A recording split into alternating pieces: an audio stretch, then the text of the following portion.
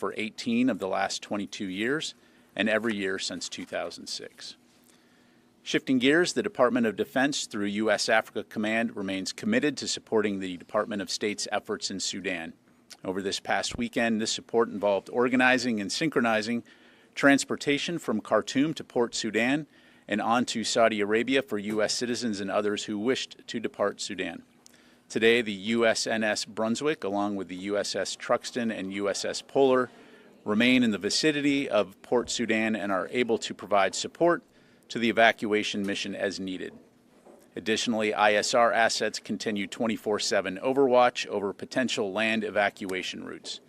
And AFRICOM's deconfliction cell continues to distribute relevant information to the Department of State, our allies and partners, and international NGOs to help enable informed decision-making. Looking ahead, Secretary Austin looks very forward to welcoming Philippines President Marcos to the Pentagon tomorrow. It's important to point out that we're standing at a transformational moment in the U.S.-Philippines alliance.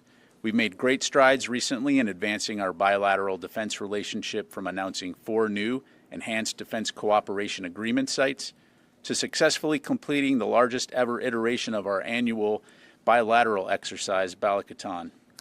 Secretary Austin and President Marcos will discuss a wide range of security topics, including support for the Philippines' defense modernization efforts and expanding operational cooperation in the South China Sea.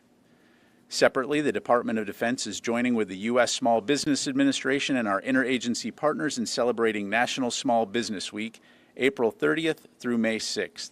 As many of you know, small businesses play an absolutely vital role in securing our nation.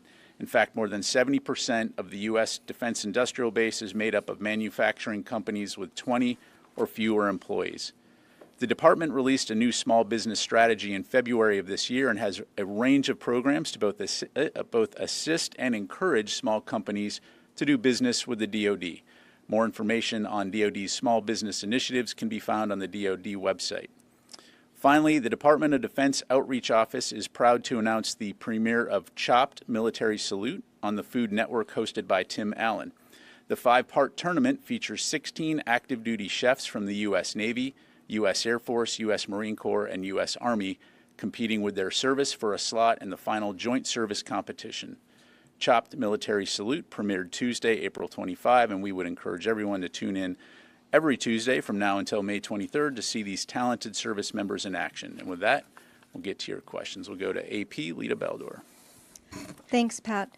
Can you say when you expect these troops to arrive at the border, even in a range of days in the coming week, or presumably by May 11th? Would that be accurate? Do you expect these will be active duty troops, or are you going to try to have to pull some from the Guard? And third, in the past, DoD requested that DHS provide quarterly reports updating as to when and how DHS was going to be able to take over these jobs on the border. Is DoD getting these quarterly updates? And is the department confident or concerned that DHS will or won't be able to meet this requirement by the end of the fiscal year? Yeah, thanks, Lita. So on your first question, right now I think we'll see these troops arrive as early as May 10th and then in the coming weeks.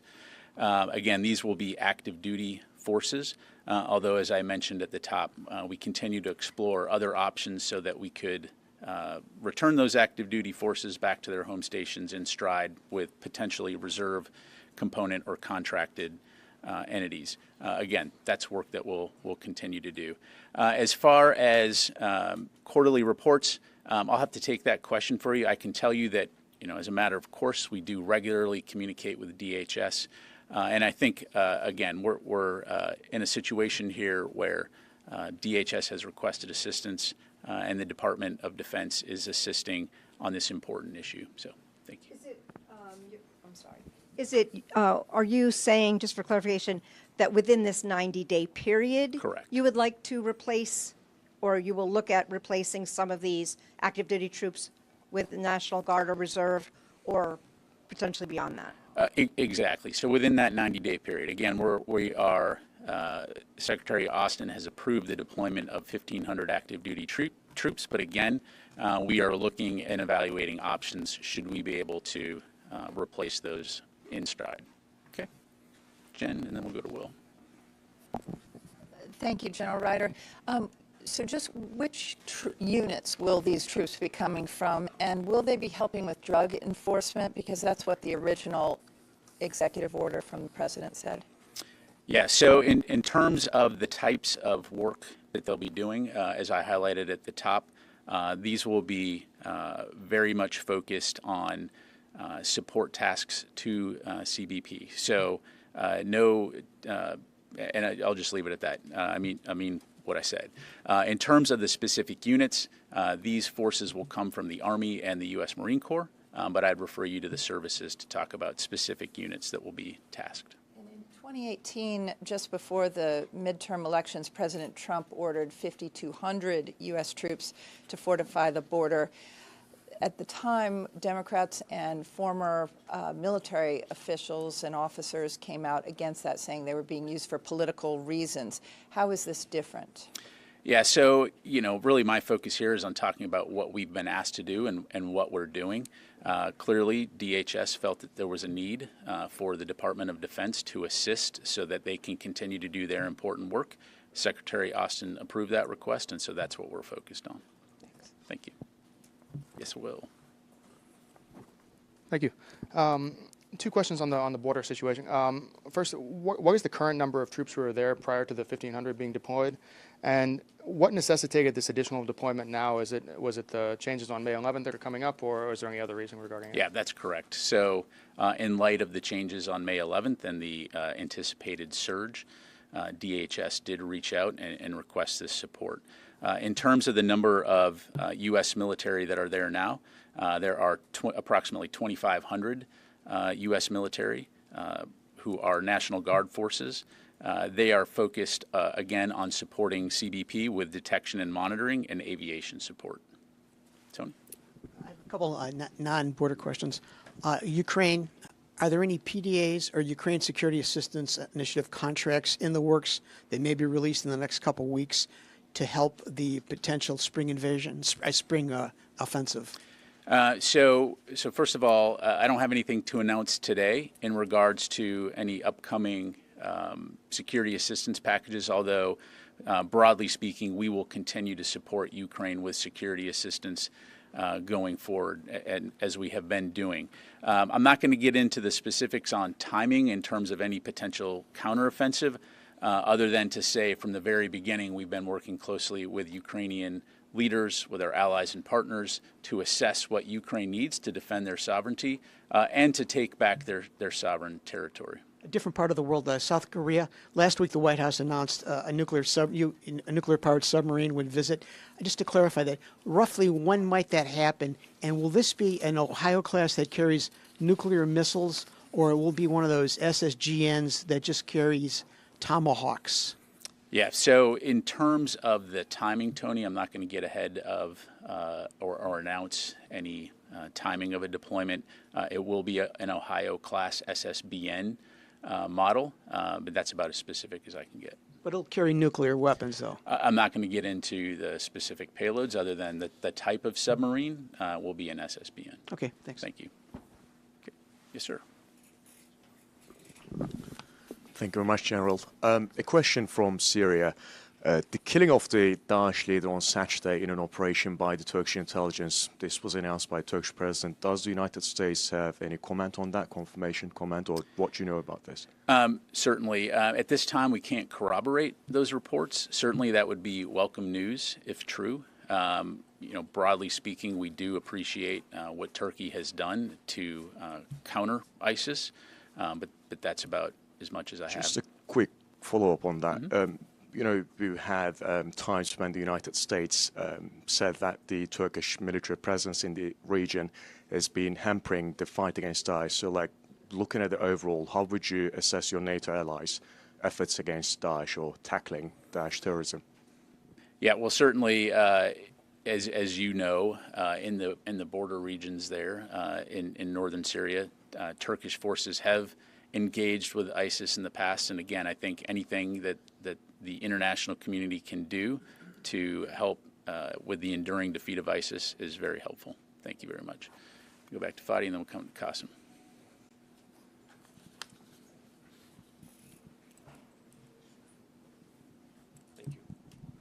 Thank you, General. So question on Sudan. You mentioned the 3 Navy ships supporting the evacuation from Port Sudan to Saudi Arabia. So I was wondering if you can give more details on the type of activities they were involved in throughout the weekend and up until now in this supporting role?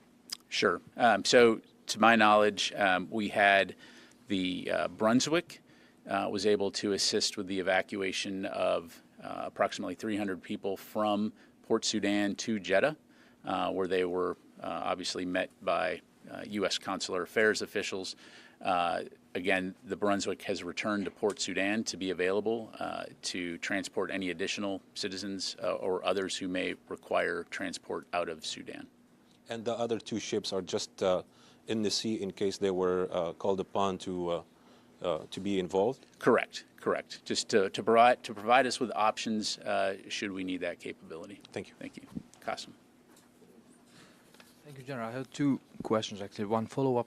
So has there been any communications between Turkish and American militaries with respect to the killing of the ISIS leader?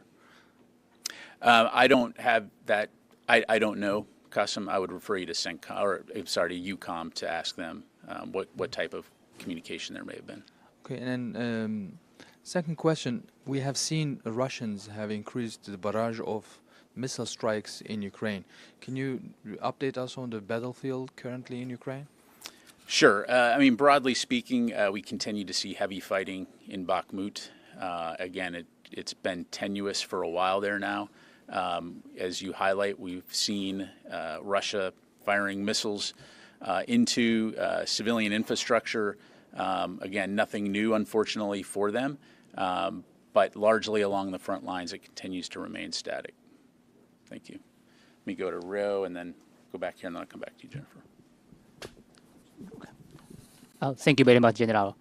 Yesterday, the U.S. and the Philippines agreed to establish a framework of trilateral cooperation with Japan and Australia, respectively.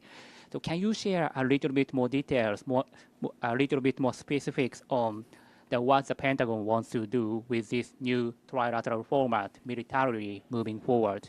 Yeah, sure. Well, I don't have anything specific to announce today, Rio. I would tell you that the Philippines, Japan, and Australia continue to remain very essential allies for us.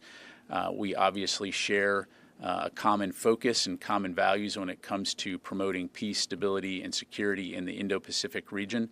And so we're going to continue to look at ways that we can work together to achieve that end.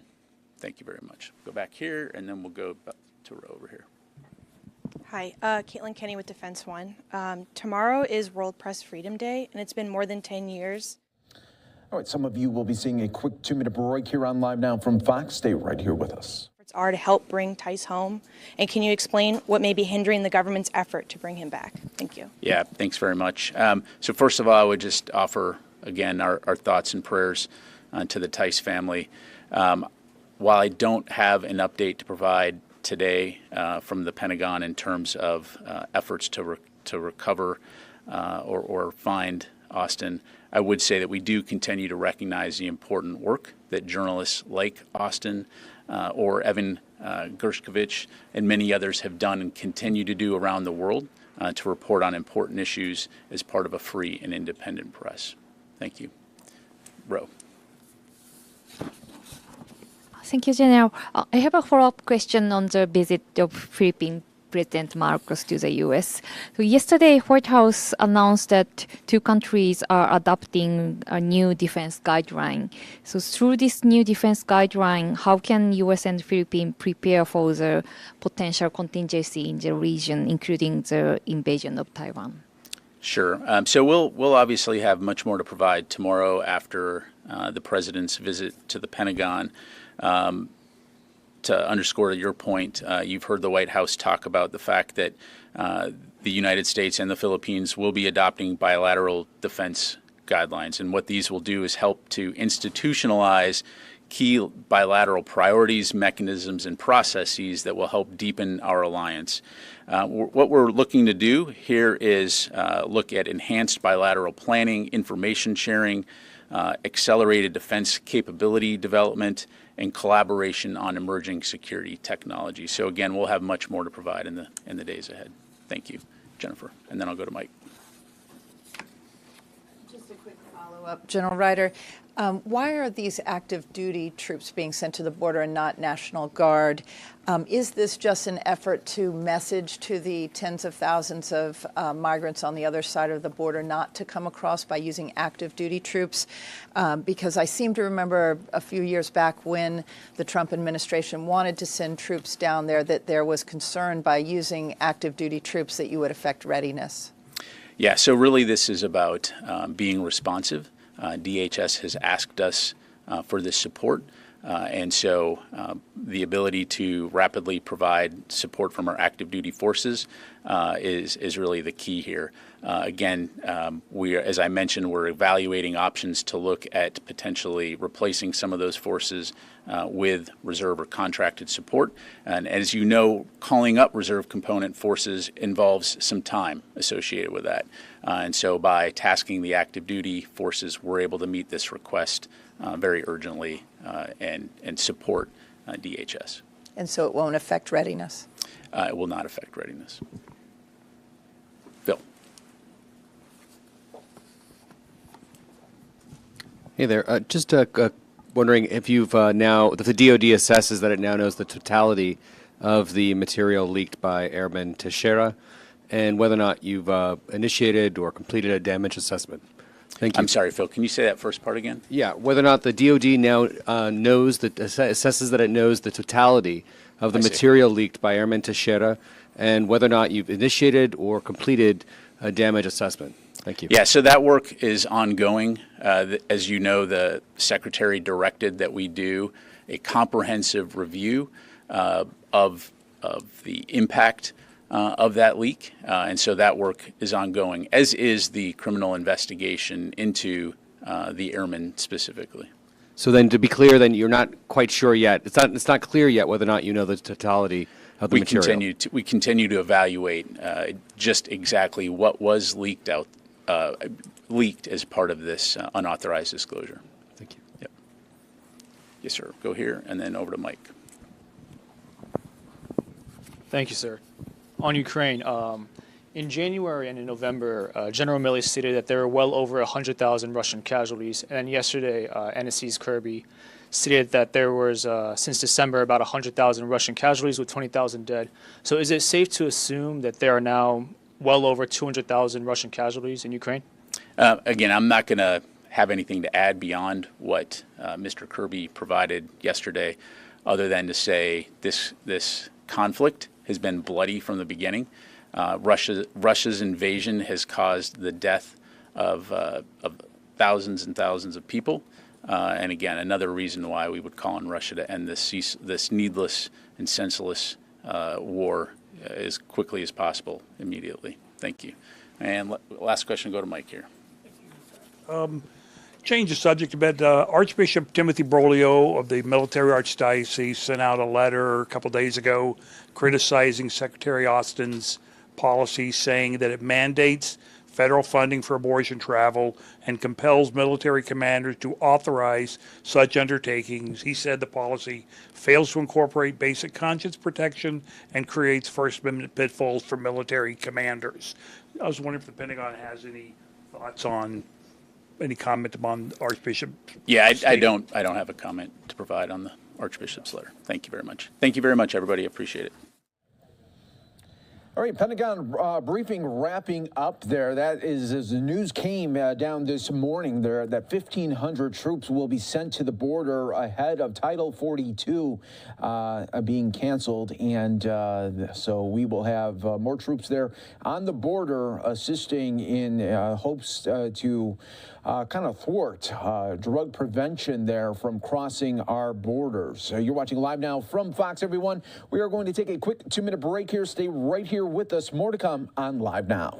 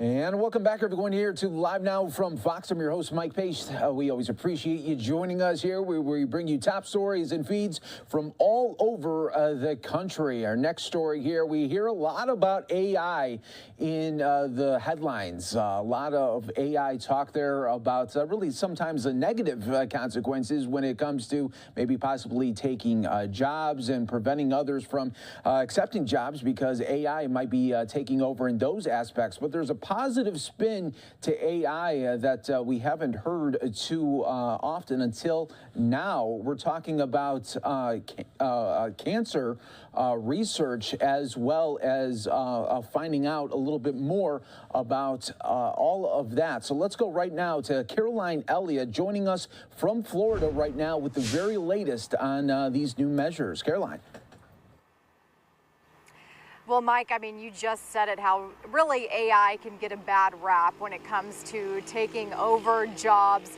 But really, this hospital has almost found this perfect harmony, working alongside AI for a better patient outcome. Since this hospital in Boca Raton started using this AI technology, cancer cases are up 25% here. And we're also told in some cases they're spotting it so early that it hasn't had time to spread yet. And some of these patients are therefore skipping chemo altogether. It tells me that there's one finding on this image. Artificial intelligence is flagging breast cancers that are so small. And you can see here. They could go undetected on a traditional screening. And what was surprising is that we have a practice with 9 dedicated breast radiologists, all fellowship trained. All we do is read breast imaging studies. And so I thought, you know, we were probably pretty good at what we were doing. But this study really comes and shows us that even the dedicated and committed breast radiologists can do better utilizing artificial intelligence. The Profound AI made by iCAD studied millions of breast cancer scans and over time learned to circle problem areas on mammograms. It had a 23% increase in cancer detection and no change in our recalls. The Lynn Women's Health and Wellness Institute offers one of the earliest studies on AI's impact on cancer. Doctors say AI may have actually saved Luz Torres's life. I came in on April 1st for my routine mammography, no symptoms. I had that done within a week's time, and then I got a phone call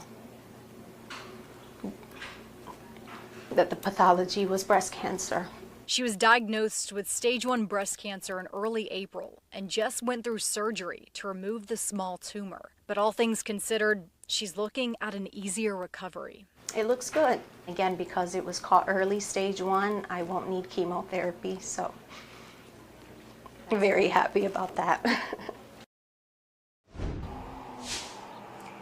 Now, several companies are also using similar products that could also flag cancer during screening. So this is not just limited to breast cancer. We know doctors are also using the similar AI technology to detect lung cancer, prostate cancer, and brain cancer as well. Mike. Caroline Elliott, great story there and great reporting there, and it's so necessary to even just a couple of weeks earlier detection is so key in so many cases. So we appreciate that update there and that insight. As always, Caroline, thank you. Thank you. And of course, we always got you covered right here on Live Now from Fox, bringing you top feeds, live breaking news as it happens. And that is exactly what we have here for you. We are going to go out to the Los Angeles area. A police chase is underway right now. We have the feed here. Let's go to it right here as Sky Fox high up above as this chase is underway right now. Police following very close behind here. Viewer discretion is advised. We're going to see what happens. Looks like the driver now going up, well, there, this driveway here, but there's a fence blocking, so we are catching the tail end here of this chase, and we want to go out to Fox 11 right now. They are providing on-air coverage. Fox 11 Los Angeles always does a great job of covering this from high up above as well. Let's go to their coverage right here on Live Now from Fox. For a long time, making making its way down the 710, and then they were asking if the California Highway Patrol wanted to join in or take it over. Bell Garden said no, they were going to stay with it, and they have until you saw right there making that turn, pulling into this driveway or gated community right there. That gate closed. Now those officers, they all have their guns out. This is an armed and dangerous suspect, and again, we're going to stay a little bit wider right now just in case this goes sideways, because we just can't get a feel for what exactly was going on with that pursuit, except that suspect not wanting to pull over. Sandra? Yeah, absolutely, because as you mentioned, this has been going on for a little while now, and Skyfox exclusively overhead the freeway pursuit, and then this suspect pulling off the freeway and into this neighborhood, interestingly enough, though, just pretty much blocked in because of that gate, as you said, in the gated community, but not making a move as of right now, the suspect not getting out of that car. Not getting out of that vehicle. You know, he could back up. He could do some dramatic moves right here. But with all those officers and those weapons out right now, that probably would not be a good move at all. When those reverse lights come on, and if that car makes a lunging drive towards those officers, this would end poorly, I would venture to say. Right now, though, this car just standing there. Don't know if they know somebody in there, but it definitely looked like this was a target. Like he drove into this neighborhood looking for this driveway and then pulled up. That gate still closed. Wonder what would happen if that gate opens up, if he would try to drive in. You got other civilians not knowing exactly what's going on, and a little dog in the road. I always worry when that happens. But right now you can see they're still very aggressively trying to get that driver out of that vehicle. Did see a little bit of movement, even though it was super dark tent right there just for a second. But right now it's more of a standoff than a pursuit. These officers from Bell Gardens behind that vehicle. There's an armed and dangerous suspect inside. Original one, basically, as we understand it, that Bell Gardens got behind the car, ran the plate, understood who was inside that car, waited till they got back up, turned on their lights and sirens, and then the pursuit was on and brought him here. And interesting, you said that Bell Gardens police did not want help from the CHP when this pursuit was, in fact, on the freeway, and it was a high-speed chase at a certain point. But now, obviously, as you mentioned, it is a standoff right there in that residential neighborhood in Bell Gardens. And this is such a scary situation when you're a resident in that neighborhood not knowing what's happening, and for law enforcement officials having to be so careful not to open fire because of the unintended consequences that could happen in a situation like this. Definitely, and you just got to kind of wonder if the folks in this neighborhood, they probably see the PD helicopter, that sheriff's helicopter circling low down there and keeping an eye on what's going on. These officers basically shouting out commands right now, and that suspect nothing at all. Those windows are up. There is no activity inside that car at all. And again, this vehicle not disabled, so this could turn into a pursuit once again. Right now, though, that driver of that vehicle, he's waiting. I'm not sure what for, but these officers, they want to take that person into custody. A very dangerous person behind that wheel. And absolutely, a lot of people, when they follow pursuits, obviously tune into what's going to happen and wonder, why can't they just approach or disable the car? It's not so easy, despite the fact that you do have multiple units right there surrounding or actually in back of that vehicle right now that looks trapped because of that gate. But clearly it's not so cut and dry all the time. They have to think about the approach, think about who's inside that car. Oh, and the suspect opening up the window, threw something out, it looked like? Open the window, threw the keys out. That's what those officers are always, mostly that's what they want to see. They want to know that that vehicle is unable to move, so they probably were telling them, open that window, throw the keys out.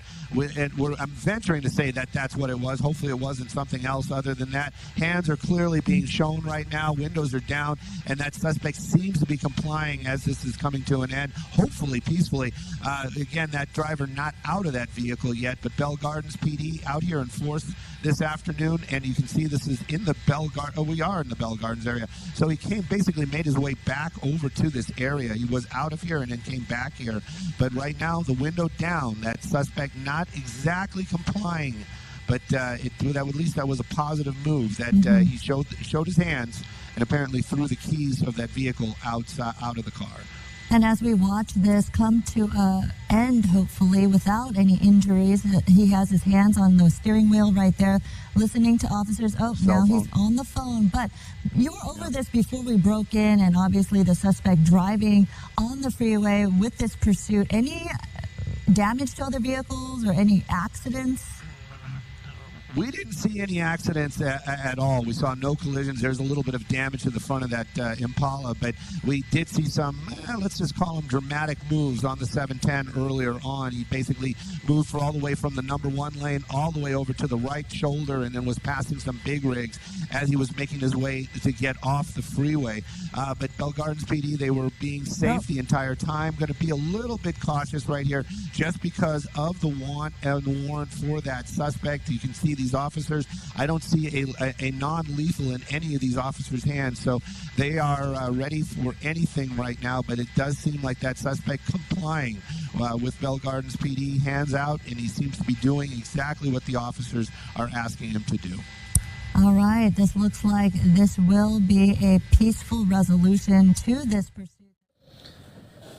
All right, and that was Fox 11's great coverage there of a pursuit that we caught the tail end of, and that suspect going in that driveway and giving up there, and soon will be under arrest there in the Los Angeles area. Great job by everyone there down on the ground to get this suspect under arrest. We are going to take our final break here of this hour. Stay right here with us. More to come on Live Now from Fox.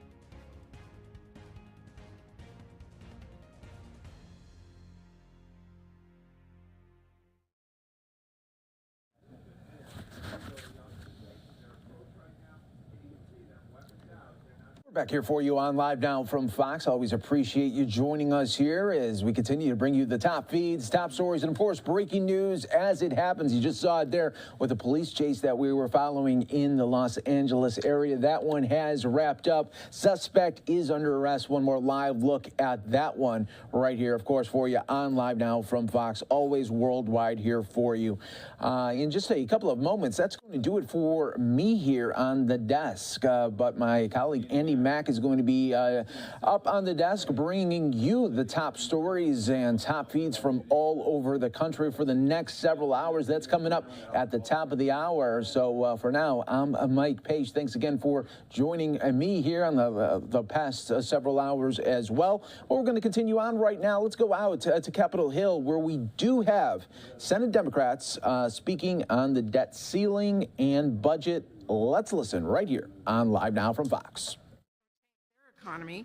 So why are House Republicans? Why do they want to threaten economic catastrophe and put us behind? House Republicans need to understand that holding the majority means they need to actually govern. It is past time to get serious about working with Democrats to simply pay our nation's bills and avoid a catastrophic default as soon as possible. Speaker McCarthy needs to start working with us. to keep America competitive, to keep our economy growing, and to keep investing in our families and in our future. Here in the Senate, we are hard at work on bipartisan spending bills to move our country forward, not back. That's what we should all be focused on right now. Thank you. Senator White. Thank you, Leader Schumer. And everybody understands that in a divided Congress, there will be disagreement and debates on economics, but there cannot be any debate that risks default for our country. The fact is that House Republicans are not offering a good faith proposal. That's because they give a free pass to billionaires and hammer Meals on Wheels.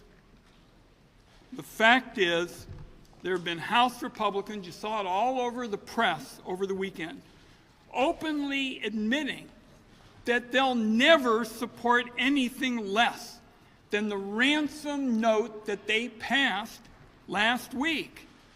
So this is all about holding our economy hostage to extract ideological trophies that cut clean energy, that surrender on the climate crisis and affordable health care, and enrich so many of their powerful allies. Wasn't any great feat for the Speaker to get this through the House. It was literally a competition among his far-right members to craft the worst piece of legislation possible to send to the Senate.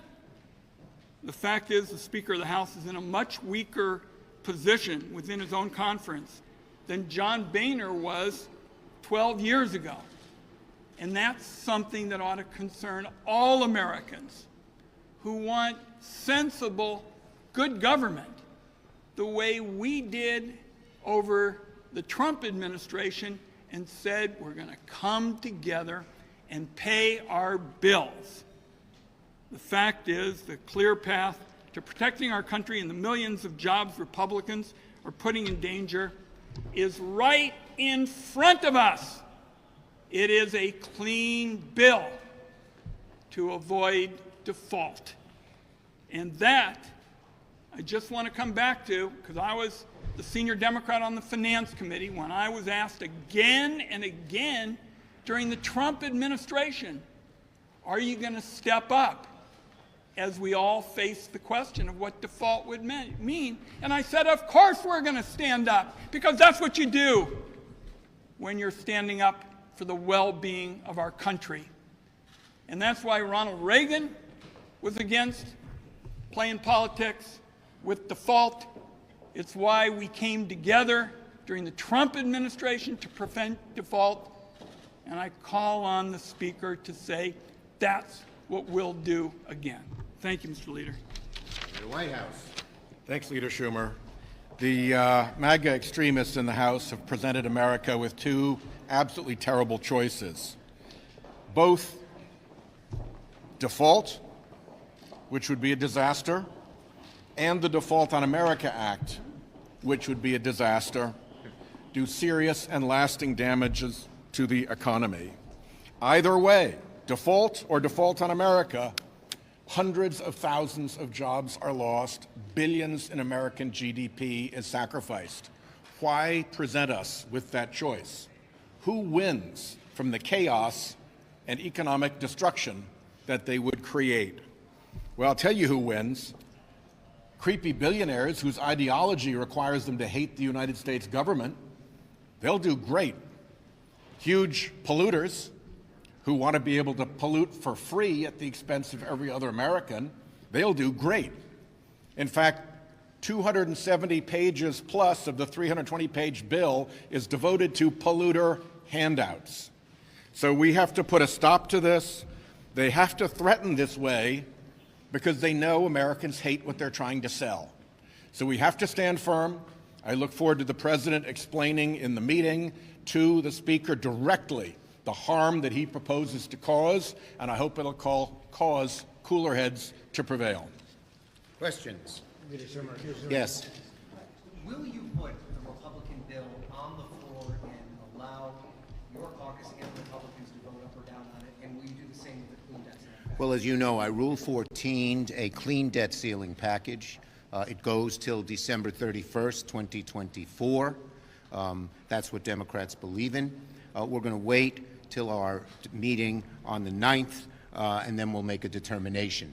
As for the other bill, they sent it to us, and after we pass a clean debt ceiling bill and get the debt ceiling bill moved way back, then we could use this bill for a proper discussion of the appropriations and budget process, where people have plans, different decisions on spending and on revenues. Yes. You had said for months that House Republicans need to produce their plan. They did. You said that you didn't think they had the votes. They had the votes. You probably don't have 60 votes for a clean debt ceiling increase. So isn't it incumbent upon you and the White House to negotiate a deal with spending cuts to raise the debt ceiling? These cuts, as we have pointed out, as our hearings will, are so draconian. The American people don't want them, and we cannot. These are not cuts, and this is not a plan.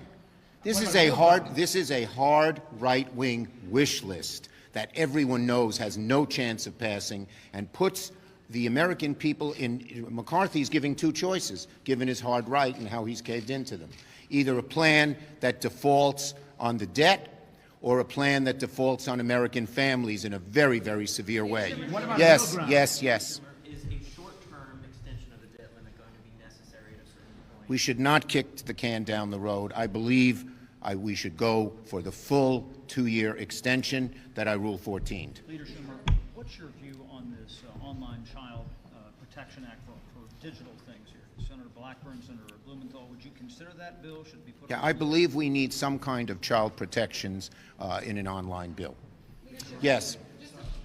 Just to follow up on Manu's question on any middle ground, are there any cuts that you would even be comfortable putting on the table to get to a middle ground?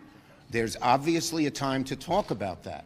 It's not as hostage-taking with the debt ceiling. It comes afterwards when we talk about the budget and appropriations process. That's how it's been done the last 3 times under President Trump, even when the Republicans had complete control, under President Trump again when it was divided, and under President Biden. So the time to discuss those cuts is not hostage-taking with the debt ceiling. That is too dangerous. The time to discuss it is afterwards, as we usually do in the budget and appropriations process. Yes. Do you think there's merit to the theory that the 14th Amendment supersedes the statutory debt limit? Look, the way to go is a clean debt ceiling extension, and that's the direction we want to go in. Thank you. Thanks all.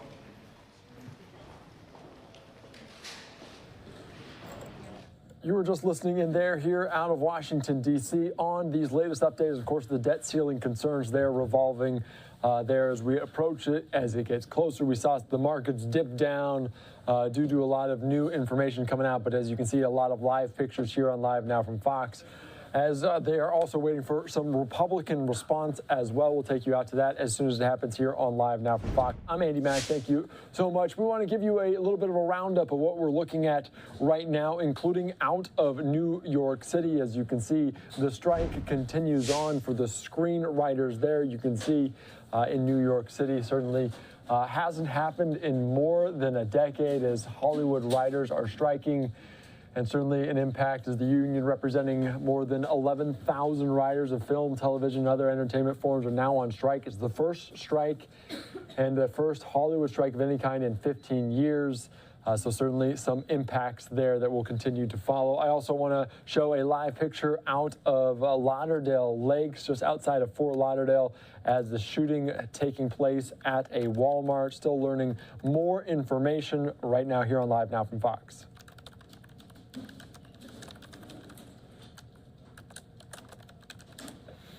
Of course, the details are very fluid at this point, but obviously you can see the crew, the employees of this Walmart have been escorted out as they're trying to keep a safe distance away. Not a ton of information coming on right now, but what this is going on there in Florida. Potentially one person injured. at this Walmart there in Fort Lauderdale, just outside of Fort Lauderdale, Lauderdale Lakes. You can see this here, plenty of emergency personnel on hand, police and crews there at this Walmart as people have been evacuated out of this. So something we're going to continue to follow here on Live Now from Fox. Certainly still a large police presence. You can see employees there, law enforcement investigation. Of course, multiple officers on hand here in this courtesy of our WSVN team there. Some law enforcement officials walking into the Walmart at this point. Don't know if it's still going on, if there's an active shooter situation or not at this point, but certainly something we're going to continue to follow here on Live Now from Fox. We want to continue to give you an update from around the country and right here at home. I want to give you a little bit of a top story update of what we're following here on Live Now from Fox, as cars and semis just kept crashing into each other on an Illinois interstate on Monday. Wind kicked up large plumes of dust from farms nearby, virtually wiping out drivers' visibility. At least 6 people have died, ranging in age from 2 to 80 years old. Certainly tragic, and more than 30 were taken to local hospitals with injuries. Fox weather correspondent Katie Byrne has more from Illinois.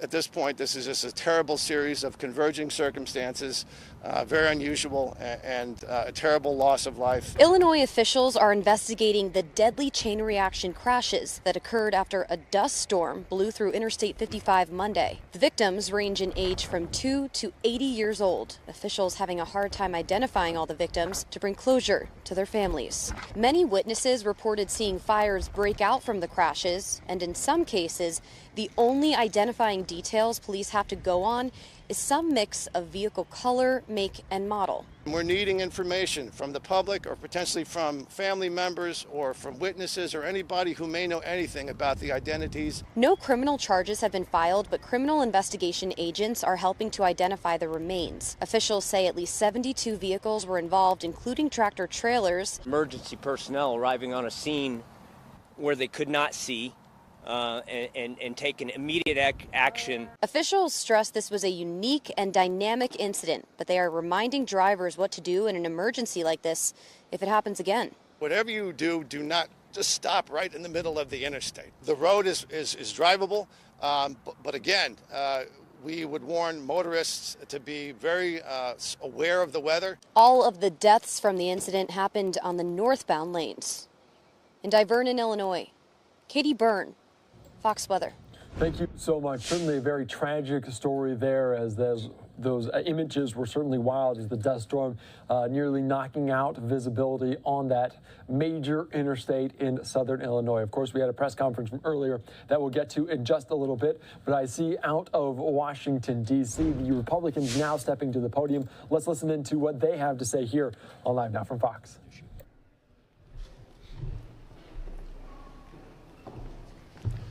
Joe Biden is playing Russian roulette, as well as the Democrats, with our Americans' economy.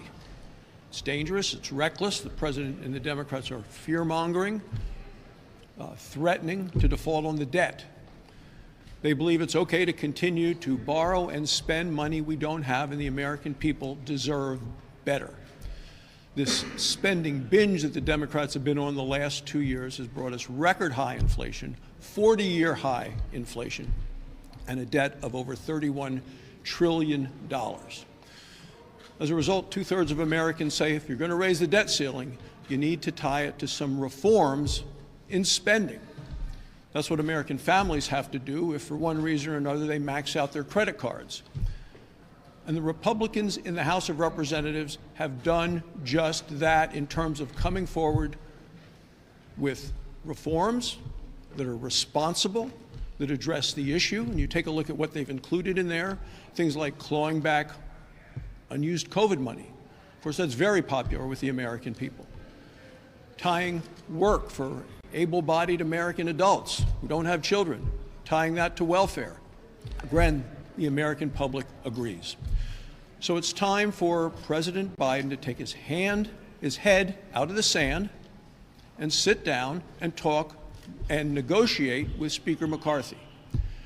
Maybe the president believes that there's no cutting to be done. There's no waste, fraud, or abuse in government.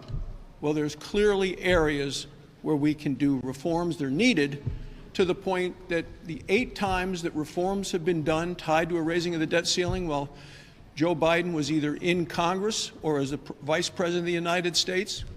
He's been for 6 of the 8. So it is time for Joe Biden to end this debt ceiling madness. It is very much time for Joe Biden to come to the table and negotiate with Kevin McCarthy. It is the right thing to do. This administration is wreaking havoc with America. It's impacting our farmers, our ranchers, and our small businesses. And speaking of small businesses, happy National Small Business Week.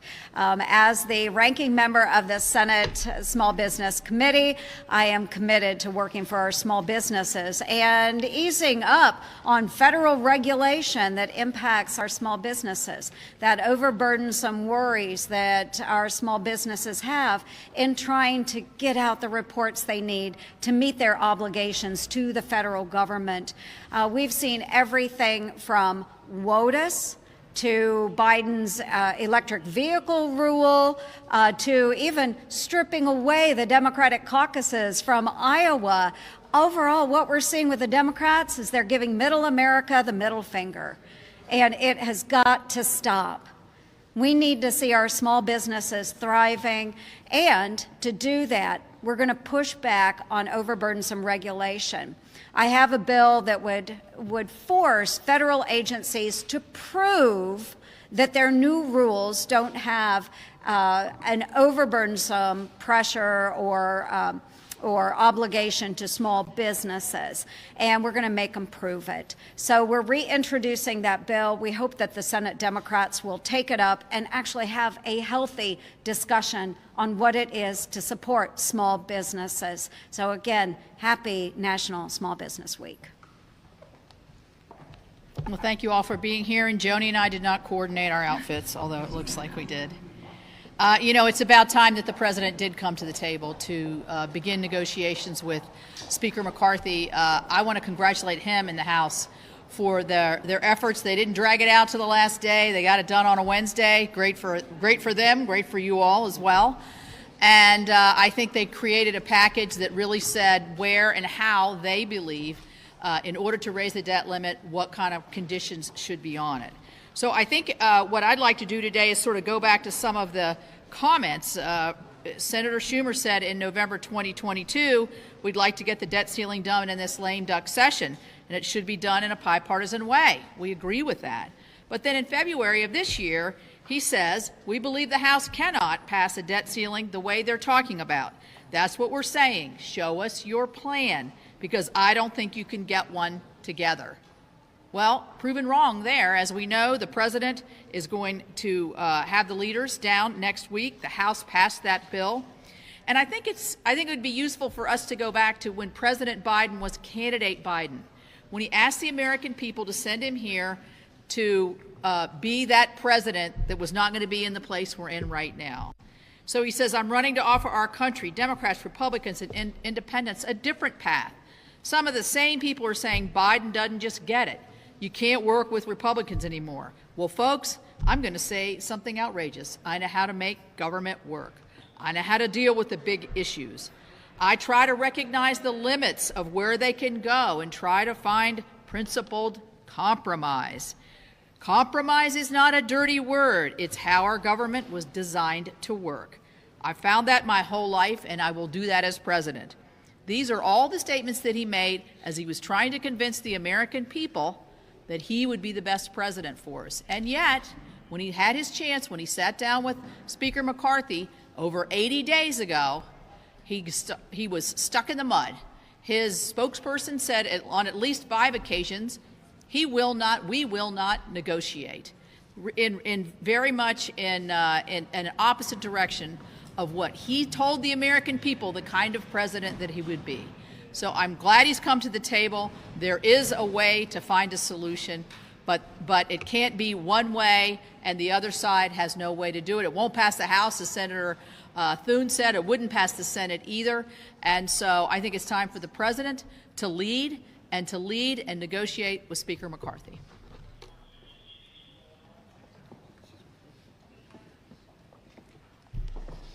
One thing we've seen over the course of the last several months in this debt ceiling discussion is when it comes to our colleagues, the Democrats, and spending, the sky is their limit. It's unfortunate the Democrats want to jam a debt ceiling hike with no spending reform through a divided Congress. The polls are very clear. Supermajorities of the American people want to see restraints placed on future spending in exchange for lifting the debt ceiling. And I think President Biden and the White House were shocked. They were shocked by what happened last week in the House. They didn't think Speaker McCarthy and the Republicans could pass a debt ceiling bill, but they did. They passed a debt ceiling bill that had responsible reforms tied to it, dealing with the root cause of the problem, which is spending. It's unfortunate it took the president now 90 days before reaching out to Speaker McCarthy to come to the table, but they're still saying the debt ceiling is non-negotiable. In fact, a White House official who refused to be named was quoted in Politico, in this article here, calling spending reform a ransom. Can you imagine going on the streets of America and talking to the average person who's seeing $31 trillion of debt and to tell them the White House officials are saying that having a spending reform discussion in exchange for lifting the debt ceiling is taking ransom? Biden and Senate Democrats need to get with the program and acknowledge something that Montanans already know. The spending is the problem. We shouldn't raise the debt ceiling without reining in, having some reforms in spending, reducing waste, lowering costs. That's a winning argument for the American people. To Senate Democrats, I say this. Saying that the president should not even sit down with Speaker McCarthy is not a sustainable position for the fiscal health of this country. Mr. President, it's time to get serious about responsible spending reform and to bring some fiscal sanity back to Washington, D.C.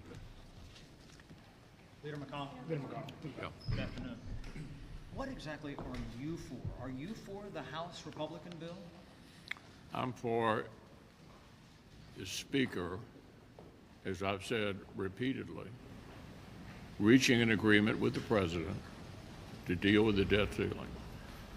I think what the House has passed makes a lot of sense. To the extent that the President is not in favor of the House bill, and he obviously is not, he and the Speaker need to reach an agreement so we can get a solution. Look, let me remind you all again, divided government's not unusual in this country. We've had divided government more often than not since World War II. When the American people don't give all the power to one side, they're saying you guys need to figure out how to deal with the bigger problems by negotiating. This will ultimately, in my view, be solved when the Speaker and the President reach an agreement. Leader McConnell, there's a real prospect that they are unable to reach an agreement. You have, in the past, these past standoffs, proposed inventive ways out of it. Are you ruling out getting involved at all if there's no? Well, what I'm saying is the conditions for reaching an agreement change depending upon the nature of the bodies. Many people point back to 10 years ago when President Biden and I were involved in reaching an agreement. That was a different set of players than we have today. If you look at the House, what they accomplished was a surprise to everyone, given the various factions. They're having achieved an outcome. It should be clear to the administration that the Senate is not a relevant player this time. They have got to have a measure that can pass the House. How does it pass the House? It has to have the support of the Speaker, and I'm behind the Speaker. Leader McConnell, it seems as though you're asking for negotiation here, but there have already been several House Republicans that have said that this is their compromise, that they're not moving anywhere past this particular bill. Do you believe that if there is some sort of compromise that comes out of your meeting next week that the Speaker agrees to, that he can get the votes in the House to get it over? At the risk of wearing you out with redundancy, what I am convinced of is that the ultimate solution will be between the Republican House and the President. And the sooner the President and the Speaker get about it, the better the country will be on. Leader McConnell. All right, you're just listening to GOP lawmakers there make those remarks on the debt ceiling as that debate continues to go on. Of course, there is likely another meeting with the White House and Speaker Kevin McCarthy coming up soon, hopefully within the next week or so. We saw reports of May the 9th would be a date that could be happening, so we'll keep an update on that as well here on Live Now from Fox. I'm Andy Mack. We're going to take you out to the United States Capitol one more time, just to give you a live look outside as we just passed 3 o'clock hour here on the East Coast. We're going to slide away for a quick 2-minute break and then get into more top headlines coming up next.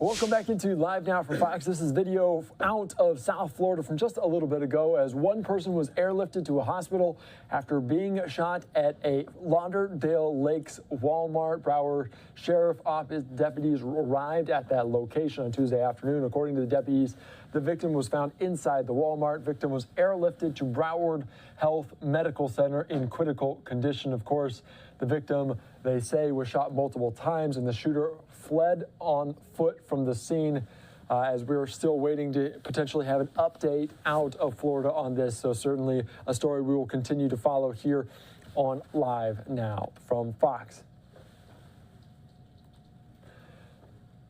I'm Andy Mack. Thank you so much for joining us. And of course, we're continuing to learn more information as the United States Secret Service said Monday it blocked a Muslim mayor from Prospect Park, New Jersey, from attending a White House celebration yesterday with President Joe Biden, belatedly marked the end of the Muslim holy month of Ramadan. Of course, the Council on American Islamic Relations out of New Jersey, that chapter, the state in which this mayor is from, held a press conference today to talk about this as well. We also heard from Karine Jean-Pierre on this topic as well. Let's listen into some of these remarks out of New Jersey here on Live Now from Fox.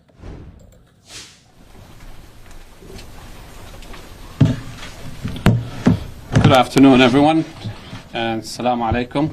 I want to thank CARE New Jersey and CARE National for responding to my calls quickly when the incident happened. You know, I have no reason to believe that I am an unsafe person to any elected official. I have been around with a lot of elected officials from national level all the way to school board level, and I have supported many of them. So I want to thank CARE, whether the national stage or the New Jersey stage, for responding quickly to what we think now is the utilization of the secret list that targets primarily Muslim and Arabs. I'll recount what happened, make other remarks, and then we'll go based on how CARE wants to run the program. But I also want to thank everybody who made it, organizations and officials. So yesterday at 12:11 p.m., as I was driving into D.C., I was about a few minutes away from the White House. I received a call from a gentleman by the name of Evans from the White House social office. We started by small talk. Then he informed me that the Secret Service did not clear me to attend the White House Eid celebration.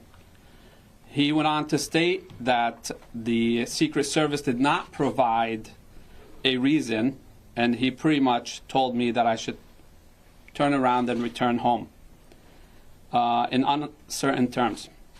He informed me that the number he was calling from was his cell phone, and that if I had any further questions that I could forward them. So I asked him, who do I forward them to?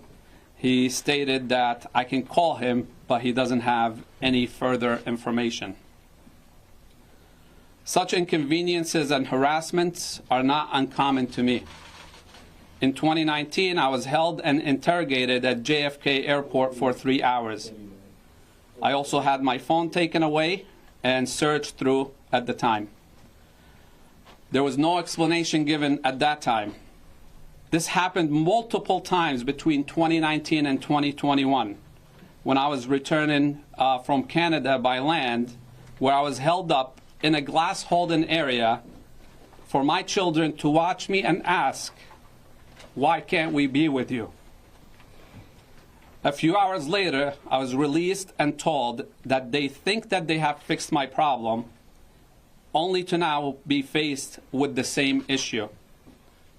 When I first ran for office in 2001, just 1 year after I became a naturalized citizen, I was hopeful that I could help implement systematic changes within New Jersey and that would make life better for American Muslims and everyday American.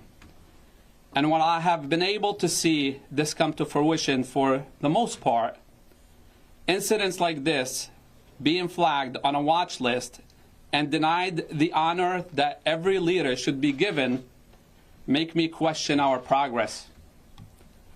The heart of our issue today is not the disinvitation of Mohammed Tahir Kurullah, who happens to be me and who is listed on the selectee list with my birth date. Our core issue today is that there is a secret list, that everyone knows it exists due to the January 26th leak, but our government continues to use it despite it being discriminatory and ruled illegal by a federal judge. I want to thank all those who have contacted me by email or through social media expressing support. I want to thank Governor Murphy. We had a chat last night. We have here the director of his Intergovernmental Affairs Office, Mr. Rob Field. We also have Senior Aide Raj Bath, and from the governor's office, my friend Assad Akhtar. I want to thank Senator Booker for also reaching out last night, Congressman Pascrell, the office of Senator Menendez, Mayor Bala from Hoboken, Mayor Vergano from Wayne, and Mayor Saya from Paterson, along with other many elected officials and friends. Last night at 7 p.m., our president tweeted the following: Muslim culture has been woven throughout American culture from the very start. We must always stand against anti-Muslim hate and stand up for the right and dignities of all people. It is essential to who we are, a nation founded on the idea of freedom and justice for all. In my opinion, and regardless of the previous theories, this does not seem to be about my activism in Syria. Last time I was inside Syria was December of 2015. The last time I remember traveling without issues is May of 2019. This has inconvenienced, harassed, and humiliated me and my family ever since, every time we went through an airport. But this, again, is about over 1.5 million people who are on the selectee list who don't have a platform like I do. At this point, our crimes are our names, ethnicities, and religion. And I call on President Biden to correct the injustices of the previous administrations by disbanding this illegal list and correcting ill-advised and racist policies. Thank you.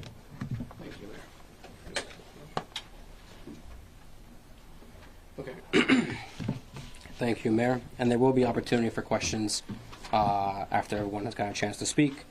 I think the Mayor drives the point home at the very end. And if it can happen to him, someone who is highly respected and well known and has held office here in New Jersey for over 17 years, then it can truly happen to anyone. American Muslims, over 1 million of them, have been enduring the repercussions of being on this list for the past 2 decades. And it is time that the current administration bring that harm to an end. So I would like to now bring up Dina Sayed Ahmed, our communications coordinator at CARE New Jersey, to offer a few remarks before we move on to our partner organizations.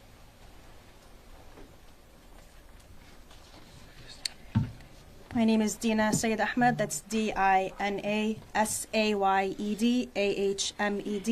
and I'm the communications manager here at CARE New Jersey, the Council on American Islamic Relations.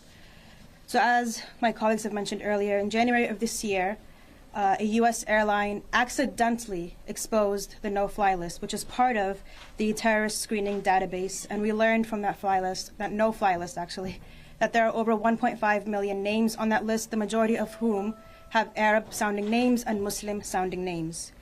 Here at CARE in this office, we've also had cases of people who have had difficulty or who've experienced harassment when traveling. In one such case, it's an elderly American Muslim businessman who is a U.S. citizen who frequently is stopped and questioned when entering the U.S. In another case, a student at Al-Azhar University in Egypt is also frequently questioned or stopped when returning to the U.S. These cases don't even count the number of people who don't report such incidents. We do keep count of the incidents that we receive, but again, these numbers are deflated because the vast majority of American Muslims do not report these sort of issues for fear of repercussions. These 2 cases that I talked about and Mayor Khairalla's case are not unique. They have far-reaching consequences, but what's even more glaring is that in these lists, individuals are not given any due process. There is no way for them to dispute their status. There is no way for them to also remedy any damage that occurs. We see reputational damaging happening. We see harassment happening. We see individuals unable to secure jobs. We see all these cases occurring, and there's no actual meaningful way for them to redress these concerns. A bloated and unfair watch list system does not make us more secure, and the ACLU has long called for the disbanding of this watch list, as we are calling for today, and as CARE has long called for. These lists are saturated. If these lists are to exist, the government should have a very specific and very narrow way of putting individuals on these lists, and they should be able to verify that this individual deserves to be on this list in a very direct and concrete way, which we have not seen happening with this list or with other such no-fly lists and watch lists. I continue to echo what my colleagues have called for. which is disbanding of this watch list and for a meeting with the White House for Mayor Khairallah to discuss this sort of watch list. Thank you. Okay. Thank you, Dina. I think it's important to note that, at CARE, obviously, we work to combat Islamophobia. And Islamophobia is a top-down problem in our nation. And as long as the United States government treats Muslims with suspicion and discrimination, so will our neighbors. So it is important that we take these opportunities to disband policies and practices that our government employs to discriminate against its citizens in order to combat Islamophobia across the board. Now, I am very grateful that our partner and our friend at the New Jersey Alliance for Immigrant Justice, Amy Torres, is here. She's executive director of the organization and a longtime partner of ours, and I'm happy to have her here offer a few remarks. So thank you, Amy.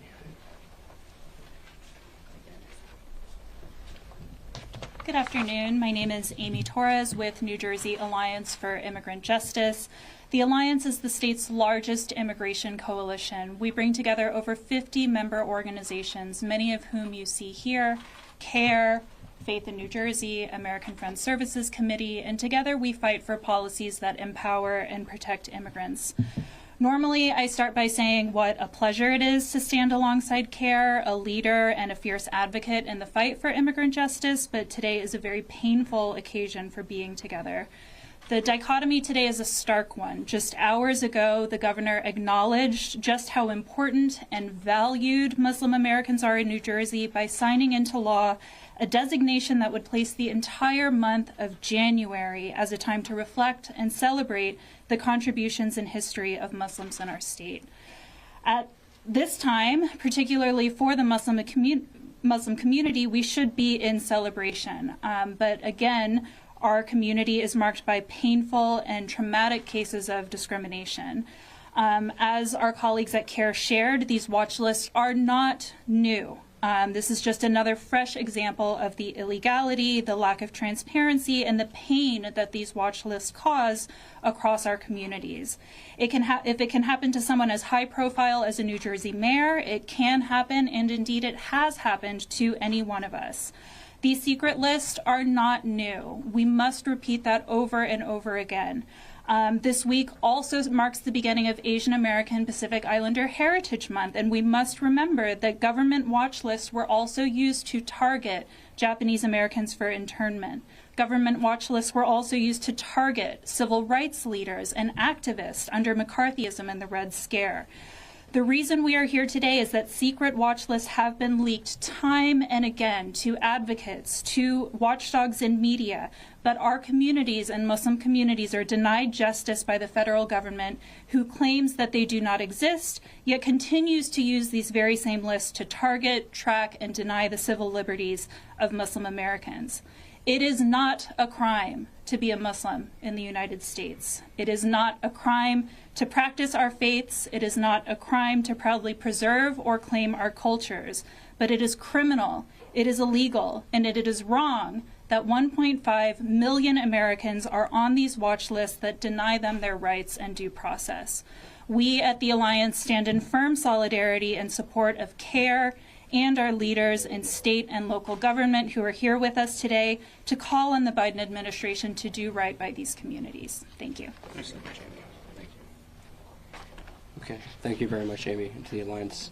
I will now be calling up Zahra Mian, the Media and Communications Director of NJMLA, the New Jersey Muslim Lawyer Association.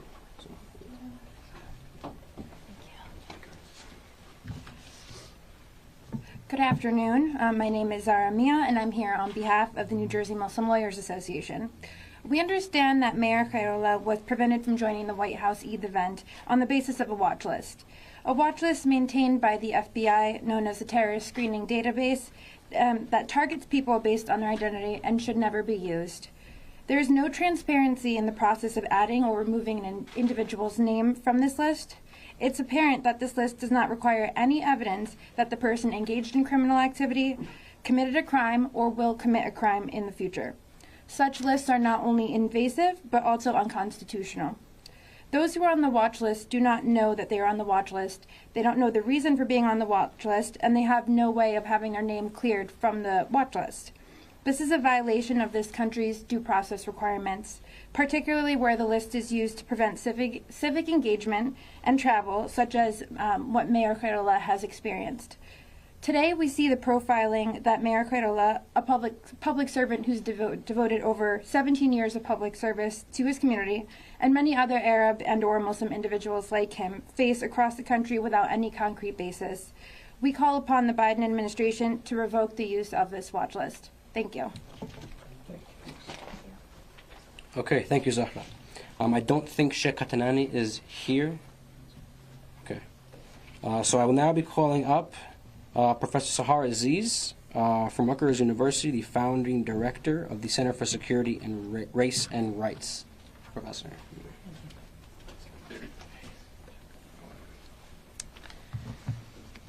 My name is Sahar Aziz. I'm a professor of law, Chancellor of Social Justice Scholars at Rutgers University Law School, and I'm also the executive director of the Center for Security, Race and Rights, which is the only civil rights center at a U.S. law school that focuses on the civil and human rights of Muslims, Arabs, and South Asians. I am proud to be standing today in solidarity with Mayor Mohammed Khairola, who has been wrongfully excluded from attending the Eid celebration at the White House this weekend. Sadly, such discrimination is what many Muslim Americans have come to expect from a government that has been systematically targeting them in a racialized counterterrorism apparatus, including Kafkaesque watch lists. People are not given any notice as to why they are on the list, much less an opportunity to challenge the basis for which they are on these watch lists. For the past 20 years, the U.S. government has created a behemoth intelligence apparatus that is eviscerating the civil rights and liberties of all Americans. Local and state law enforcement is deputized to serve as the thought police, reporting suspicious activity based on hunches and bias, not articulable facts demonstrating criminal wrongdoing. And for decades, lawyers and civil liberties advocates have been calling on the government for systematic reform of the watch lists, to no avail. As shown in the groundbreaking report by the Center for Security, Race and Rights called Shining a Light on New Jersey's Secret Intelligence Apparatus, communities of color are most disproportionately harmed. Whether it is broken windows policing in low-income African American communities or casting a wide net of suspicion on Muslims, including the esteemed Mayor Mohammed Khairola, through inaccurate and erroneous watch lists, real people suffer the indignities of second-class citizenship status. Our nation is one of immigrants from all over the world, including Muslim-majority countries in the Middle East, North Africa, and South Asia. Indeed, New Jersey is the home to the largest percentage of Muslims as a percentage of the state population, making them the second largest religious minority faith in the state. So if we want to live up to our ideals of racial equality, religious pluralism, and social justice, then we must demand accountability from our government. An important step toward that end is for the Biden administration to issue an apology to Mayor Mohammed Khairola and take Islamophobia more seriously through concrete policies, not mere lofty rhetoric. Our nation is stronger when we embrace our diversity and practice inclusion in all aspects of our society. Thank you. Okay, thank you, Professor. I think it's also, again, worth reiterating that, again, this list, was not born during the Biden administration, nor was it just born out of the Trump administration. But in fact, it's a post-9/11 tool that came about in 2003 and has since then continued to grow and continues to harm many American Muslims. And this is an opportunity for the Biden administration to disband it once and for all. So I would like to now bring up Serge Demifak, the coordinator for End Detention and Deportation Project, American Friends Service Committee in Newark.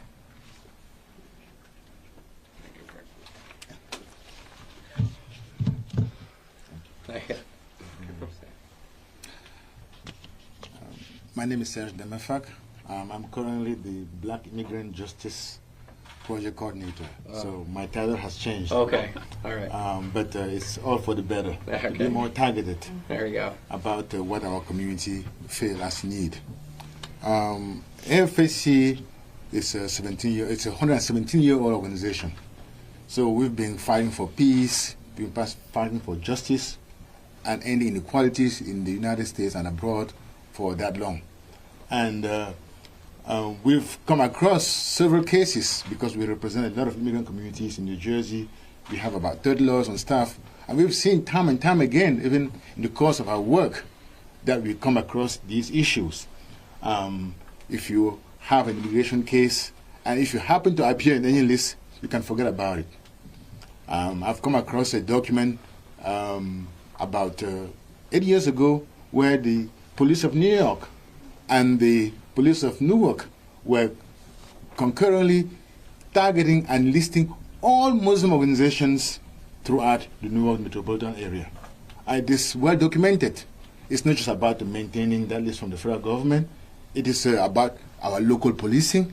It's about discrimination, targeting people because of who they are, their beliefs, and where they come from.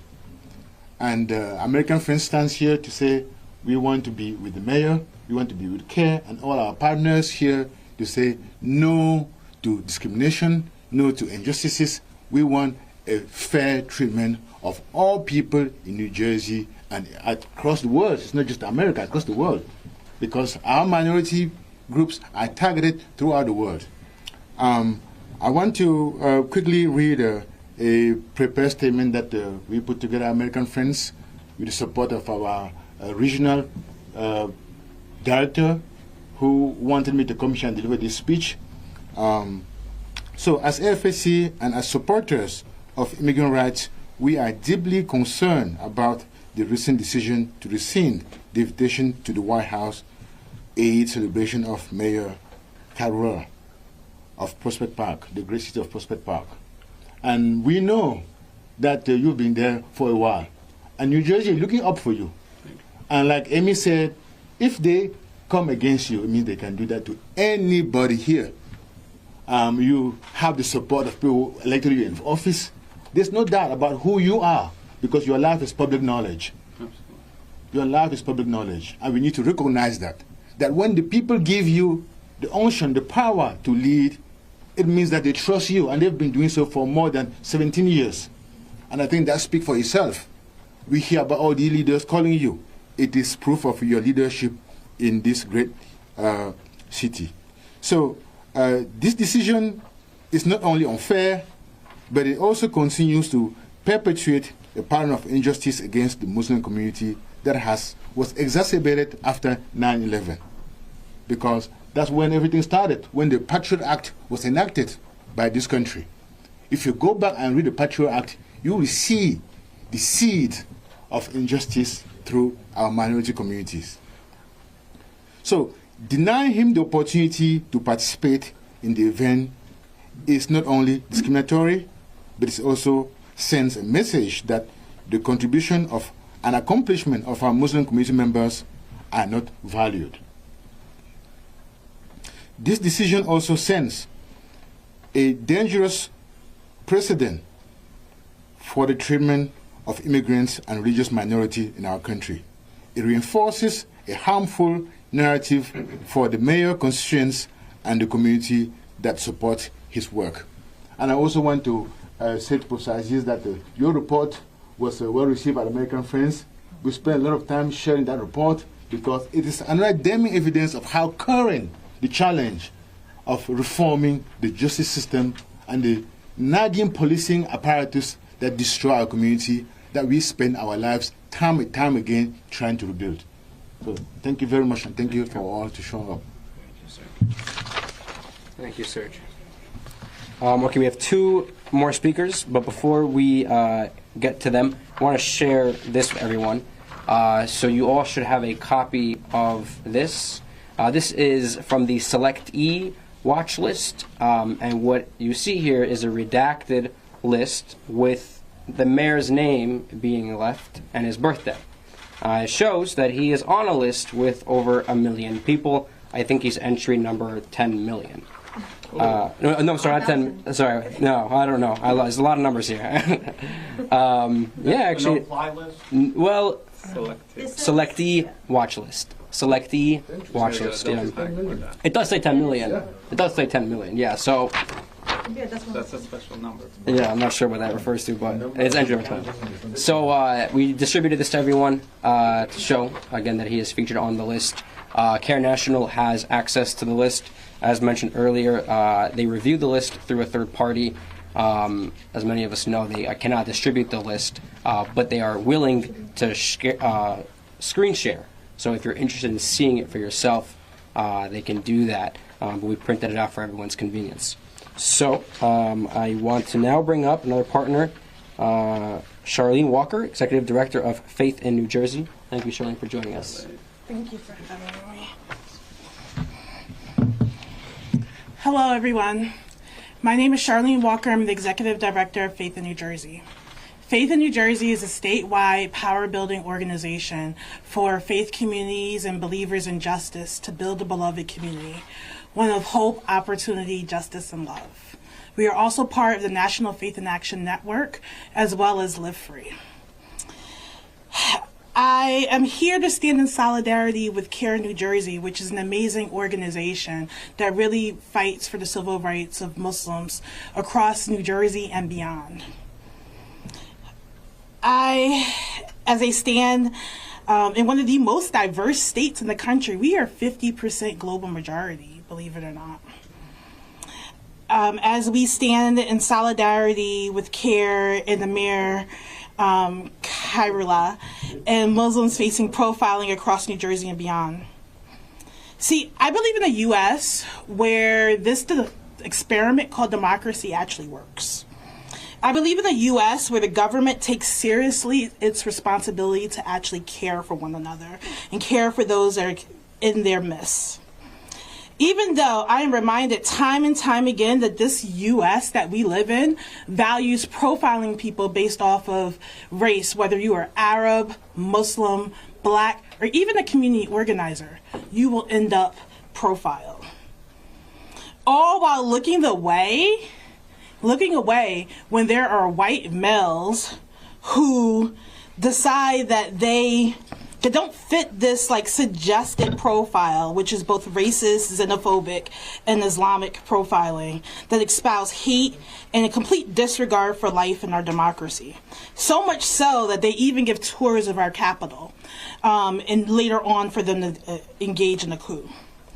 All while those targeted by watch lists have their lives thrown in complete and total disarray and are dehumanized by those that enforce it. Clearly, profiling that leads to a secretive list is not there to do anything but to harm God's beloved. See, the profiling of God's beloved must end. As people of faith, we stand against all systems grounded in white supremacy. We call for the uprooting of all systems that deny U.S. residents any form of process and relegate them to second-class citizens, because that is exactly what this list does. The government has a responsibility to care for us, but that can't happen while they continue to prop up systems of oppression like this list. So I believe God in this moment is actually calling us forward to build an America that does not distrust us and lean on oppressive systems like this list, but one that's actually about acceptance and belonging.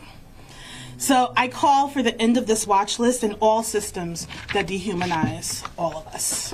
Thank you so much, Shirley. I want to really say thank you and extend my gratitude and appreciation to all of our partners. You're just listening into this press conference there out of South Plainfield, New Jersey, as the mayor of Prospect Park, Mohammed Khairullah, was uninvited to that celebration to end Ramadan last night at the White House there. So certainly some big news and some reaction there from the Council on American and Islamic Relations out of the New Jersey chapter. So we're going to continue to follow that here on Live Now from Fox. I do want to give you a couple updates of what we're looking at here on Live Now from Fox. As we were just over the sky, Fox was in Los Angeles in the Mid-Wilshire area of a possible shooting that took place. Of course, still investigating right here. As you can see, police on the ground from just a little bit ago as a large police presence there. Don't know a ton of details right now, but our Fox 11 team working very hard to try to figure out what happened and what is continuing to go on. I also want to give you a live look out of this scene in New York, I believe, as the screenwriter strike continues on, the first in more than a decade. Of course, certainly some big news for all the TV, film, and beyond there. So we'll have much more on this coming up in 2 minutes' time.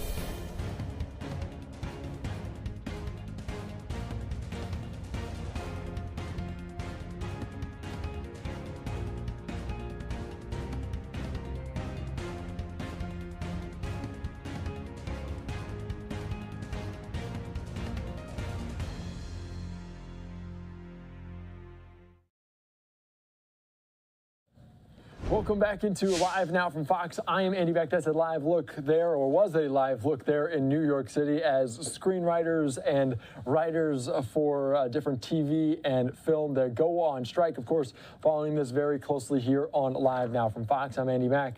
I want to give you an update on what we're seeing there involving this as screenwriters are heading to the picket line on Tuesday after talks collapsed between the Writers Guild of America and studios. The walkout could have widespread impacts on the TV and film industry. Fox News correspondent William Longinus has more. More than 11,000 television and movie writers are striking for the first time in 15 years. It's a move that could stop work on hundreds of productions. Talks between the Writers Guild of America and the Alliance of Motion Picture and Television Producers reached a dead end on Monday. Streaming content remains the big issue.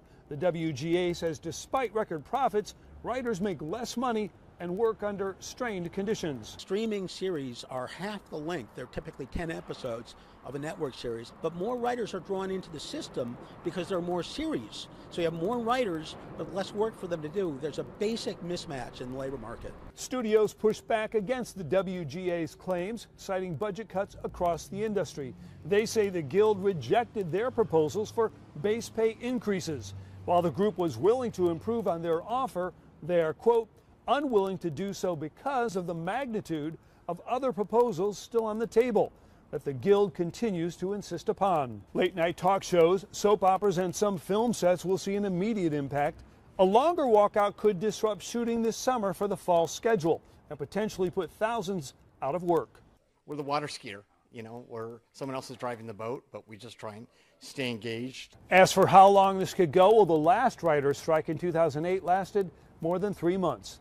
In Los Angeles, William Longinus, Fox News. Thank you so much for that latest report. Of course, this is a live picture right now as people are striking in that industry. Like you heard, first time in more than a decade this has happened. For more on this, I want to take you out to a conversation my colleague had with a screenwriter involved with this guild. Let's listen into this as Josh Breslow talked with him earlier on Live Now from Fox.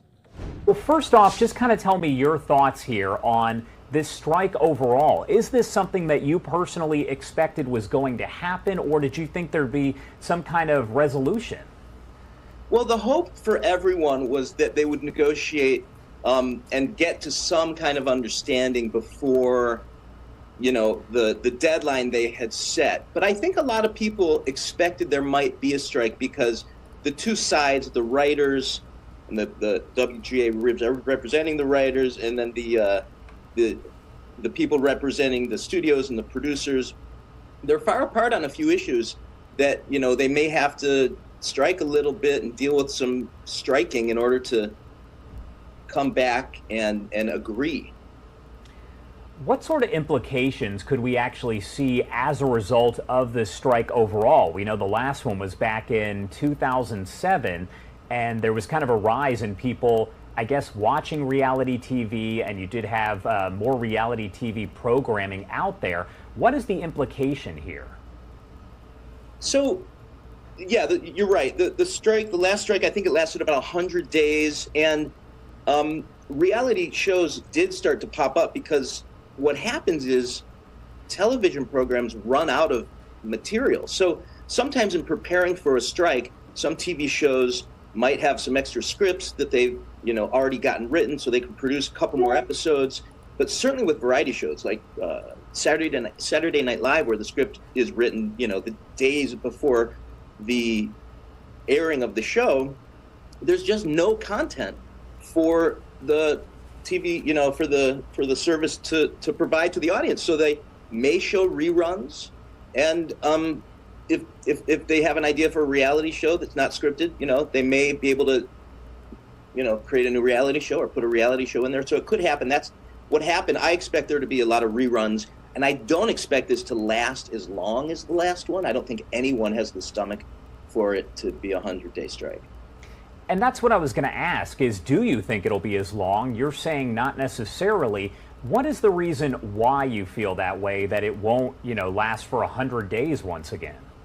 Yeah, so for the record, I know nothing about anything, but my personal thought on this is the pandemic was really hard on the industry. And when there is a strike, it's pretty brutal economically for the industry, not just for the immediate players, but all the trickle down the whole economy in Hollywood.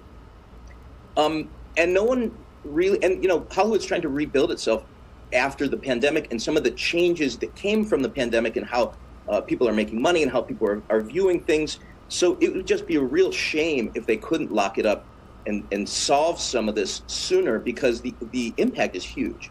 So that's why my personal opinion is they had to get to this point in order to really just hammer out the issues, but no one wants this to last long.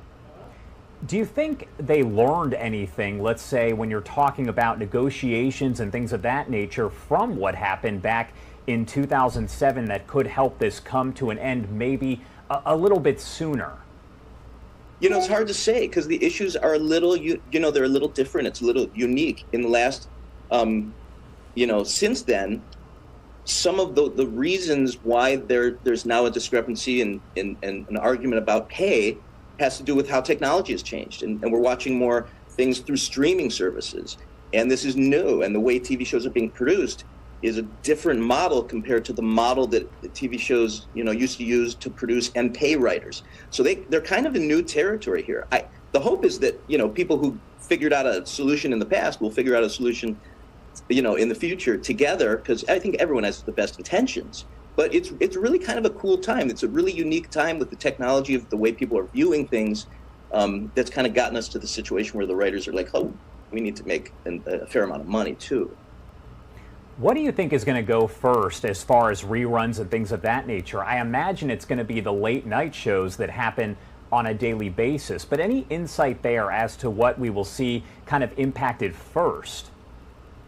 I can only guess. I think, like you said, the late night shows, those seem to be the ones that immediately go dark and we get something else in there. After that, your guess is as good as mine. When you're talking about your class, because of course you do teach film, screenwriting, is this something that you discuss a lot about? Have you been discussing a lot about this? And I guess how does it play into your curriculum overall? It's an interesting question. It actually has not come up very much. My students are so, I teach at Columbia College Chicago, just the greatest creative students, and we're all so busy with our heads down trying to make our little scripts and our little projects that sometimes the talk of the business doesn't come up that much. And so it's not really part of the curriculum. We mentioned it, you know, and we kind of mentioned it in the same way I'm having this conversation with you. Like, these are the big issues, and hopefully it gets resolved, but you guys keep working hard and do your thing and, you know, get really good at what you do, because that's what you need to focus on right now. That's kind of been the approach for me anyway. All right, Danny Kravitz there. Thank you so much for taking the time here to join us. Is there anything else that you want to add about all of this before I let you go? You know, I can't add anything other than thank you.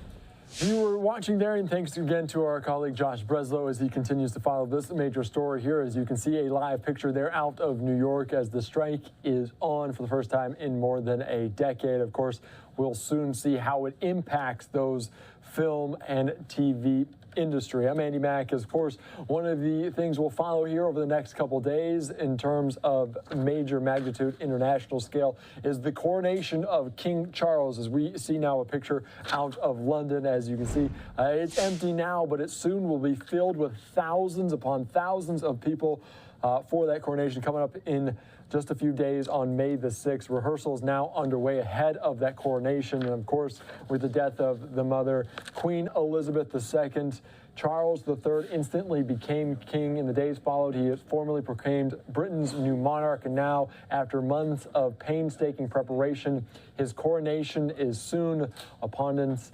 Of course, heir to the throne for 70 years, Charles will officially be crowned in a ceremony on May the 6th. Thousands will gather at Westminster Abbey and the surrounding streets of central London to take in this glorious display there. Of course, we'll have much more on that coming up in the next few days, but certainly rehearsals for this celebration, for this coronation, will take place in just a few days. We'll have that here on Live Now from Fox. Of course, we also want to get out to some of the top stories back here at home. I want to put up a tweet regarding the debt ceiling as we are learning more information courtesy of our Fox team. Mike Emanuel there. A senior congressional source tells me that Speaker McCarthy spoke to President Biden and agreed to meet on May the 9th. So next week for talks on the nation's debt limit. Of course, Congress seems to work best when it's up against the deadline, and this latest deadline is coming up fast. In a month, the U.S. could default on its debt and put the entire economy at risk. Lawmakers are still far apart on negotiations, but they're at least willing to meet to play ball. Fox's Alexandria Hoff reports from Washington. As the saying goes, time is money, and Congress is running out of both fast. Treasury Secretary Janet Yellen says the government could run out of cash to pay its bills by June 1st, unless Congress extends the credit line. But some question if that deadline is accurate. Janet Yellen is trying to push forward this fear-mongering tactic to get a deal, a negotiation across. Whether default could come that fast or not, it has given lawmakers a much-needed nudge. Sometimes Washington responds better to the pressure. After refusing for weeks to negotiate, President Biden has called House Speaker Kevin McCarthy and other leaders to the White House next week to talk about the looming crisis. America is not a deadbeat nation. We have never, ever failed to meet the debt. So far, negotiations have looked like a game of chicken. Some Democrats want to simply raise the debt ceiling and move on, but that won't appease conservatives looking to rein in spending. Last week, House Republicans passed a bill tying a debt limit hike to $4.8 trillion in deficit reduction. It reads less like a plan for averting default and more like a House Freedom Caucus manifesto. Members on both sides are now pushing the president to hammer out a deal with McCarthy. The two haven't met since February. The ball's in Joe Biden's court. It's up to him now. The pressure's on him. Financial experts are looking at the markets as these negotiations play out, just as the Fed meets Tuesday to discuss another possible interest rate hike. In Washington, Alexandria Hoff, Fox News. Thank you so much, Alexandria. As of course, we're learning that the meeting taking place next week as June approaches fast as a potential default there. certainly causing the markets to shake just a little bit today as we're seeing this numbers. There's a lot of red on the board. It was down more than 500 points at one point, but now climbing just back to negative 367 as the markets really just closed, doing some corrections right now. But certainly along with that new information about the debt ceiling and also the Fed Reserve meeting there, a possible another rate hike coming, a small one, albeit still.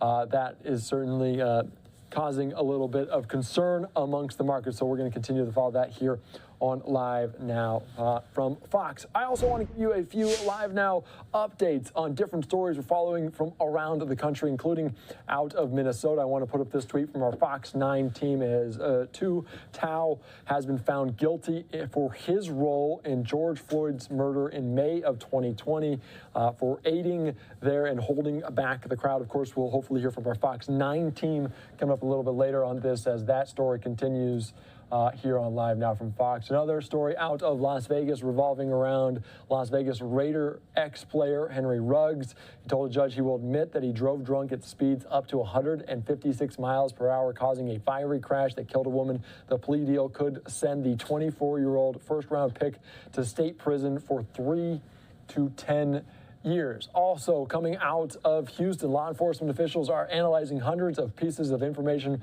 from all over related to Cleveland, Texas shooting. Officials are out on foot, in vehicles, and inside mobile command centers using all available human and technological resources to gather intelligence and pursue tips. Of course, they're back at it this morning as the search continues for Francisco Oropeza. Law enforcement is following up on every single tip that it's received. Of course, anyone with information about his whereabouts should call. Of course, there was an area of focus yesterday, but that did not turn up to be Francisco Oropeza. There was potential reports of a male fitting his description. As they interviewed multiple people, they did not uncover Francisco Oropeza. Of course, this relating to that shooting from several days ago now that killed 5 people in the Cleveland, Texas area, which is just a little bit north of Houston. So that's a story we will very much continue to follow here on Live Now from Fox. Coming up after the break, we're going to get back into more information about the Pentagon and those troops being sent to the U.S. border ahead of that expiration of the public health emergency relating to COVID-19 and Title 42. We'll have much more on that coming up in just 2 minutes' time here on Live Now from Fox. I'm Andy Mack. We'll be back after this.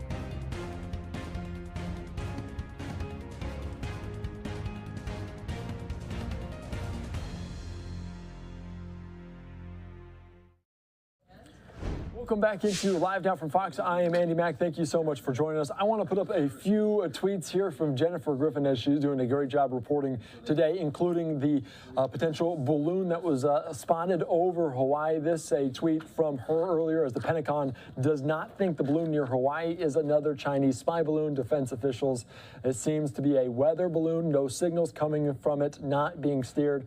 Of course, the U.S. sent 3 F-22s up to check on the balloon near Hawaii, and the Department of Defense is continuing to track, not clear of its origin as well. We're also getting more information out of the U.S.-Mexico border as Title 42 set to come to a close next Thursday. I want to put up some video right now and give you some update as the Biden administration sends some 15,000 troops to 1,500 troops, to the border for the Mexican hostile border migrant surge. Of course, 1,500 active duty troops in the U.S.-Mexico border starting next week. Of course, the military personnel will not do data entry, warehouse support, or other administrative tasks so that U.S. Customs and Border Protection can focus on the field work. I do want to put up a couple tweets just from our Jennifer Griffin as well as she continues to break these major stories here. As you can see, they're sending some 1,500 active duty U.S. troops to the border amidst concerns that tens of thousands of migrants on the other side of the border in Mexico may try to come across. Of course, the soldiers would come from a variety of active duty Army units that would serve in administration or administrative and transport roles to free up law enforcement and border patrol. This model used by the Trump administration. The U.S. troops would be armed for self-defense, not for law enforcement. Of course, we're also learning about state of emergencies in place in El Paso, Texas, right there across the border in the western edge of Texas. I want to take you out to the Pentagon briefing right here on Live Now from Fox as they were providing an update on these new developments ahead of the cancellation or expiration of Title 42. And encourage small companies to do business with the DoD. More information on DoD's small business initiatives can be found on the DoD website.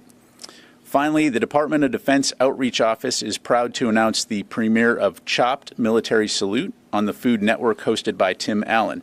The 5-part tournament features 16 active duty chefs from the U.S. Navy, U.S. Air Force, U.S. Marine Corps, and U.S. Army competing with their service for a slot in the final joint service competition. Chopped Military Salute premiered Tuesday, April 25, and we would encourage everyone to tune in every Tuesday from now until May 23rd to see these talented service members in action. And with that, we'll get to your questions. We'll go to AP Lita Beldor. Thanks, Pat. Can you say when you expect these troops to arrive at the border, even in a range of days in the coming week, or presumably by May 11th? Would that be accurate? Do you expect these will be active duty troops, or are you going to try to have to pull some from the Guard? And third, in the past, DoD requested that DHS provide quarterly reports updating as to when and how DHS was going to be able to take over these jobs on the border. Is DoD getting these quarterly updates? And is the department confident or concerned that DHS will or won't be able to meet this requirement by the end of the fiscal year? Yeah, thanks, Lita. So on your first question, right now, I think we'll see these troops arrive as early as May 10th, and then in the coming weeks. Again, these will be active duty forces, although, as I mentioned at the top, we continue to explore other options so that we could return those active duty forces back to their home stations in stride with potentially reserve component or contracted entities. Again, that's work that we'll continue to do. As far as quarterly reports, I'll have to take that question for you. I can tell you that, as a matter of course, we do regularly communicate with DHS. And I think, again, we're in a situation here where DHS has requested assistance and the Department of Defense is assisting on this important issue. So thank you. Are you saying, just for clarification, that within this 90-day period, correct, you would like to replace or you will look at replacing some of these active duty troops with National Guard or Reserve, or potentially beyond that? Exactly. So within that 90-day period, again, we are Secretary Austin has approved the deployment of 1,500 active duty troops, but again, we are looking and evaluating options should we be able to replace those in stride. Okay, Jen, and then we'll go to Will. Thank you, General Ryder. So just which units will these troops be coming from, and will they be helping with drug enforcement? Because that's what the original executive order from the president said. Yeah, so in terms of the types of work that they'll be doing, as I highlighted at the top, these will be very much focused on support tasks to CBP. So and I'll just leave it at that. I mean what I said. In terms of the specific units, these forces will come from the Army and the U.S. Marine Corps, but I'd refer you to the services to talk about specific units that will be tasked. And in 2018, just before the midterm elections, President Trump ordered 5,200 U.S. troops to fortify the border. At the time, Democrats and former military officials and officers came out against that, saying they were being used for political reasons. How is this different? Yeah, so, really my focus here is on talking about what we've been asked to do and what we're doing. Clearly, DHS felt that there was a need for the Department of Defense to assist so that they can continue to do their important work. Secretary Austin approved that request, and so that's what we're focused on. Thanks. Thank you. Yes, Will. Thank you. Two questions on the border situation. First, what is the current number of troops who are there prior to the 1,500 being deployed, and what necessitated this additional deployment now? Was it the changes on May 11th that are coming up, or is there any other reason regarding it? Yeah, that's correct. So, in light of the changes on May 11th and the anticipated surge, DHS did reach out and request this support. In terms of the number of U.S. military that are there now, there are approximately 2,500 U.S. military who are National Guard forces. They are focused, again, on supporting CBP with detection and monitoring and aviation support. Tony? I have a couple non-border questions. Ukraine, are there any PDAs or Ukraine Security Assistance Initiative contracts in the works that may be released in the next couple of weeks to help the potential spring invasion, spring offensive? So first of all, I don't have anything to announce today in regards to any upcoming security assistance packages, although broadly speaking, we will continue to support Ukraine with security assistance going forward, and as we have been doing. I'm not going to get into the specifics on timing in terms of any potential counteroffensive, other than to say from the very beginning we've been working closely with Ukrainian leaders, with our allies and partners, to assess what Ukraine needs to defend their sovereignty and to take back their sovereign territory. A different part of the world, South Korea. Last week, the White House announced a nuclear-powered submarine would visit. Just to clarify that, roughly when might that happen? And will this be an Ohio class that carries nuclear missiles, or it will be one of those SSGNs that just carries Tomahawks? Yeah, so in terms of the timing, Tony, I'm not going to get ahead of or announce any timing of a deployment. It will be an Ohio-class SSBN model, but that's about as specific as I can get. But it'll carry nuclear weapons, though. I'm not going to get into the specific payloads other than the type of submarine will be an SSBN. Okay, thanks. Thank you. Okay. Yes, sir. Thank you very much, General. A question from Syria. The killing of the Daesh leader on Saturday in an operation by the Turkish intelligence, this was announced by the Turkish president. Does the United States have any comment on that, confirmation, comment, or what do you know about this? Certainly. At this time, we can't corroborate those reports. Certainly, that would be welcome news if true. Broadly speaking, we do appreciate what Turkey has done to counter ISIS, but that's about as much as I have. Just a quick follow-up on that. Mm-hmm. We had times when the United States said that the Turkish military presence in the region has been hampering the fight against Daesh. So, looking at the overall, how would you assess your NATO allies' efforts against Daesh or tackling Daesh terrorism? Yeah, well, certainly, as you know, in the border regions there in northern Syria, Turkish forces have engaged with ISIS in the past, and again, I think anything that the international community can do to help with the enduring defeat of ISIS is very helpful. Thank you very much. Go back to Fadi, and then we'll come to Qasim.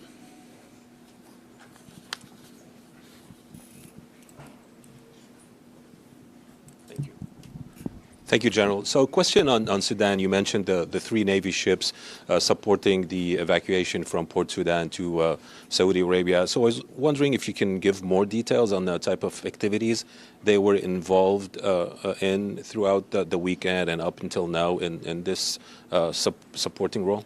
Sure.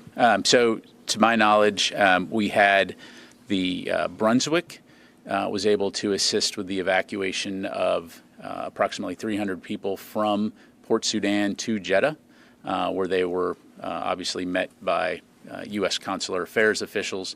Again, the Brunswick has returned to Port Sudan to be available to transport any additional citizens or others who may require transport out of Sudan. And the other 2 ships are just in the sea in case they were called upon to be involved? Correct. Just to provide us with options should we need that capability. Thank you. Thank you. Qasim. Thank you, General. I have 2 questions, actually. One follow-up. So has there been any communications between Turkish and American militaries with respect to the killing of the ISIS leader?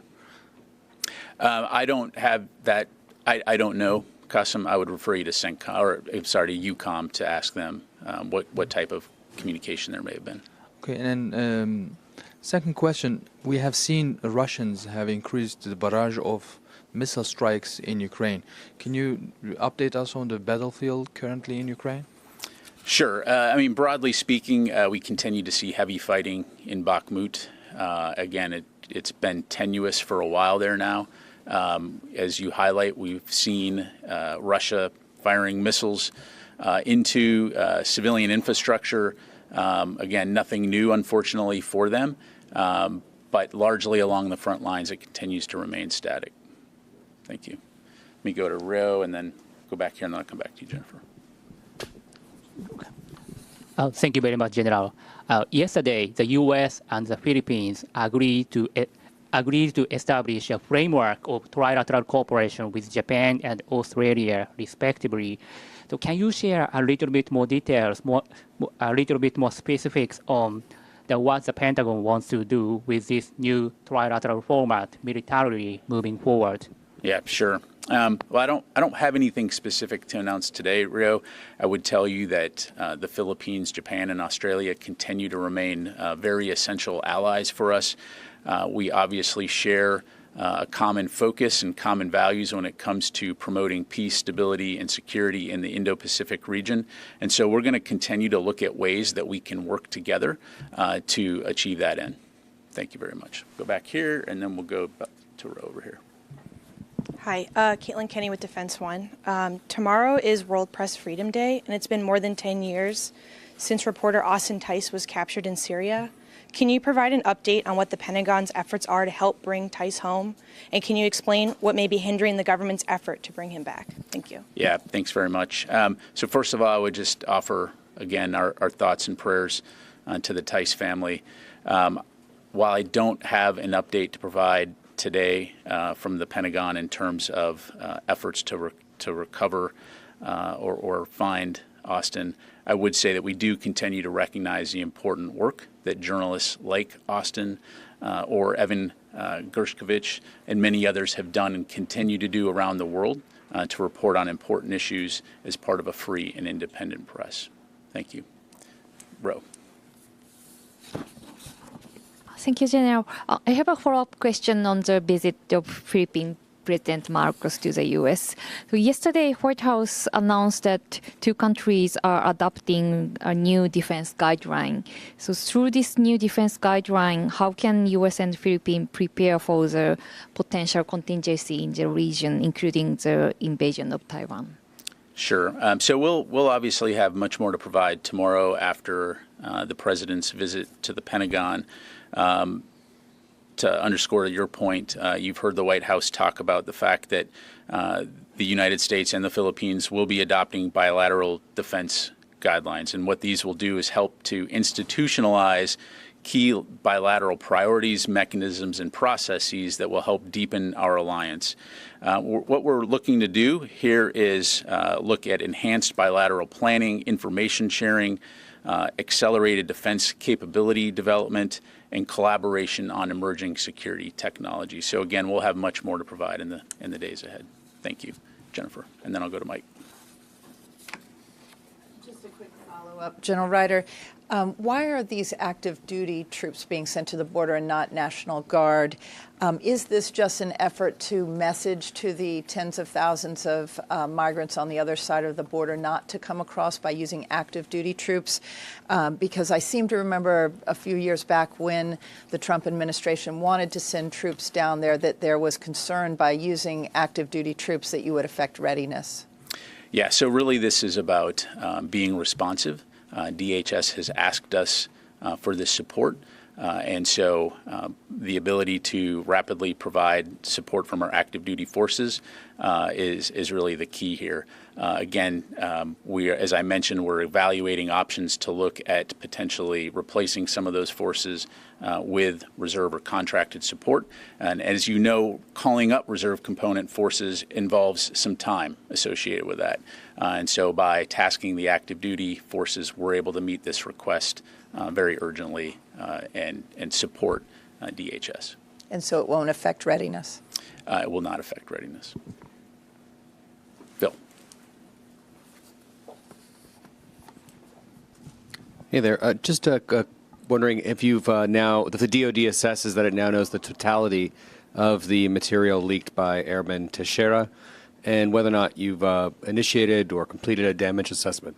Thank you. I'm sorry, Phil. Can you say that first part again? Yeah, whether or not the DoD now assesses that it knows the totality of the material leaked by Airman Teixeira, and whether or not you've initiated or completed a damage assessment. Thank you. Yeah, so that work is ongoing. As you know, the Secretary directed that we do a comprehensive review of the impact of that leak, and so that work is ongoing, as is the criminal investigation into the airmen specifically.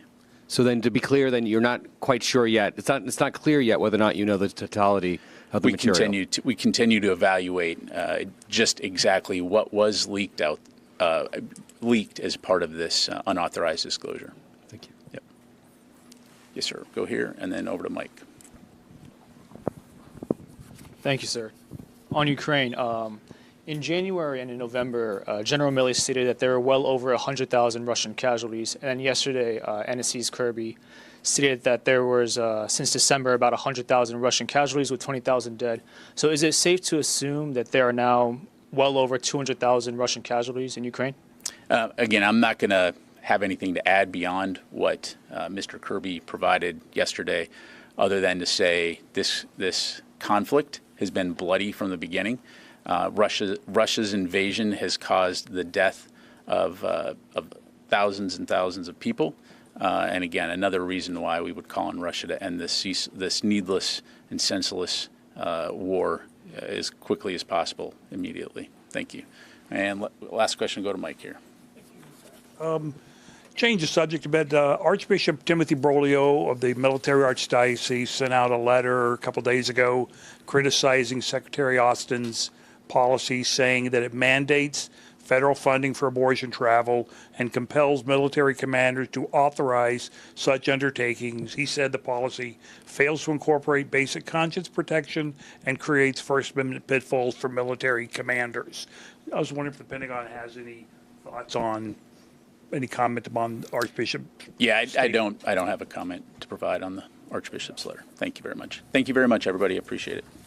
You're just hearing there from the Pentagon from earlier today about those new troops being sent to the U.S.-Mexico border ahead of that May the 11th expiration date for Title 42 and the COVID-19 public health emergency. I also want to put up some tweets now as we continue to follow that major story, including a tweet from the governor there in Texas, Greg Abbott. He says, Biden says he will deploy 1,500 troops to the border primarily to do paperwork, but only for 90 days. This does nothing to stop illegal immigration. I deployed up to 10,000 Texas National Guard to the border to fill the gaps created by Biden's reckless open border policy. I also want to put up a tweet right now from our Fox 4 team there as well. Stephen Dial says the press secretary reacts to the Biden administration sending troops to the border. I'm going to read this one to you in full to get the full taste of it. As sending 1,500 troops to the border is a hollow last-ditch gesture from President Biden to distract from the disastrous border crisis he created. Texas deployed over 10,000 Texas National Guard soldiers and DPS troopers in the first 2 years of Operation Lone Star. When President Biden ends Title 42 next week, it will open the floodgates, and by his administration's own admission, there could be as many as 13,000 illegal immigrants a day crossing the border. It continues to say, to prevent the untenable historic surge in illegal immigration and protect Americans, President Biden needs to keep Title 42 in place, designate Mexican drug cartels as terrorist organizations, and enforce our nation's immigration laws. Under Governor Abbott, Texas continues to take historic action to respond to President Biden's border crisis, deploying thousands of Texas National Guard soldiers and DPS troopers, designating Mexican drug cartels as terrorist organizations, and seizing over 385 million lethal doses of fentanyl, enough to kill every man, woman, and child in the United States. It's time for President Biden to take real action and secure our southern border. Of course, following that here on Live Now from Fox, we're going to slide away for a quick 2-minute break.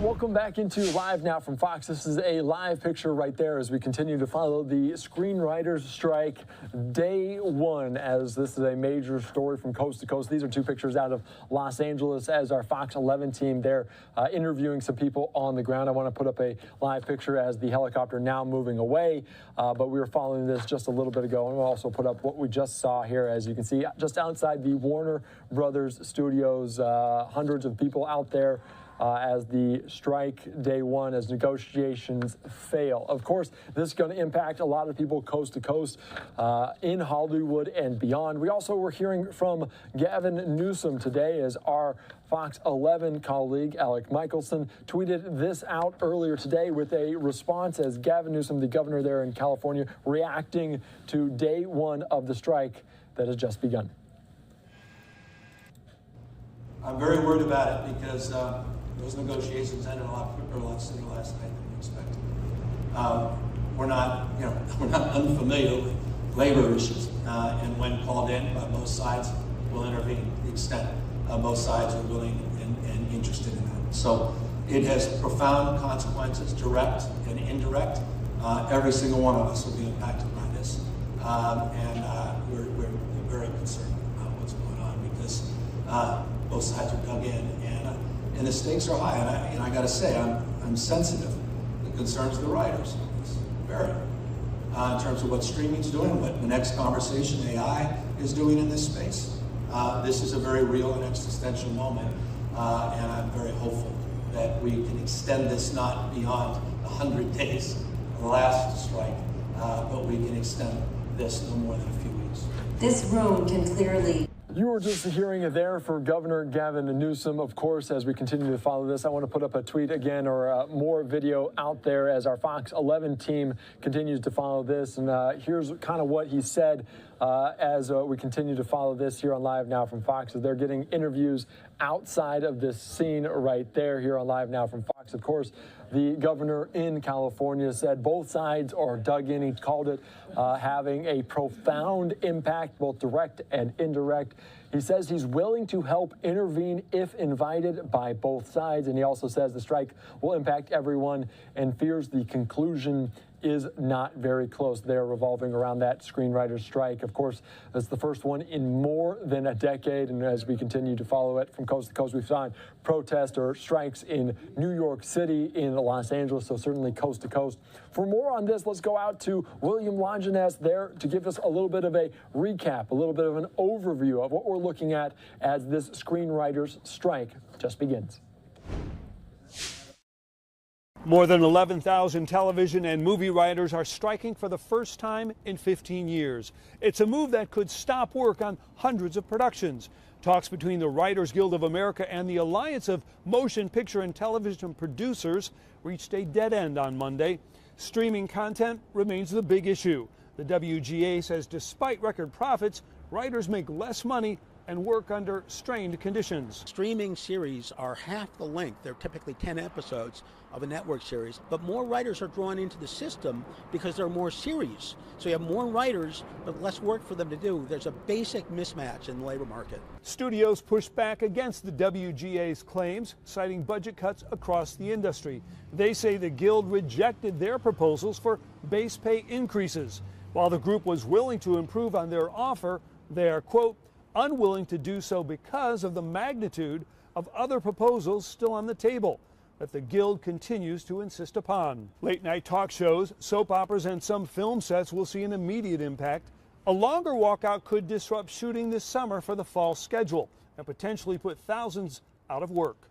We're the water skier, where someone else is driving the boat, but we just try and stay engaged. As for how long this could go, well, the last writer's strike in 2008 lasted more than 3 months. In Los Angeles, William Longinus, Fox News. Thank you so much as we continue to follow this. I also want to put up a tweet from our Alex Michelson, the video just courtesy of him from earlier with Gavin Newsom. He's also saying Karen Bass says she'll reach out to all parties involved in the writer strike to seek out information and offer potential help. Of course, following this here on Live Now from Fox. I do want to put up a live picture as we're following it out of the Los Angeles area, potential pursuit in place here. This is a live picture right now, not a ton of information, but you can see an SUV with trying to elude cops as the cops close their doors. Following this here on Live Now from Fox. We're going to keep an eye on it and see if our Fox 11 team gets into it. But police directly behind this, looks like a Mercedes there in Southern California.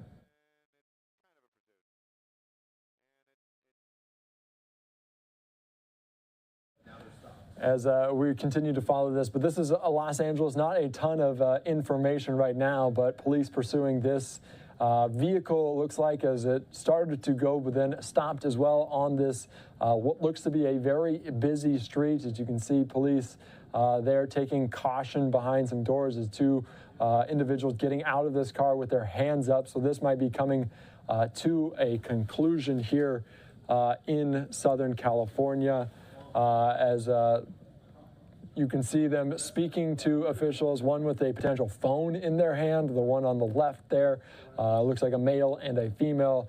Don't know a ton of information on why they were being pursued or how long this pursuit lasted. But this is a live picture right now as they're trying to have a conversation with police and make sure everyone ends this safe as he puts his hands on his head. And he also has his phone right now, looks like right there.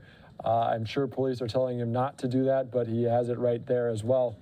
So there's quite a show of force from the police there. Almost a dozen police behind them as we're still following this here. And not a ton of information, but the street there blocked in Southern California, just down the road from where the rider strike was taking place. Now they're on the ground, still potentially getting detained here in this Mercedes there. So this is just something we're following. Not a ton of information. In fact, very little information about this right now, but you can see 4 or 5, about 7 or 8 police vehicles behind there, along with traffic being stopped as the suspects now on the ground as they are looking to potentially detain them. No officers, though, moving toward these suspects as of yet. So this kind of standoff continues as you can see the 2 people there on the ground. As we continue to try to find any information from our Fox 11 team that they are following this here. But this is just something we're going to continue to follow. Let's just kind of keep an eye on this as we continue on.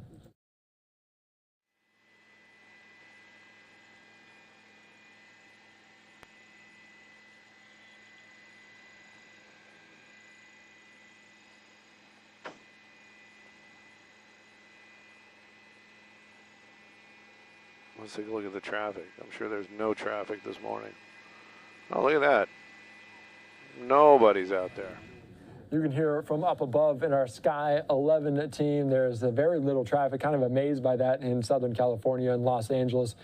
Just in this afternoon, about 1:30 in the afternoon, as police still keeping their distance from these 2 individuals, these 2 suspects. They do not know. They're clearly having a conversation of some sort, walking backwards to police. Still waiting here to try to figure out what's going on. It depends on what is potentially in the car, what's not in the car. Kind of odd not to see the police step forward and potentially detain or put these suspects into custody. Again, don't know what they may or may not have done yet, but still a street that is closed there in both directions as a pursuit now coming to a conclusion here on Live Now from Fox. We're going to slide away for a quick 2-minute break and then hopefully have more details on this when we come back.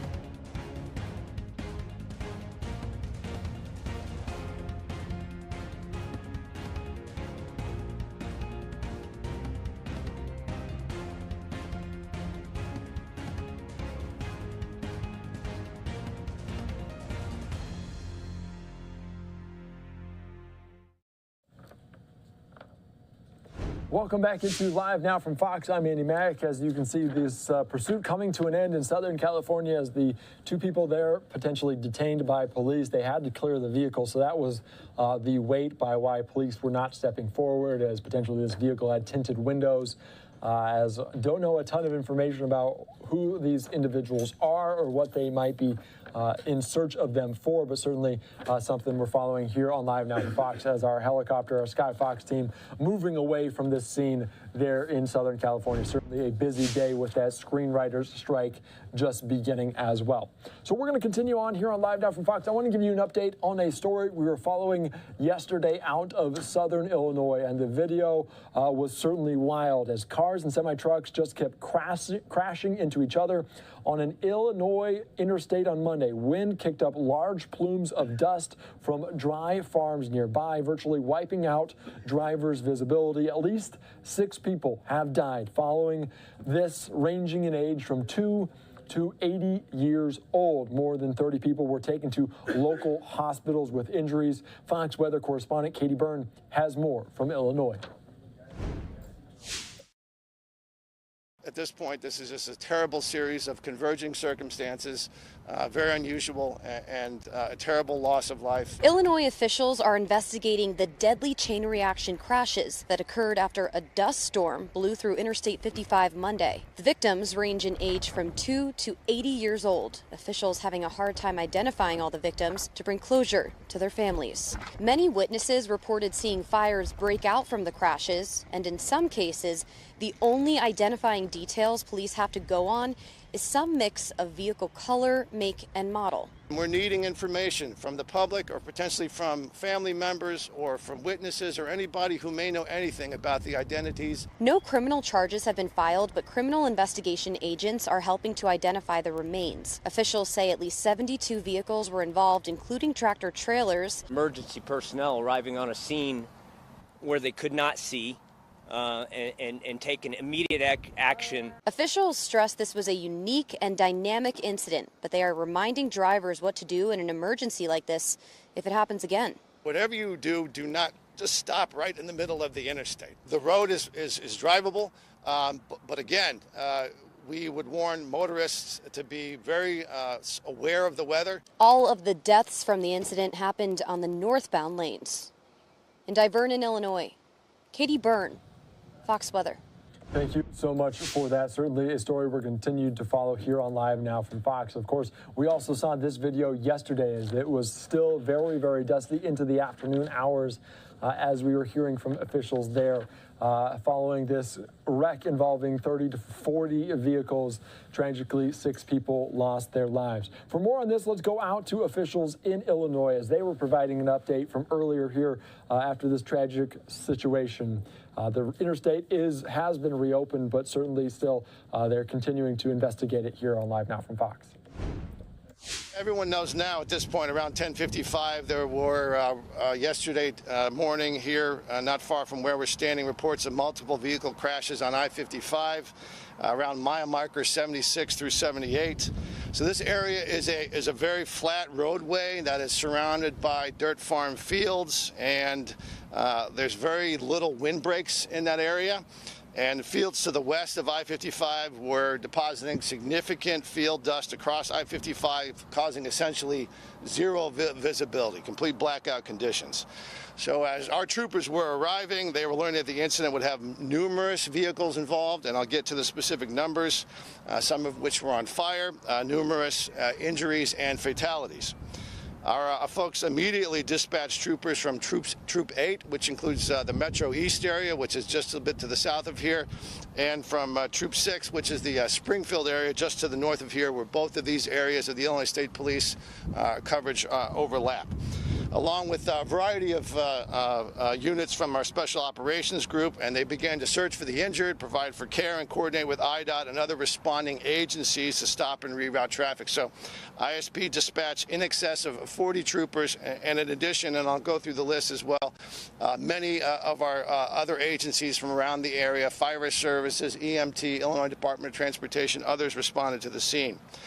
We also dispatched our investigative agents from the Division of criminal investigation. Now, that does not mean that there's a criminal investigation going on here. It just means that those people within the Illinois State Police, they have the expertise, they have the experience at doing what it takes sometimes to be able to identify remains and be able to identify and notify the next of kin with the information and the evidence that we had available to us. So, in addition, ISP traffic crash reconstruction units were deployed and our crime scene investigators. A command post was set up where emergency services responded jointly to work to be able to provide rescue services to those in need and to obviously try to prevent further crashes. And that's why the road was closed. Ultimately, what we are aware of, the Illinois State Police, is that there are at least 37 reported injuries. And the number we have as of right now, and we have no reason to believe that this number will change. There could be more information, but as of right now, we believe 6 fatalities, and the age of the victims range from 2 years old to 80 years old. We are also aware of 72 vehicles involved in the crash. Now, I put an asterisk by that in terms of 72. There were vehicles that were involved in the incident and involved in the event in the crash, may have had some damage, but may have been able to drive away and drive away safely. So there may be some vehicles, it could be a much higher number that we can't account for simply because they were able to leave the scene safely before first responders were there, or they just didn't need any assistance. They were otherwise fine and just wanted to be able to vacate the premises and get away from the fires and the other damage that was there. So I-55 closed approximately that time, and around 6 this morning, after a tremendous amount of work by our folks in the Illinois State Police and our partner agencies, the road was able to be opened up again this morning at around 6 a.m. So we are currently working with the Montgomery County Coroner's Office to positively identify fatality victims. So due to the severity of the crash and the fire, we are required to activate our crime scene services and traffic construction unit, and we are working with our special agents to help identify them and use the techniques that we have when we are investigating criminal investigations to be able to link the information we have to surviving family members. So at this point, we do have, of the 6 fatality, 1 confirmed, and we have 3 that are tentative. And 1 name has been released by the coroner's office. You all should have that. The 3 other tentative identifications, we're obviously not releasing their names yet at this point, but we believe we are communicating with family members, and we're using a variety of techniques and investigative capabilities to be able to confirm that these are in fact their family members that are the victims. Now, here's where we need your help, and this is where we need to use the power that you all have to be able to communicate to the wider world. We have 2 unidentified victims. We have 2 individuals who, as of yet, remain unidentified, and we're needing information from the public or potentially from family members or from witnesses or anybody who may know anything about the identities of these 2 individuals. We want to make sure their family, the people that are out there that are their loved ones that are concerned about their whereabouts, that we're able to provide some closure and proper identification of who these 2 victims are. And I want to put out just some very general information, and this is frankly all the information we have at this point as we continue to investigate.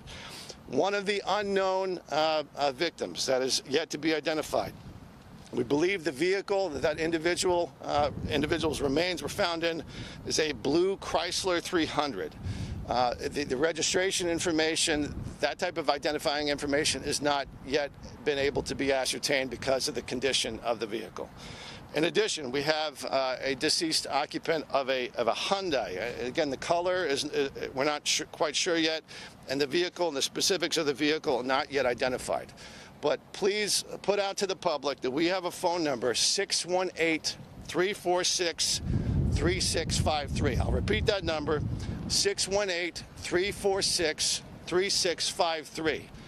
If anybody might have information that could help us, shed some light on who these potential unidentified victims are, the occupant of a blue Chrysler 300 and the occupant of a Hyundai who may have been in this area at this time yesterday, please call that number, give us that information, and that will be helpful to us in trying to be able to identify who these You're listening in this to Live Now from Fox out of Southern Illinois, of course, following it very, very closely. I also want to bring out a feed now out of Northern California as the autopsy released revolving around that Cash App founder Bob Lee, his death, Nima Momeni potentially in court again. Let's listen into what they have to say here on Live Now from Fox.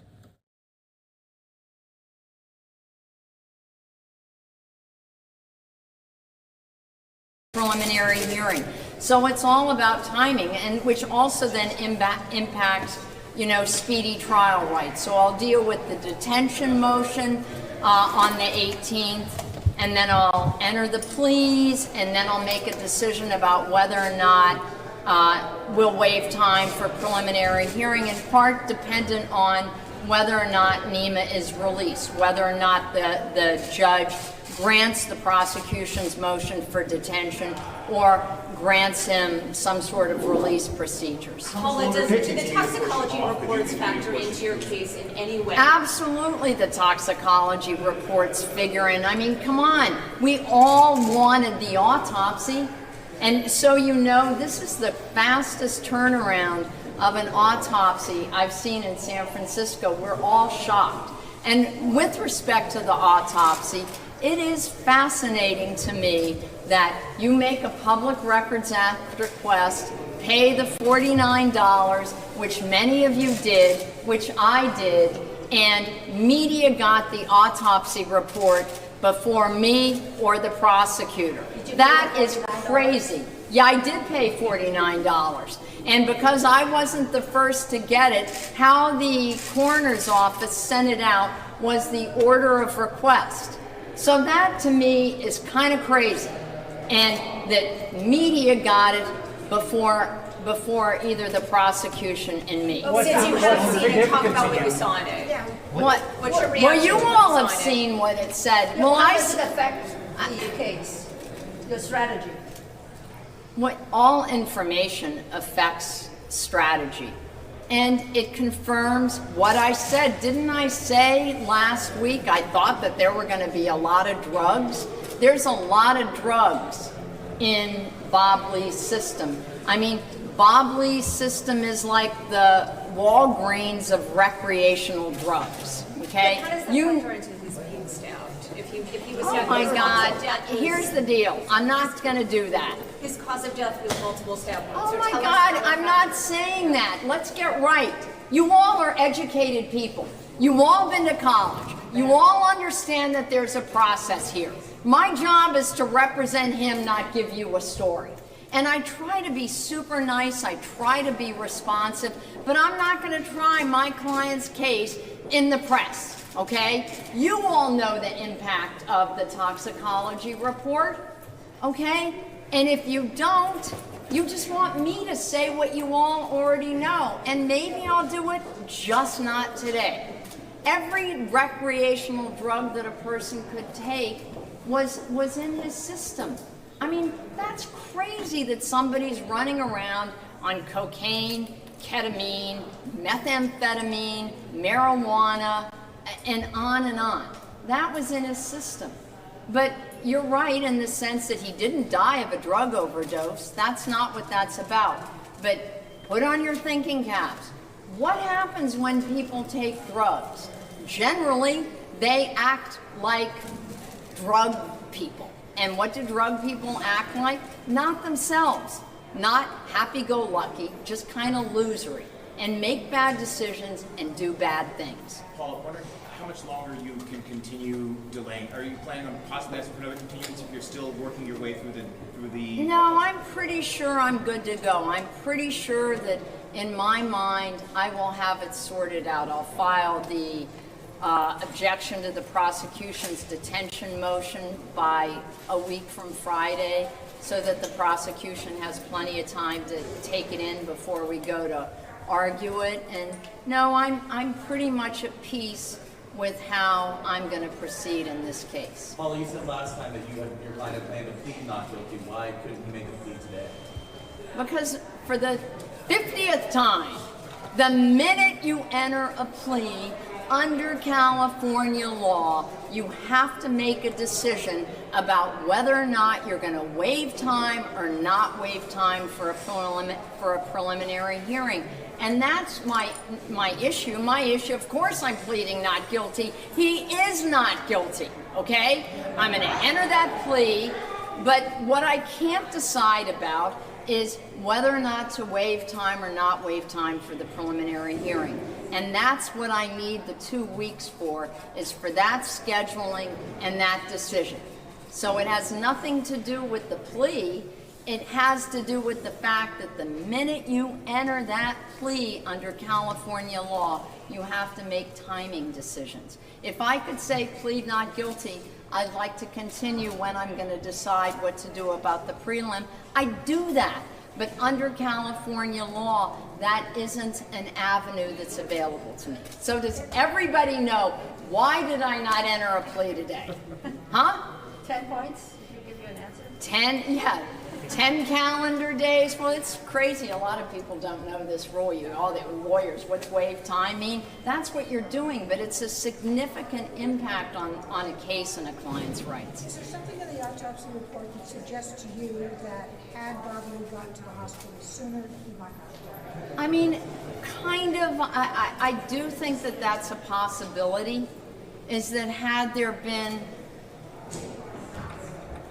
better emergency response, that's a very real possibility. And the other thing is, what one of my medical experts said to me is that also if the high level of drugs weren't in his system, he might not have died. He might still have died, but the fact that there were a lot of drugs in his system definitely impacted, how his body works. I mean, who's on drugs here right now?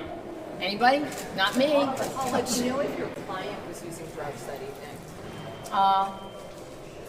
I mean, that's a good question. And guess what? If I answer that, I would be disclosing a privileged conversation, and I'm not going to disclose a privileged conversation. Was your client's sister on drugs that night? I'm not going to talk about that either. Which night? I mean, yeah, all I'll say is for the other people involved, there was a lot of drug taking. He seemed pretty confident coming into court today, a bit of a swagger. Mm-hmm. Your thoughts on that? He said he trusted you? Well, of course he trusts me. Who would want a lawyer they don't trust, So, yeah, I mean, I care about Nima. I love his mom. His mom is good friends with a friend of mine. I like him. And in terms of, I don't know how it is for him. It's just super sad. And it's sad for Bob Lee's family. A lot of things can be true. It can be true that he'd taken a lot of drugs, and it's still really, really sad that he's dead. How do you expect the trial to go from here? It's going to be insane. It's like on steroids, the press on steroids. It's going to be, there's layers to it. There's the trial, which happens in a courtroom process, which that I'm comfortable with. This is overwhelming. So this part is just sort of weird. Has any more information come out about the relationship between Lee and Ameni's sister? So I know all those things. I have, that's what I'm saying. I've got it pretty much sorted out in my head. But like I said, my job is to represent him as a lawyer in a courtroom. And I know you all want this great salacious story. But I'm going to do my job before I'm going to make you guys happy. Okay? I think that... Thank you. Okay, goodbye. Good job. One more thing. One more thing. How credible is the witness? Which witness? The witness that was named in the complaint. There's a witness named in the complaint. How credible do you want to comment on? Well, clearly the prosecution thinks the person's credible, but just because the prosecution thinks somebody's credible doesn't make them credible. So I'm not gonna, I can't, everything's under a protective order too, so I'm not gonna end up getting prosecuted being the defense lawyer here, so you gotta be sensitive to that too, okay? Okay. How's your client holding up? He's He's okay. I He's mean, okay. he prays and he meditates, and we see him every day. And it's awful for him and his family, just like it is awful for everybody involved in this. It's just awful. Okay, that's it. Okay, thank you. Thanks, Paul. You were just listening in there to the defense attorney there for Nima Momeni in this case, of course, following it very closely here on Live Now from Fox. Certainly a lot of details coming out after this autopsy was released. She was talking about the speed in which it was released to the media as the Cash App founder, Bob Lee, died with drugs and alcohol in the system after that San Francisco stabbing. This, according to the city medical examiner, a suspected killer, Bay Area entrepreneur named Nima Momeni, was due in court for his arraignment on Tuesday after it has been postponed. A witness told police that Momeni and Lee had gotten into an argument earlier in the evening with the suspected killer confronting the tech mogul for allegedly using drugs with his sister. So certainly a lot to unpack here after this very first day. Of course, the defense there saying they did not enter a plea there of not guilty just based on time frame and how California state law works, revolving around the court system. So as they would plead not guilty, but that plea has not been entered as of yet for Nima Momeni, as of course stemming back from it happening as Lee, after a late night argument, was stabbed through the heart and was seen stumbling down Main Street in San Francisco's neighborhood, where he begged a passerby to help and called 911 himself. He died in the hospital where doctors performed an emergency surgery to cut through the rib cage to treat his wounds. Of course, Lee according to Lee, also met with the suspected killer's sister hours before his death, according to court documents, which allege that investigators pieced together the crime with help from surveillance video from the apartment building and nearby. Of course, the court filings unveiled earlier this month also revealed that police recovered the suspected murder weapon, a 4-inch kitchen knife discarded near the crime scene. Additionally, they said they found surveillance video showing Lee and Nima Momeni leaving the sister's apartment, getting into a car, and driving to a location near where Lee was later found with 3 stab wounds. Of course, Lee was arrested, Nima Momeni, on April the 13th in his Emeryville home across the Bay Bridge from where Lee called 911 on April the 4th. Of course, we're following this case very, very closely, and you heard just some bombastic language there from the attorney on the side of Nima Momeni, talking about the drugs and alcohol in the system revealed in that autopsy. So we're going to follow this here on Live Now from Fox, but first we're going to step away for a quick 2-minute break.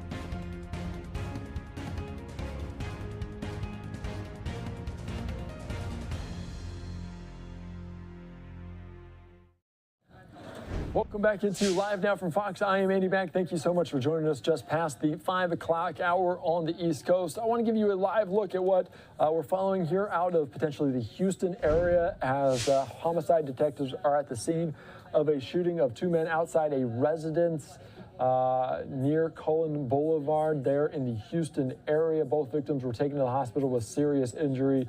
The suspect was seen fleeing in a red sedan. So this is something we're following here on Live Now from Fox. As we continue to cover all the top stories of the day. Don't know a ton of information right now, but this incident overhead from our Fox 26 team. So we're following that here on Live Now from Fox. I also have a live picture out of New York as the mayor there, Eric Adams, likely to make some remarks as the end of Ramadan there at the Eid celebration. Of course, President Biden had a celebration yesterday as well regarding this, and I believe I just see popped up as well another podium in California as Brooke Jenkins, the DA of San Francisco, likely will make some remarks around the new information from the autopsy with the Bob Lee story from April the 4th, his death after being stabbed in the heart. So we heard from the defense attorney for Nima Momeni. So we'll get out to that as soon as it happens here on Live Now from Fox. Until then, let's get you right back into the White House press briefing from a little bit earlier where Karine Jean-Pierre was talking about a Muslim mayor that was uninvited yesterday to the Eid celebration, taking some questions on this. So let's listen into some of these remarks from the press secretary before we get out to more of these live events on Live Now from Fox. We could be unable to meet our obligations. In other words, default as early as June 1st. The updated projection should be a wake-up call to Congress. It is time for the Speaker and the MAGA Republicans to stop the brinksmanship and act to prevent default, which would have devastating consequences on our economy and the American people. It is Congress's constitutional obligation to act, not hold the full faith and credit of the United States hostage unless we allow them to make cuts to programs hardworking Americans rely upon, threatening to default and crash the economy unless the president agrees with Speaker McCarthy's entire agenda isn't just unreasonable, it's dangerous. That's why the president called each of the 4 leaders yesterday and asked that they come to the White House on May 9th to discuss the urgency and importance of avoiding default. In his calls, he was clear. It is Congress's constitutional duty to prevent default. This is not an issue that we will negotiate on. The debt limit was increased 3 times under President Trump. It should be no different this time. Given the limited time Congress now has, it is clear that the only practical path to avoid default is for Congress to suspend the debt limit without conditions. During his meeting with the leaders, the president will discuss initiating a separate process to address the budget and appropriations. Because we have long said we welcome a conversation about spending priorities, but let's be clear about what House Republicans' Default on America Act does. It makes a series of deeply devastating and unpopular cuts to things like veterans' health benefits. There is no constituency in this nation that supports threatening to kill millions of jobs unless the VA is gutted, except apparently extreme MAGA Republicans, House Republicans to be even more specific. Their bill would cut 81,000 jobs from the VA, reducing outpatient visits by 30 million, and increase the disability claims backlog by an estimated 134,000.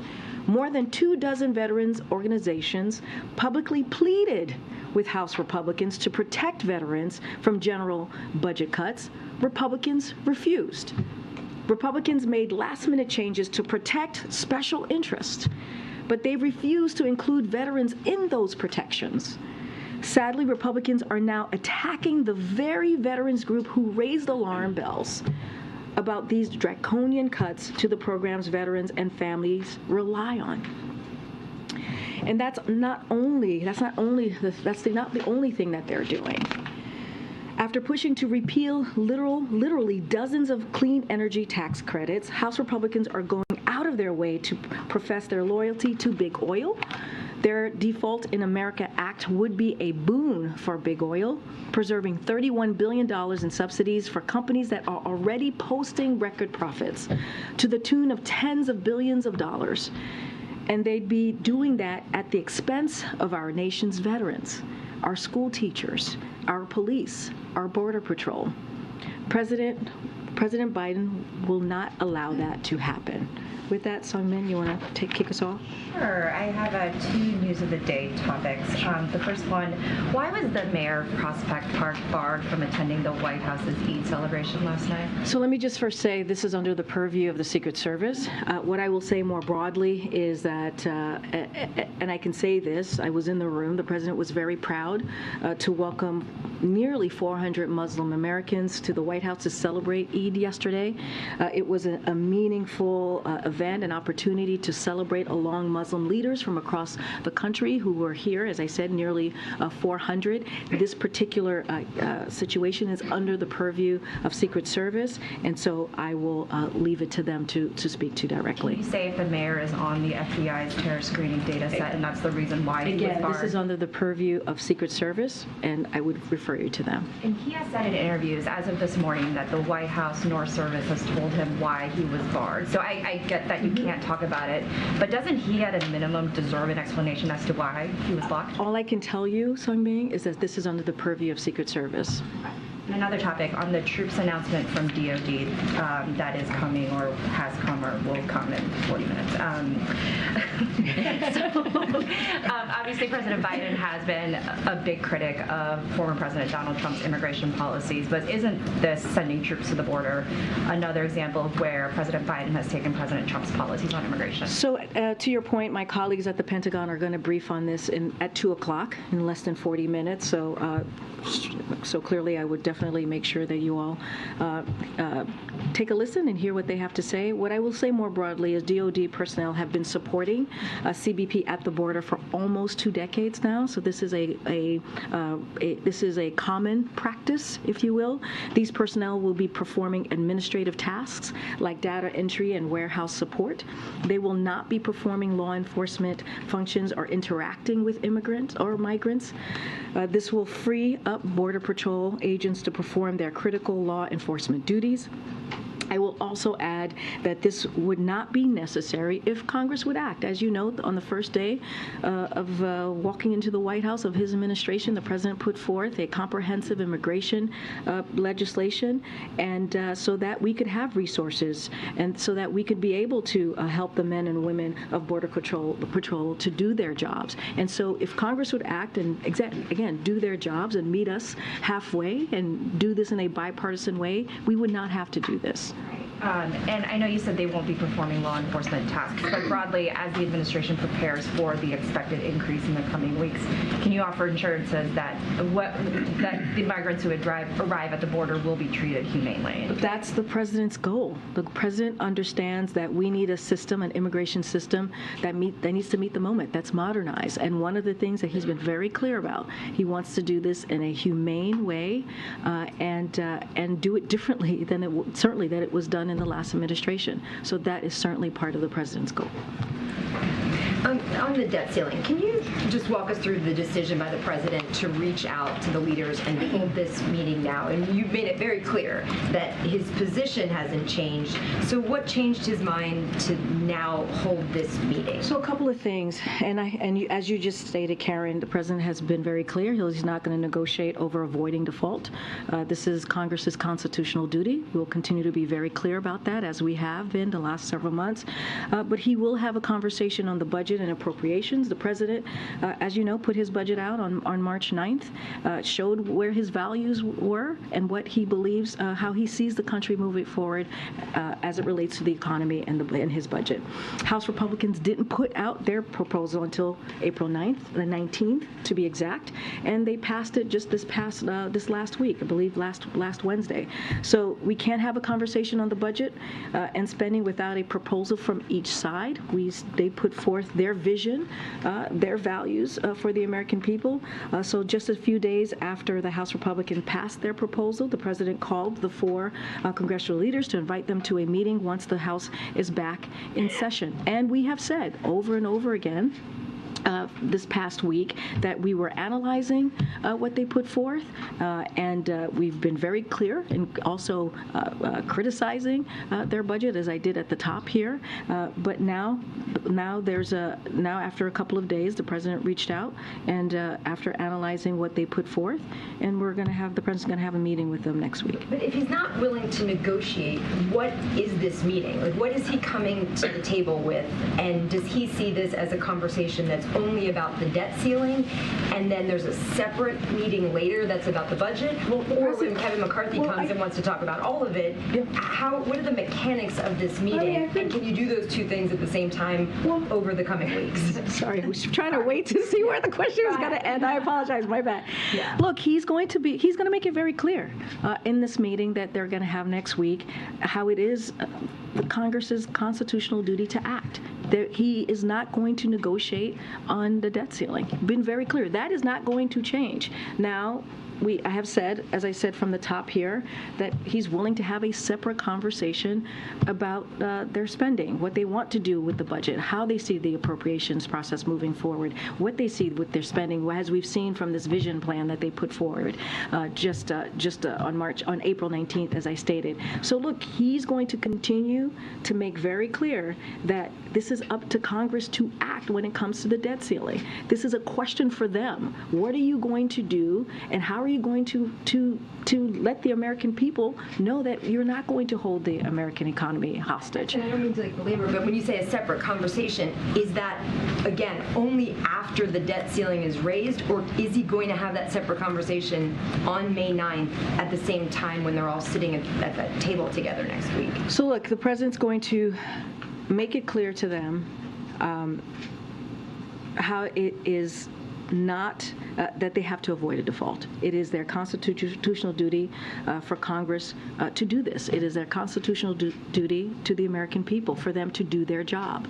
And he will also say, we will have a conversation about the budget and appropriations, and that is something that he will be very clear about. We can have a conversation about that, but it is important to not default. We are not a deadbeat nation, as you heard directly from the president just yesterday in the Rose Garden. He's going to be really clear about this. We have been able to do this, make sure that we pay our debt as a nation for the past several decades.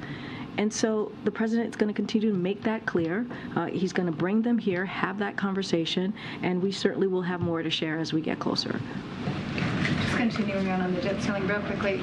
So did the president decide to offer this meeting this coming week after he knew about the June 1st deadline? Like when did he decide to call the meeting? So I don't have a date on when he decided, or specific time on the timeline on when he decided to offer the meeting. What I can say is they passed their budget, this House vision, MAGA vision that they put forward that we've been talking about for some time now, since April 19th. They passed it. We said we would analyze it. I have said this from this podium. We did. We analyzed it, and a few days later, the president decided that he would call them and invite them to the White House to have a very critical conversation that's important to the American people. Again, this is something that is a constitutional duty of Congress, and they need to act immediately. Can I just ask you about First Republic? We've seen a huge response in the market today. Regional bank shares are down pretty significantly, 20%, over 20%. Is there a sense that you've misjudged how serious the situation is? I mean, First Republic was deemed to be not systemic, but the market does seem to be thinking there is systemic risk. Is there something that you could do now with the president are you considering having the president come out and speak about what's happened? So, to try to reassure markets. I mean, the president spoke. Look, I'm not going to speak to the markets. I'm not going to do that from here, as you could understand why, Andrea. The president spoke to the actions that this administration took just yesterday. Again, at the Rose Garden, he spoke to this. He spoke to the debt ceiling as well. What I can say is that, I think we went back and forth on this just last Thursday, and I mentioned how, this is something that the FDIC is monitoring. This is under their purview. We have the tools necessary to keep our banking system safe and protect depositors. That is the objective, right? That is the objective that the president wants his team to lead with, to make sure that we keep taxpayers safe, depositors protected, and we stand ready to use those tools if needed, as we have in the past several weeks. And so, look, this administration has had a decisive and forceful take. You're just listening in to this from the White House press briefing. Karina Jean-Pierre there giving an update. I want to take us out now to Northern California as DA Brooke Jenkins provides an update after the autopsy was revealed of Cash App founder Bob Lee. Along with the family, we'll hope to see if we are able to proceed at that time, and I'm happy to answer any questions that Brooke, you have. there were some really interesting sound bites from Paula County this afternoon regarding her client and regarding Bob Lee and the autopsy. Things that were said, and I'm paraphrasing here, had a lot to do with the drugs that were in his system. I think at one point she referred to him as the Walmart of recreational drugs. She made some characterizations about people who do drugs and the decisions they make. And I just want to know how, if at all, it seems like it's going to play into her case potentially, how, if at all, does the autopsy results impact your office's case? So I have not reviewed the autopsy report myself yet. At this time, I will speak hypothetically that we are accustomed as prosecutors to having the reputations of our victims be denigrated by the defense. That is a customary defense tactic that is normal, sadly, in the work that we do. At this point, regardless of whether somebody has or has not done drugs, that does not give someone a license to kill them. And so we are going to continue course with the facts that we know, because we believe that regardless of whatever that toxicology report may show, that Mr. Momeni is guilty of murder. From a legal standpoint, how much longer can this delay of entering a plea go on theoretically? Is there any theoretical end to these delays? Really, there is not. The defense has the ability to continue this arraignment as long as they wish. Mr. Momeni is in custody, and the law views it as though it is his choice whether or not to exercise his rights to a speedy hearing or any other part of this criminal justice process. I really think that this is a learning lesson right now and an opportunity to educate the public on the way that the criminal justice system works. Oftentimes, the DA's office is blamed for cases that age for years in this system without people understanding that we don't have the power as a DA's office, and our victims have no rights to enforce the speed with which a case comes through the system. The defense has that right unilaterally for the most part, and this is a situation where they are exercising their right to delay this until they feel that they want to move forward. You mentioned the victims' families. Guys, let's not all shout at once. Let's go Sergio right here, and then we'll go here. You just mentioned the victims' families. We saw, again, a parade of people going in. Tell me about them and what's that whole bit.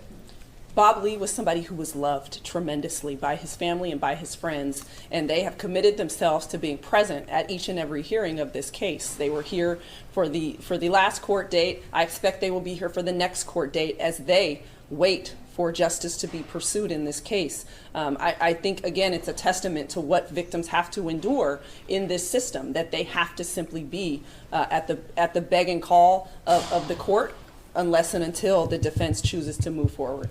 And just a follow-up to the delays, how typical or atypical is this sort of long delay? Delays are very typical by the defense. Normally, we don't see this level of a delay pre-arraignment. Normally, it's post-arraignment, but this is normal. And so what oftentimes happens is that even after arraignment, they have the right to waive their speedy hearing rights for the preliminary hearing.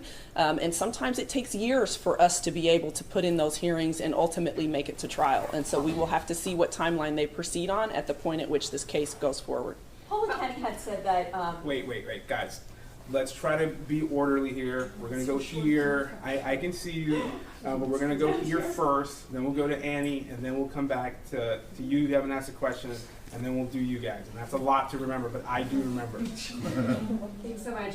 What's your strategy with regards to a motion to detain, and what are your comments with Policanian's very confident not guilty plea? We are proceeding with our motion to detain at the point at which we can. Right now, obviously, the judge has granted it without prejudice. That simply means it's granted temporarily until the time that the defense chooses to argue that motion. They can choose to argue it at arraignment. They can choose to argue it sometime after. It's really, the ball is in their court in that regard. We maintain that we believe he is both a flight risk and a public safety risk. And so that is, we will offer more facts if we believe that the court needs additional information, but at this time we believe we've provided them with sufficient information. So is there a change in strategy in prosecuting the suspect because of the autopsy report with all the drugs that was shown? Again, I have not reviewed the autopsy report. I cannot confirm or deny anything that you all have received. Hypothetically, what I will say is, at this point, I don't believe that any drugs being present or not being present play any part in what happened here. I don't, at this point, see it as something significant. Thank you, Amy. Can you shed any more light, given a lot of rumors out there, on a motive in this case, and a follow-up, because we are talking about delays, if there's been any movement in the Don Carmignani incident? At this time, we are not offering any more about the facts of this case. Again, ongoing investigation. We have to protect this prosecution. We owe it to this family to be able to deliver them justice. And so we've offered everything that we are going to at this time. With respect to the other case, right now, and you all know, I make myself available anytime you need me, but I want to make sure we simply focus on Bob Lee at this moment in time.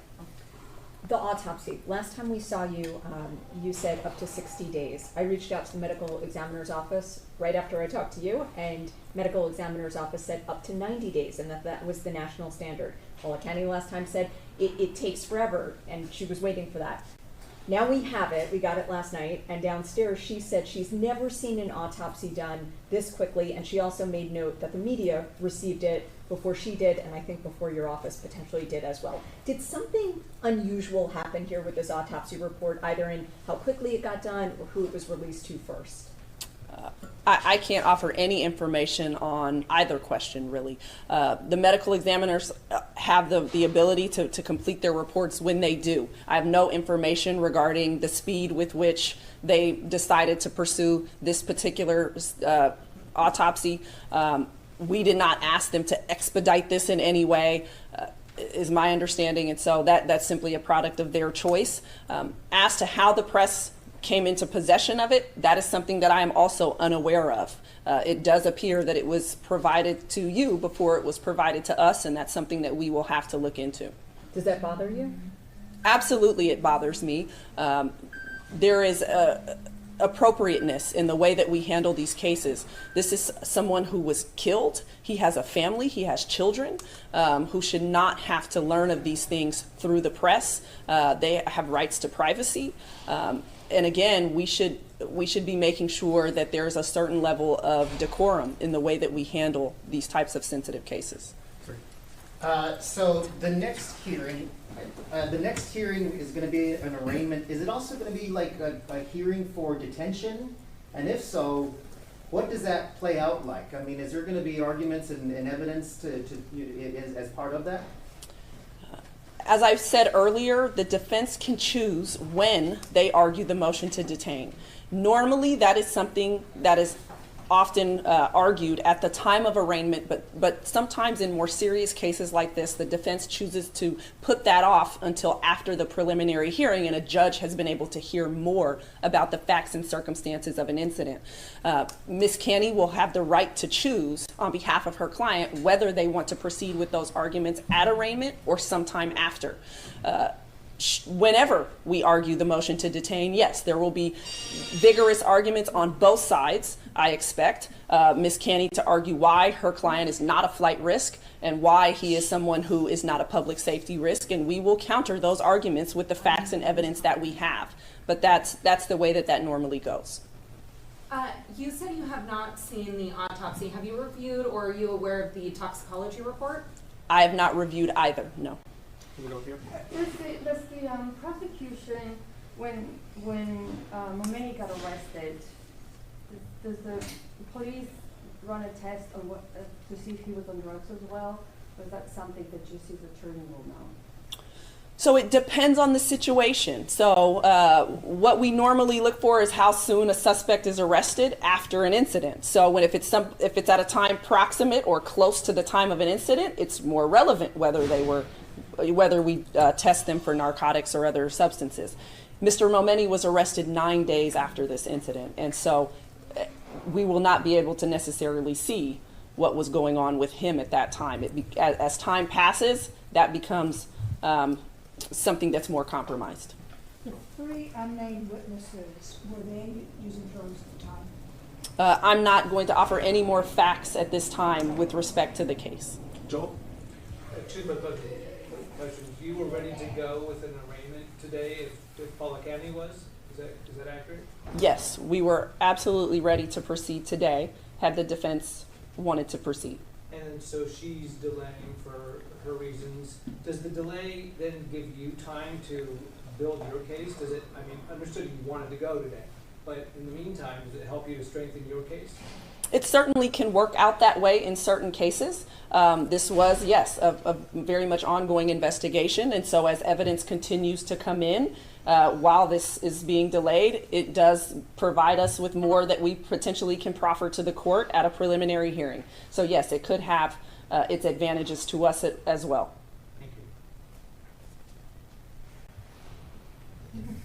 All right. Oh, I think we got guys it. ran out. Okay. Thank you. Thank you very much. Thank you. Thanks, Randy. Thank you. Thank you, Randy. Thanks, Randy. Whose phone? That was her cause, and she should be excluded from all.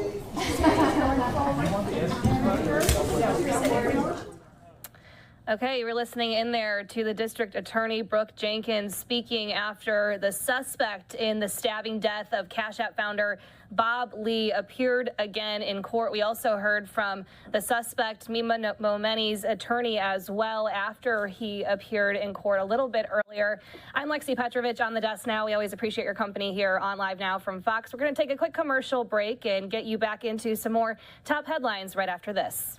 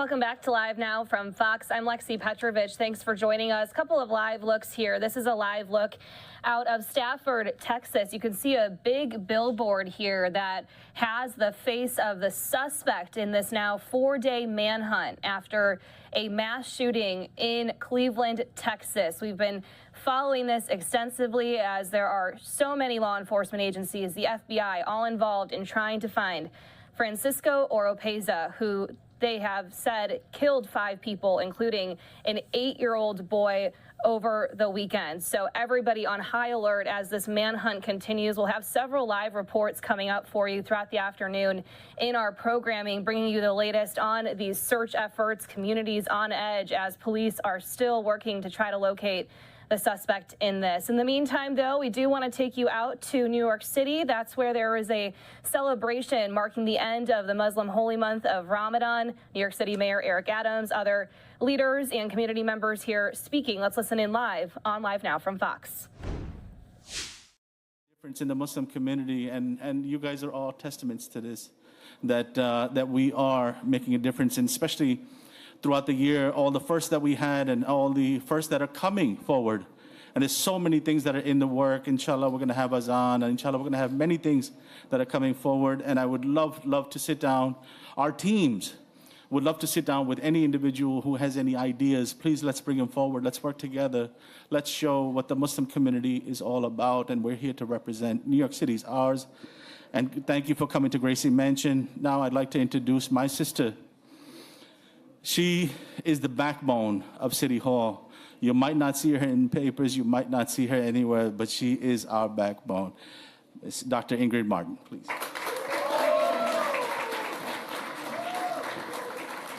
Assalamu alaikum.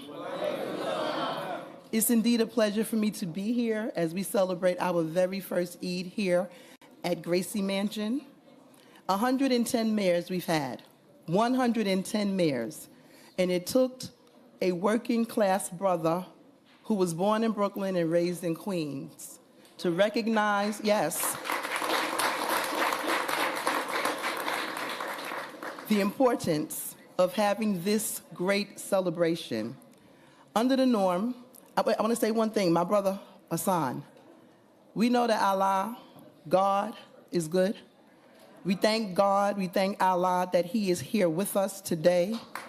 Last year, this time, we were all praying for him, and our prayers have been answered and multiple because he is standing before us and he is doing what he has done for so many years, and in a very serene way. He has calmed down, he has lost some weight,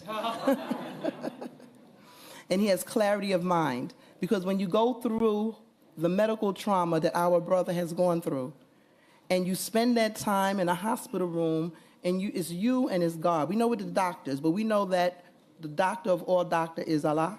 Do we agree? It makes one have a different mindset.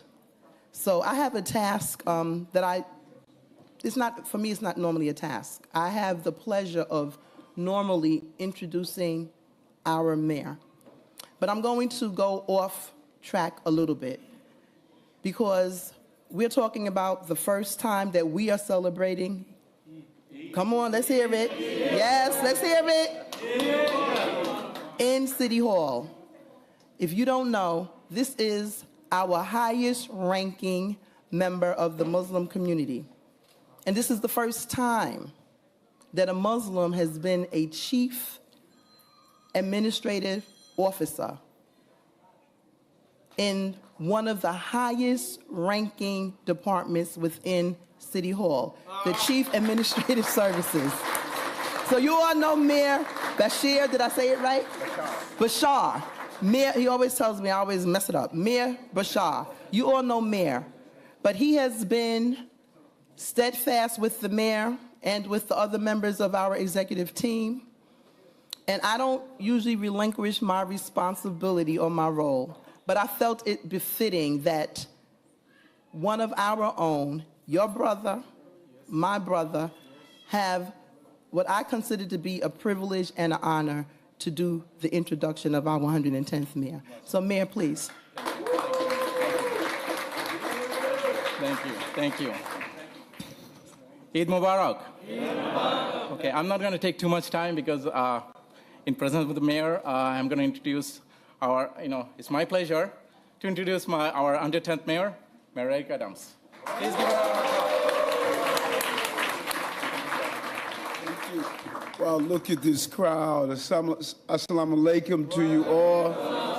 And I'm seeing so many faces that we journeyed here together. And on the campaign trail, I was very clear that you were going to see Muslims in my administration and that I was not going to disappear. I had the opportunity over the last Ramadan period to visit many of your mosques and celebrate. Brother Bahi organized for us for the first time visiting a mosque in all the boroughs in the city and to pray with you and to worship with you and just to fellowship with you. When you look at this administration, you have to see the role that my Muslim brothers and sisters played. In general, all the various groups in this city was extremely significant during this race. But when you look at Brother Bahi and Brother Hassan, who were with me for so many years and reached out to many of you and said that this is our brother and we need to support him because he has been with us for so long. And they knew the story, they knew the narrative. They knew that back in 2001, when the entire community was demonized because of someone abusing Islam for their own purpose in the 9/11 attacks, when others turned their backs on the Muslim community, I turned towards the community and rallied with them and stood with them. They knew when Donald Trump put in the Muslim ban, and we organized with the Yemenis community and had one of the largest rallies to show support at Brooklyn Borough Hall, closing down the bodegas and coming out in support. They knew even when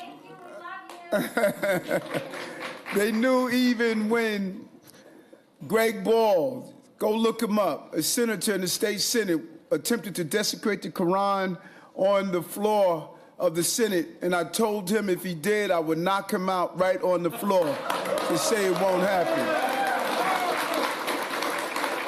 They knew when the sisters who wore hijabs were being attacked. We rallied with the men of the community and took a bus on to Staten Island because the sister was harassed on that bus. We stood together. They knew when someone put out a flyer of Kill a Muslim Day that we walked the streets together to show our support and solidarity. They know that I am not a new friend. I'm an old and consistent friend.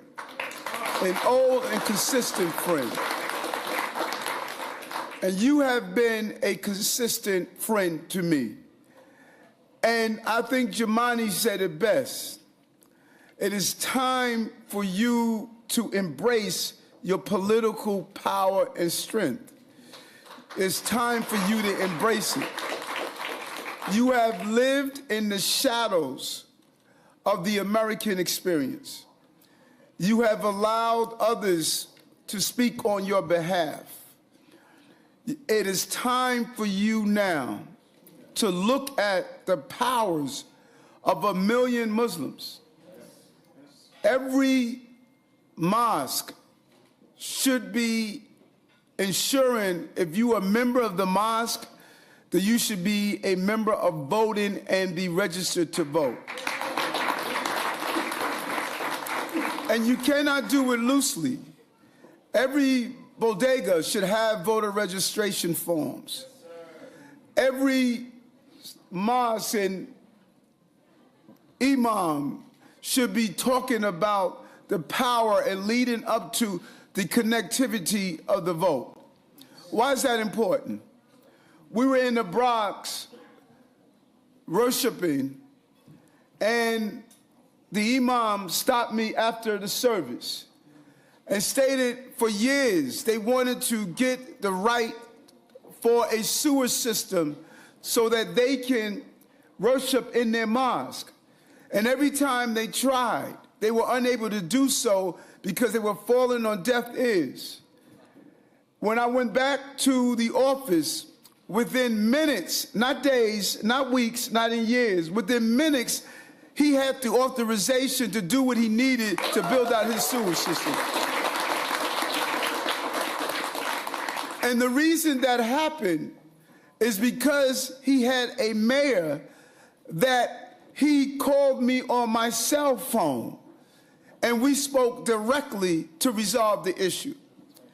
That is what happens when you put your person in office, and your vote is too powerful for you to continue not to energize and mobilize that vote to deal with the issues that impact you.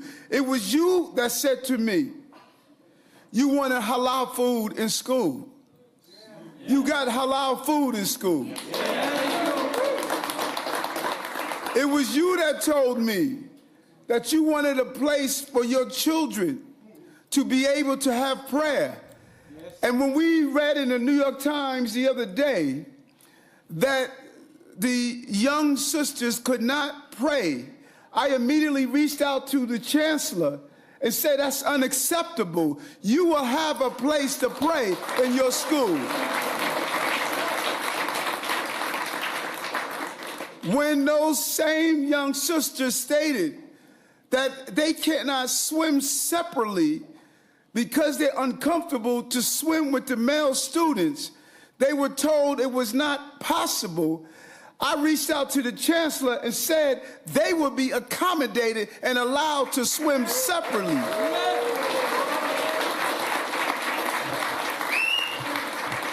Because I follow the law, but I make the policy. And if the policy has been keeping you out, we are going to make sure the policy now bring you in. But we are able to do that because of your vote. If you are not using your vote, then you're going to always have people tell you what can't be done instead of people saying to the city, let's get it done. That's why your vote is important. If you did not... Okay, listening in there to New York City Mayor Eric Adams speaking at this event marking the end of the Muslim holy month of Ramadan. Thanks again for being with us here. I'm Lexi Petrovich. We do want to stay on this topic because yesterday the White House also had a celebration, but one Muslim mayor from New Jersey was blocked from attending. I want to go out live now to Fox 5's Sharon Crowley, who is joining us. And Sharon, catch us up to speed here. Exactly why wasn't he allowed to attend? Yeah, I actually just got off the phone with him about a half an hour ago. We had a news conference with CARE earlier this afternoon. He's the mayor of Prospect Park, New Jersey, and he was driving to the White House on Monday, hoping to attend a celebration to mark the end of the holy month of Ramadan, when he was called by the social secretary and told, turn around, you are not going to be allowed in. We've been told by the Secret Service that you can't come to this event. He was very upset by that, and he says he thinks he knows why, and he wants President Biden to do something to help him.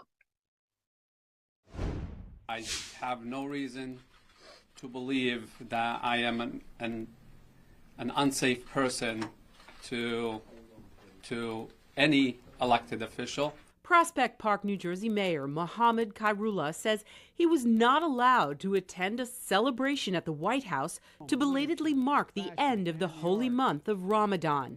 Here's President Biden speaking at Eid al-Fitr on Monday. And we're determined to confront all forms of hate, including Islamophobia, which is important to me.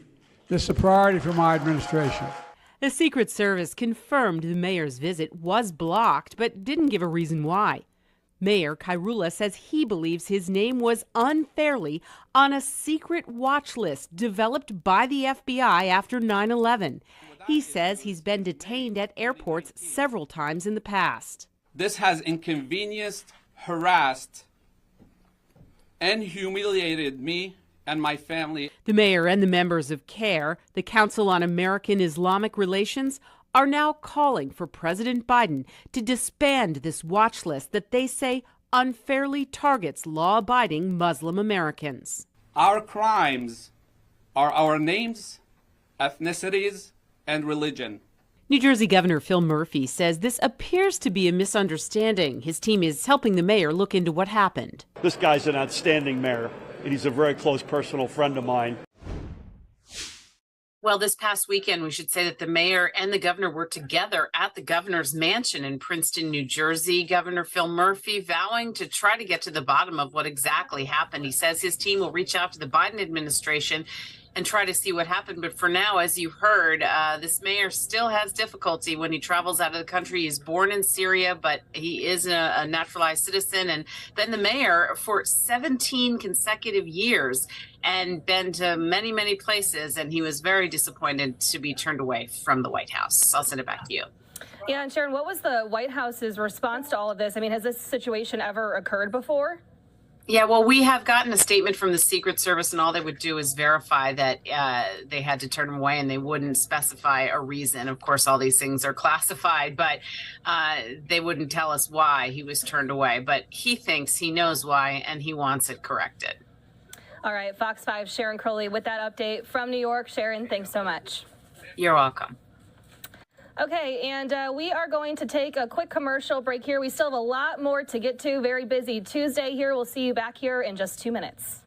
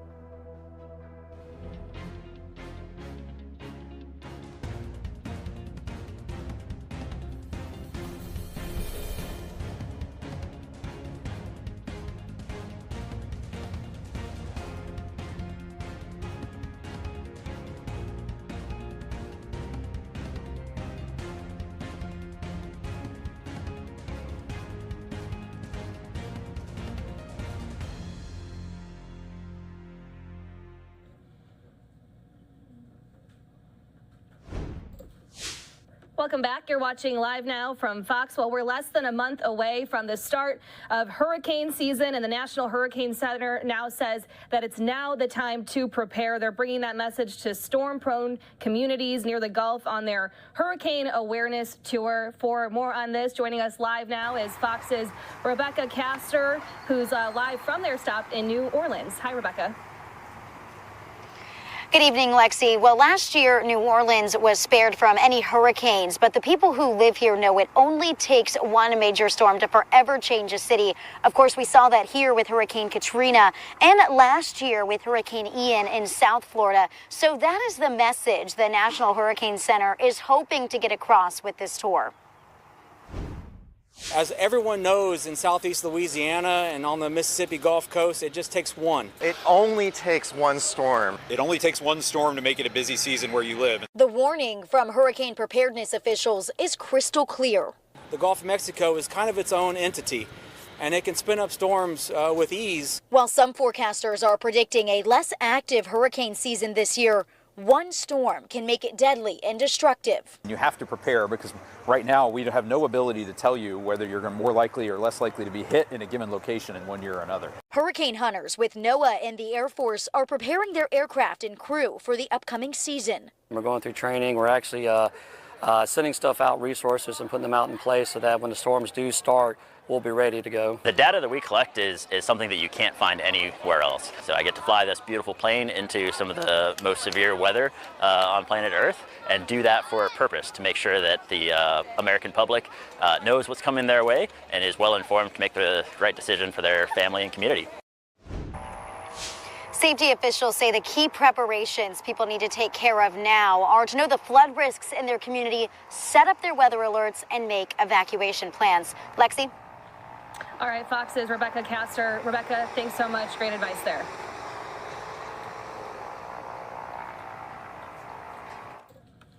Okay, and moving along here, we've also been following this deadly dust storm that happened in southern Illinois, bringing you some live coverage of that since it all went down yesterday. 6 people killed, more than 30 others injured in this incident. Let's show you some video of this as well. In this, that all happened on Interstate 55, a very busy interstate. Now, today, this afternoon, we're also learning that the interstate was closed again after a series of dust storm warnings as well. Let's bring you up to speed with what happened, what led to this yesterday from Fox Weather's Katie Byrne. At this point, this is just a terrible series of converging circumstances, very unusual, and a terrible loss of life. Illinois officials are investigating the deadly chain reaction crashes that occurred after a dust storm blew through Interstate 55 Monday. The victims range in age from 2 to 80 years old. Officials having a hard time identifying all the victims to bring closure to their families. Many witnesses reported seeing fires break out from the crashes, and in some cases, the only identifying details police have to go on is some mix of vehicle color, make, and model. We're needing information from the public or potentially from family members or from witnesses or anybody who may know anything about the identities. No criminal charges have been filed, but criminal investigation agents are helping to identify the remains. Officials say at least 72 vehicles were involved, including tractor trailers. Emergency personnel arriving on a scene where they could not see. And take an immediate action. Officials stress this was a unique and dynamic incident, but they are reminding drivers what to do in an emergency like this if it happens again. Whatever you do, do not just stop right in the middle of the interstate. The road is drivable, but again, we would warn motorists to be very aware of the weather. All of the deaths from the incident happened on the northbound lanes. In Divernon, Illinois, Katie Byrne, Fox Weather. Okay, thanks to Katie for that update. And in case you missed this, hearing from officials earlier today in Illinois, we want to bring you more on what they had to say about this deadly dust storm. 10:55, there were yesterday morning here, not far from where we're standing, reports of multiple vehicle crashes on I-55 around mile marker 76 through 78. So this area is a very flat roadway that is surrounded by dirt farm fields, and there's very little windbreaks in that area. And fields to the west of I-55 were depositing significant field dust across I-55, causing essentially zero visibility, complete blackout conditions. So as our troopers were arriving, they were learning that the incident would have numerous vehicles involved, and I'll get to the specific numbers, some of which were on fire, numerous injuries and fatalities. Our folks immediately dispatched troopers from Troop 8, which includes the Metro East area, which is just a bit to the south of here, and from Troop 6, which is the Springfield area just to the north of here, where both of these areas of the Illinois State Police coverage overlap. along with a variety of units from our Special Operations Group, and they began to search for the injured, provide for care, and coordinate with IDOT and other responding agencies to stop and reroute traffic. So ISP dispatched in excess of 40 troopers, and in addition, and I'll go through the list as well, many of our other agencies from around the area, Fire Services, EMT, Illinois Department of Transportation, others responded to the scene. We also dispatched our investigative agents from the Division of Criminal Investigation. Now, that does not mean that there's a criminal investigation going on here. It just means that those people within the Illinois State Police, they have the expertise, they have the experience at doing what it takes sometimes to be able to identify remains and be able to identify and notify the next of kin with the information and the evidence that we had available to us. So, in addition, ISP traffic crash reconstruction units were deployed and our crime scene investigators. A command post was set up where emergency services responded jointly to work to be able to provide rescue services to those in need and to obviously try to prevent further crashes. And that's why the road was closed. Ultimately, what we are aware of, the Illinois State Police, is that there are at least 37 reported injuries. And the number we have as of right now, and we have no reason to believe that this number will change. There could be more information, but as of right now, we believe 6 fatalities, and the age of the victims range from 2 years old to 80 years old. We are also aware of 72 vehicles involved in the crash. Now, I put an asterisk by that in terms of 72. There were vehicles that were involved in the incident and involved in the event in the crash, may have had some damage, but may have been able to drive away and drive away safely. So there may be some vehicles, it could be a much higher number that we can't account for simply because they were able to leave the scene safely before first responders were there, or they just didn't need any assistance. They were otherwise fine and just wanted to be able to vacate the premises and get away from the fires and the other damage that was there. So I-55 closed approximately that time, and around 6 this morning, after a tremendous amount of work by our folks in the Illinois State Police and our partner agencies, the road was able to be opened up again this morning at around 6 a.m. So we are currently working with the Montgomery County Coroner's Office to positively identify fatality victims. So due to the severity of the crash and the fire, we are required to activate our crime scene services and traffic construction unit, and we are working with our special agents to help identify them and use the techniques that we have when we are investigating criminal investigations to be able to link the information we have to surviving family members. So at this point, we do have, of the 6 fatality, 1 confirmed, and we have 3 that are tentative. And 1 name has been released by the coroner's office. You all should have that. The 3 other tentative identifications, we're obviously not releasing their names yet at this point, but we believe we are communicating with family members, and we're using a variety of techniques and investigative capabilities to be able to confirm that these are in fact their family members that are the victims. Now, here's where we need your help, and this is where we need to use the power that you all have to be able to communicate to the wider world. We have 2 unidentified victims. We have 2 individuals who, as of yet, remain unidentified, and we're needing information from the public or potentially from family members or from witnesses or anybody who may know anything about the identities of these 2 individuals. We want to make sure their family, the people that are out there that are their loved ones that are concerned about their whereabouts, that we're able to provide some closure and proper identification of who these 2 victims are. And I want to put out just some very general information, and this is frankly all the information we have at this point as we continue to investigate. One of the unknown victims that is yet to be identified. We believe the vehicle that individual's remains were found in is a blue Chrysler 300. The registration information, that type of identifying information, is not yet been able to be ascertained because of the condition of the vehicle. In addition, we have a deceased occupant of a Hyundai. Again, the color is we're not quite sure yet, and the vehicle and the specifics of the vehicle are not yet identified. But please put out to the public that we have a phone number, 618-346-3688. 618-346-3653. I'll repeat that number, 618-346-3653. If anybody might have information that could help us shed some light on who these potential unidentified victims are, the occupant of a blue Chrysler 300 and the occupant of a Hyundai who may have been in this area at this time yesterday, please call that number, give us that information, and that will be helpful to us in trying to be able to identify who these individuals are. Last but not least, let me thank the tremendous response by the people that are behind me, the outstanding leadership that they showed yesterday morning and throughout the day and throughout the night in leading our response to this effort. This is what the Illinois State Police do. Also very grateful for our partners at the Illinois Department of Transportation, the local fire services, local ambulance services, local law enforcement, our partners here in this county and in this municipality. The effort was very professional, very timely, under a very unusual circumstance. Certainly, dust storms happen, but it is not something that happens every day here in this part of Illinois or in any part of Illinois. So this is a very series of unusual circumstances.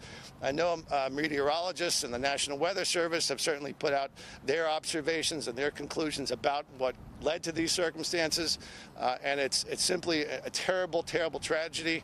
It was a terrible day here in this part of the state and for the families that were affected by this, and we'll certainly continue to keep them at the center of our hearts as we our love goes out to them, but as we do the job that we need to do here to identify the remains of these last two individuals. That's the work that still remains undone here. We are going to do everything we can, as we do in these circumstances, to very deliberately, very professionally go through the process of the traffic crash reconstruction, analyzing this again at this point, this very early in the process.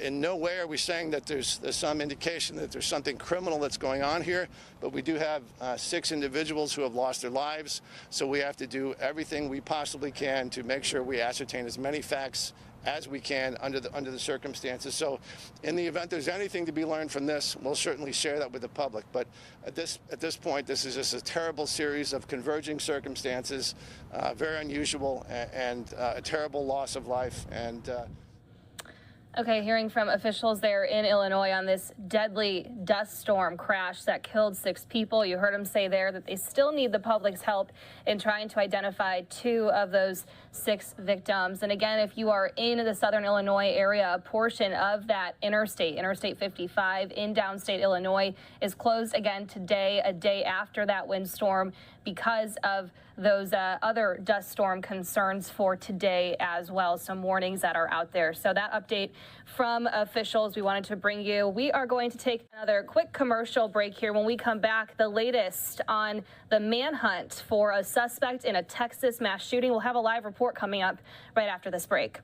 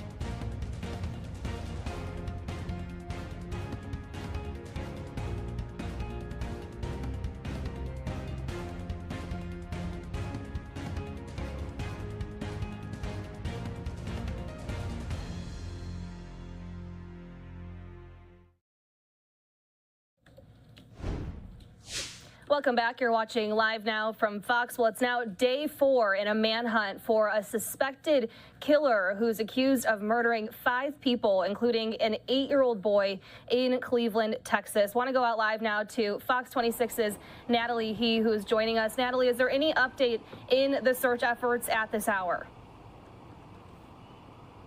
Lexi, right now, no updates at this point. On day 4, Francisco Oropeza is still on the loose and is considered extremely dangerous. Now, although he hasn't been seen, his picture is now plastered all over. Take a look, for example, over my shoulder here at this banner behind me. This is one of several banners and billboards now erected throughout the Cleveland and the Houston area, reminding drivers that this man is wanted and on the loose.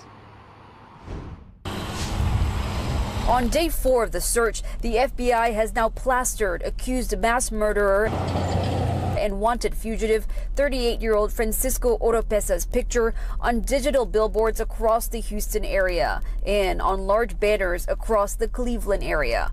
The alerts reminding the public there's up to an $80,000 reward for any information that could lead to Oropeza's capture. Texas DPS troopers were seen leaving the victim's house on Walters Road in Cleveland on Tuesday morning. Late Friday night, authorities say Oropeza was intoxicated when he shot and killed 5 of his next-door neighbors, execution style, with an AR-15. I started hearing the neighbor screaming for help, screaming, saying his family was inside. A woman who lived across the street from both Oropeza and the victims says she hasn't been staying in the neighborhood during the search, afraid the suspect could return to his home. He had a 10-year-old kid. His kid played with the 8-year-old kid, and that's just, it's crazy. How are you going to do that? You have a kid that resembles this kid that you just killed. How do you not have a heart? Oropeza is a Mexican national who's been in the U.S. illegally for more than 14 years. ICE officials say Oropeza has been deported 4 times before, the first time on March 17, 2009, then again in September of that year. In January 2012, authorities say he was convicted of a DWI in Montgomery County and was deported again. Most recently, ICE officials say they encountered him and removed him from the U.S. in July of 2016. Now, the FBI says they plan on putting up more digital billboards with Oropeza's picture all across the state. That's to remind drivers to keep an eye out and see if he could be anywhere at this point. Right now, authorities say if you know anything, you are urged to contact the FBI. Lexi? Yeah, Natalie, you've been covering this since the search began. How have you seen things really change and intensify over the last 4 days? Well, I'll say at this point, it seems like authorities are a little bit more tight-lipped about the sort of information they release to us. On day 1 and day 2, they were having media availability, press conferences, news availabilities, several hours at a time. And right now, day 3, day 4, they haven't had any of that been released. Part of that could be to keep the details of the investigation a little bit more tight-lipped, just in case Oropeza could be paying attention to where they're searching, where they could be looking. So at this point right now, it feels as though the FBI, ever since they took it over, is trying to keep this investigation a little bit more buttoned up. And right now, we're just trying to learn as many details as we can on where they stand and where he could be. Lexi? All right, Fox 26's Natalie He with that update. We certainly hope that these billboards putting his face out there more will help in these search efforts. Thanks, Natalie. Thank you.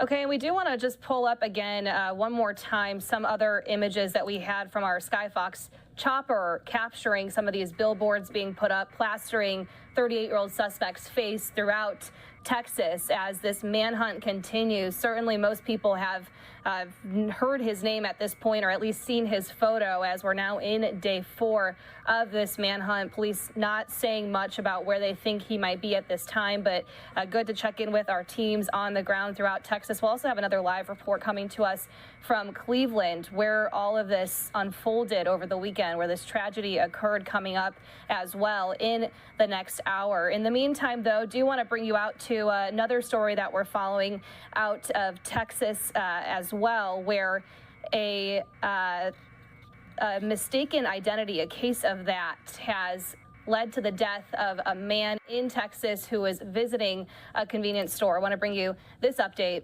here now. And we was going to get the drinks. 18-year-old Gail Jones never imagined a visit to a 7-Eleven in downtown Dallas last month would lead to him and his best friend being shot in an apparent case of mistaken identity. We didn't know him, and he didn't know us. Jones and 17-year-old Omarion Frazier were inside the 7-Eleven on Ross Avenue after just wrapping up work at a nonprofit when Dallas police say 24-year-old Donald Moore walked in and began shooting. First place he shot me was my eye. I didn't see him at all or nothing, but when I fell on the ground, he stood over me. He shot me in my knee, he shot me under here. Jones survived, but Frazier did not. He shot him in the head, and he got hit right here, and the rest was body shots. According to an arrest affidavit, Moore was assaulted by two people outside the 7-Eleven 2 days before the shooting. An unidentified witness told a detective that Moore was seeking to kill those two individuals who beat him up. A detective watched surveillance footage of the assault and says the two attackers look similar to Frazier and Jones, but are not them. Like, I just kept on messing with my eye. Jones lost his left eye. The bullet went out his left ear. Did you know in those moments that your eye was gone, or did you think just something happened to it and it was still there? I didn't even think my eye was gone, because when I went to the hospital, I was asking my mom, I was like, Mom, I got my eye right? And she told me, she was like, no. His life will never be the same. And I was going to go to the Navy, but I can't now. That was my dream, go to the Navy. But now I got a different dream now. What's your dream now? I'm going to tell my story to everybody, the whole world, so they can understand, like, being in the streets as a teenager is not it for everybody. Jones admits he sometimes hung out at that 7-Eleven, a hot spot for crime. Drugs, people selling weed, that's what goes down over there. A Fox 4 records request to Dallas police uncovered in 2022 402 calls to 911 regarding incidents at this 7-Eleven. This year, as of April 17th, there had already been 223 calls to 911. Why? Why my little brother? Jones says he and Frazier were the best of friends. They even greeted each other as so. We both gave each other a hug and we kissed each other on the forehead. And even though Frazier is gone, Jones believes they still communicate. 10 minutes before I came, I cried because he was talking to me. I broke down. What was he saying? He was saying, just keep your head up, and I'm happy. I'm happy that you made it and you fought for your life in that hospital. Do you feel fortunate that you're sitting here today? It's a blessing, by the blessing of God. Okay, Fox 4's David Santendry with that story out of Texas as well. We do want to give you a live look here of another story that we're following. This is out of Texas as well, out of the Houston area, where there was a crash involving an employee shuttle bus. We've learned at least 2 employees were transported to local hospitals for non-life-threatening injuries. The bus operator was also checked out on the scene. The vehicle that they collided with, the occupants in that ran away, and this accident still remains under investigation. But you can see here the front of that bus, as well as some of the damage there and some other emergency officials on scene. A lot of trees around this area where the people in the other vehicle ran away. So we'll continue to monitor this here for you out of Houston as well. A lot of stories coming to us out of Texas. Of course, the big one being this manhunt that still is underway now 4 days later. Again, another live report coming up here in the next hour in our programming. In the meantime, though, going to take another quick commercial break. We'll be back right after this.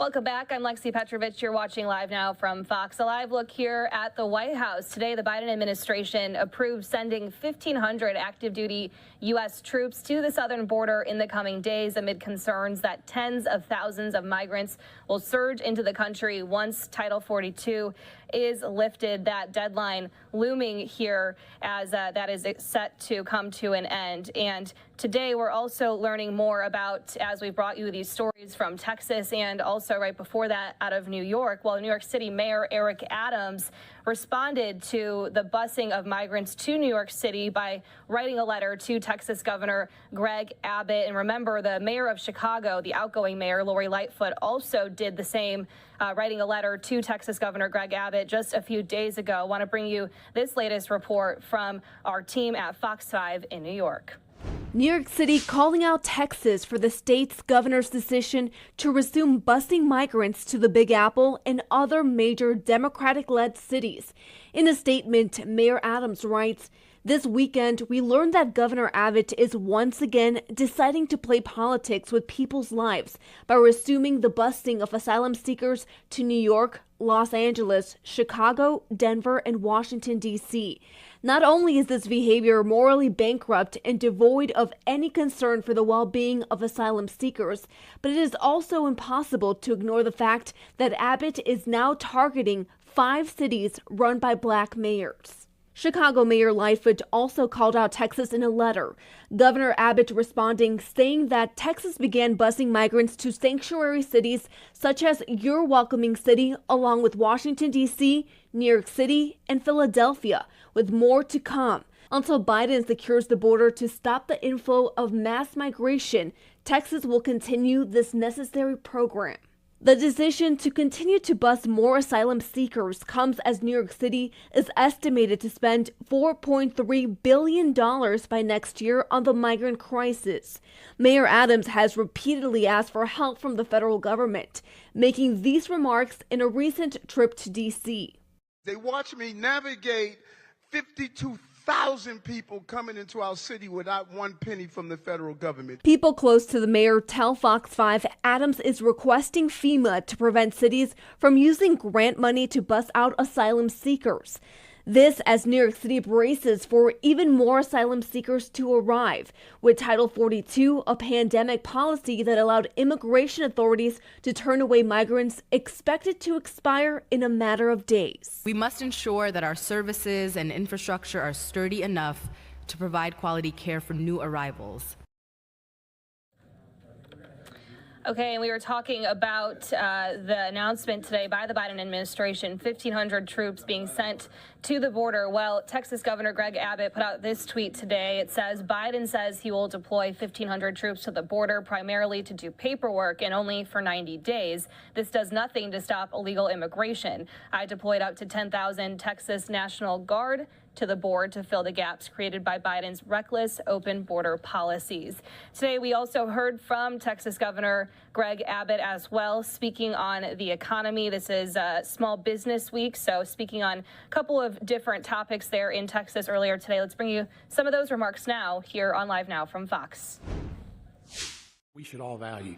And I want to give you a personal little story that I witnessed myself, because when COVID came along, the first thing he did was call and ask people to serve on a strike force.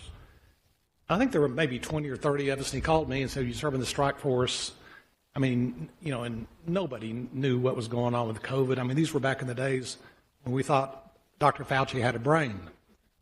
And so we got together and we were thinking that this would be, I was thinking this isn't going to take any time, you know, an hour, a month, well, we met week after week after week. Some of our phone conversations were over 3 hours. Of course, I didn't have a whole lot else to do. Everybody was sitting at home. But, and there was some dissension. It wasn't always smooth. There were a couple of doctors that the governor consulted with. And, you know, there were people saying slow things down, other people saying speed things up. And our governor listened. And then he went back and he would make decisions. And he was really, really prudent about the virus. I mean, we didn't know, we didn't want, he was very conscientious of that. But there were, and he wouldn't say this, but I saw there were some overriding things that he mandated. First, he said, we're going to keep the churches open, as opposed to some of the states that closed them. But he also, there were two things to me that sort of seemed to be overriding concerns with him. And the first, maybe they're equal, but the first was getting our kids back in school as fast as possible. And the second was opening our businesses up and getting hardworking Texans back to work in their jobs. And if you don't think leadership matters, contrast Texas with Governor Gavin Newsom's California.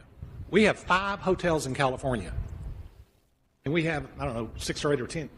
Our hotels in Texas were back up and running full speed when the California hotels were still not even taking guests. And so if you don't think leadership matters, think again.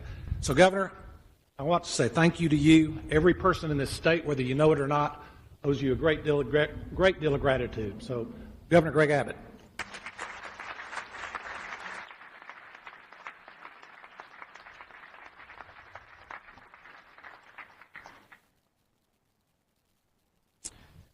Well, thank you all very much. All I can say is that's pretty much quintessential Bob Rolling. This is really one of the biggest days in his illustrious career. And it's a landmark opening of one of the premier resorts, perhaps in the world. And he did not say a single word about himself or his own project. Bob Rolling is always thinking about others. And when you think about others all the time, it almost always leads to better and remarkable results. We gather today at a location that's a result of people coming together that have built an extraordinary result. And I'm proud to be a part of it. I do want to thank Bob. I want to thank Mayor Cheney. I want to thank PGA of America and Omni Resorts for all coming together to find ways and solutions to build such an extraordinary facility. And I want to thank both community as well as business leaders from across this entire region. One thing that we know, enormous structures and resorts and facilities like this, they don't happen on their own. They happen as a result of teamwork. And they succeed far better when people from disparate fields come together, collaborate together, work together to provide such a remarkable facility. But going back to Bob, one thing that's kind of remarkable about the humbleness that he showed up there by not really talking about what he's done, I need to realize he is one of the leading entrepreneurial titans in the United States of America.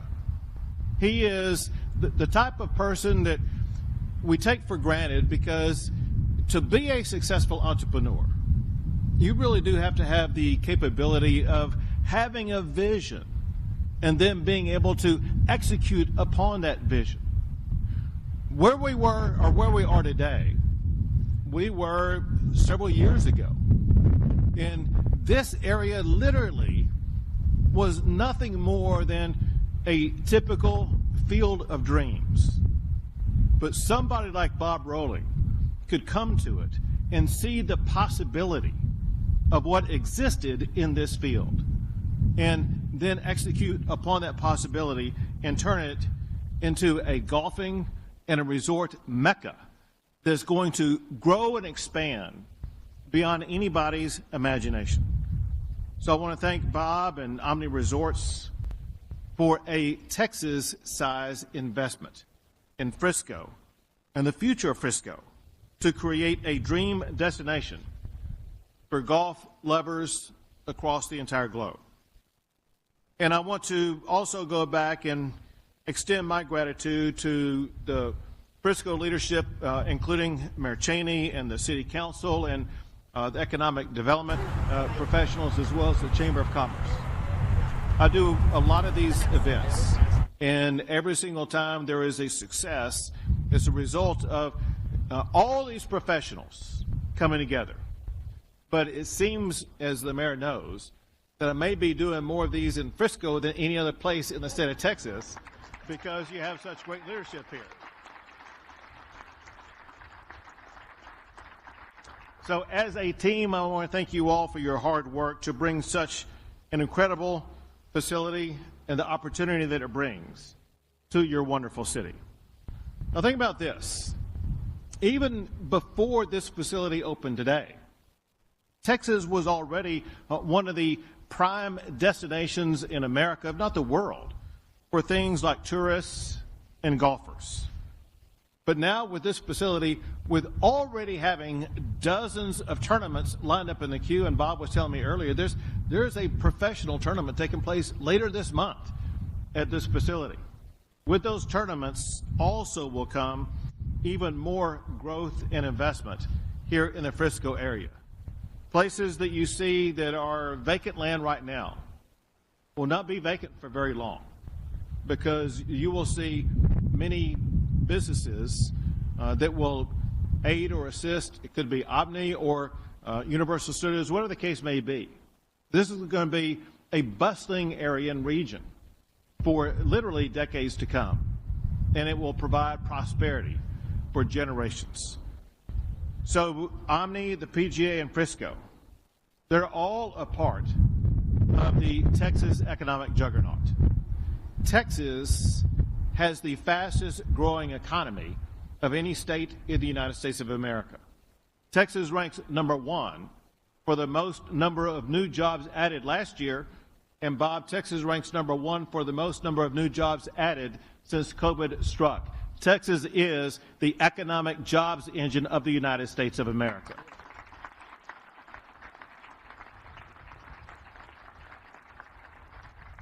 So Bob told you about the ranking, about how CEO magazine ranked Texas the #1 state for business. It's those CEOs who make business decisions about where they want to locate their businesses. And that's why we have, for one, ranked #1 in the United States for economic development relocations every year that I've been governor. In fact, no other state has even been close. In a group like this, there's bound to be a few college football fans. Fair to say? Maybe not. All right. So surely that means if you're a college football fan, you know who Nick Saban is, right?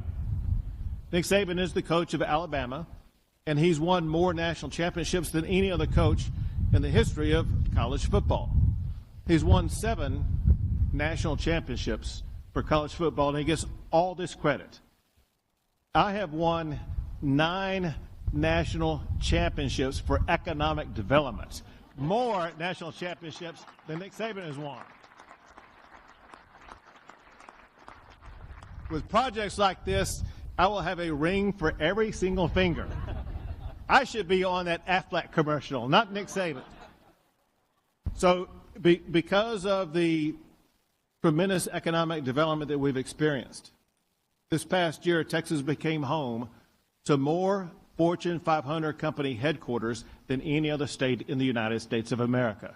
Texas is the place where businesses want to locate.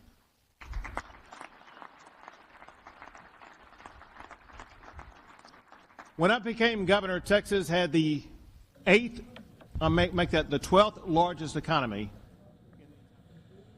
Okay, Texas Governor Greg Abbott speaking there on the economy, also about small businesses. You can also see, though, in the bottom right-hand corner, we have another live event that's happening right now out of Houston, Texas, where people opposed to the TEA takeover are protesting outside of Abbott's Parent Empowerment Night that's happening this evening. Of course, the Texas Education Agency had announced that it's moving forward. It has moved forward with the takeover of Houston's largest school district, public school district. It's also the 8th largest in the country. Let's listen in to some of these remarks at this protest live from Houston, Texas.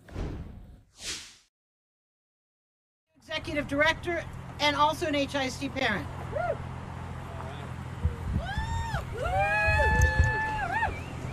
Hi, my name is Ani Blair, and I'm proud to serve as the Executive Director of the American Civil Liberties Union of Texas. I'm also a proud parent of 3 students who attend HISD schools. I'm here today because I oppose the hostile takeover by the state of Houston Independent School District. Like many of the people here, other parents and students, property taxpayers, and everyone else, this is our community. We who can vote, voted for our elected officials, and we expect our elected officials to be there for us. The problem with the hostile takeover is that the governor, via the Texas Education Agency, is removing our elected officials, the people who are accountable to us, and replacing them with the Board of Managers, who are accountable to the governor and the Texas Education Agency. That's not how democracy works. Democracy means I vote for something and that my vote matters. And I want to be very clear, as a parent, I care deeply about the schools, but I also see how this hostile takeover is just one piece of a very larger pattern that's happening in our state. Right now at the Capitol, for the past couple of weeks, the legislative session has been in session, and repeatedly legislators are attacking our power of our vote by proposing legislation that removes election administrators, by proposing legislation that removes the power of our prosecutors, our DAs, to make prosecutorial discretion to decide what to prosecute, by attacking our mayors, especially of large cities, cities like this one that are majority Black and brown, and taking away their power to address the needs of our city, from labor to other ordinances, and removing our vote by taking away the people we voted for on our Houston Independent School District. I don't want that here. I want to be able to see our representatives have the power that we elected them to have to make the decisions that we want them to have. And that's why other people are standing here with me. This is about our schools. It's also about everything else that matters when we vote, and that the power of our vote stands. That's why I'm here with other parents, other students, educators, and people from our community to make that very real. I also want to be clear that in the midst of all of this, it's the power of our vote and it's our identity that's being erased. We can't separate the conversations about book bans, dress codes, and everything else that's happening in our schools from what's happening right here. That's right. It's all tied together, and that's why this matters. Every piece of it matters, our identity matters, and the power of our vote matters. So I'm proud today to stand with the people here who are representative of a much larger group who want to maintain the power of our vote and our schools and our communities. Next, I'd like to welcome up Elizabeth to be able to speak next. Hello, my name is Elizabeth Rodriguez. I am a senior at Northside High School. I am a Mexican-American student. I'm here to talk to you and tell you that STAR does not define us. Why take STAR? STAR, all it does is pressure students. Today, students juniors had to take 7 hours taking a 72-question test about history. History is important. I understand that. We need to learn more about our history to know how to fix problems that are reoccurring. But 7 hours to take a test? That is not okay. It is not okay for students. I've heard students talk about how stressed they were, pacing outside of the classroom. Stress, that is not okay. For students, for children to be taking tests like that and having that stress and anxiety, again, not okay. Please hear what we say, listen to our voices. We are trying to be heard. Fix the problems that need to be fixed. Gun control, dress code, as previously mentioned. Ban on books. Why ban books? You should let students decide what we should and can read. That's right. Also, please, parents, sign the petition. People of the community, padres, por favor, firma la petición. Necesitamos que nos escuchen. No queremos que nos quiten nuestro poder, nuestras voces. Por favor, ayúdanos, escúchanos y estén con nosotros, por favor. Gracias. We need to listen to the young people. If we listen to the young people, the world would be better. For the people who are listening, the petition is at HoustonCVPE.org, HoustonCVPE.org, HoustonCVPE.org. We know that takeovers fail all across the country, whether it's in New Orleans, which has been under takeover since 2005, and the school district is not improved, it is worse, or in Detroit, or in Philadelphia, or in Newark, or anywhere in the country where they have taken over school districts. What has happened is children have suffered. What we want to do is improve things for people who come after us, and what we're going to do right now is listen to Carmen Nuncio, who is a mother, a grandmother, and a lifelong volunteer in public schools. Okay, listening in there to some community members who have come out in Houston, Texas, to talk about the takeover of the state's largest public school district. They clearly oppose this happening. So hearing some remarks there from people in the community, also some students as well. We're going to take a quick commercial break here on Live Now from Fox. When we come back, though, another live report coming up from Cleveland, Texas, as this manhunt continues for the gunman accused of killing 5 people there just a few days ago. We'll bring you more on that right after this 2-minute break.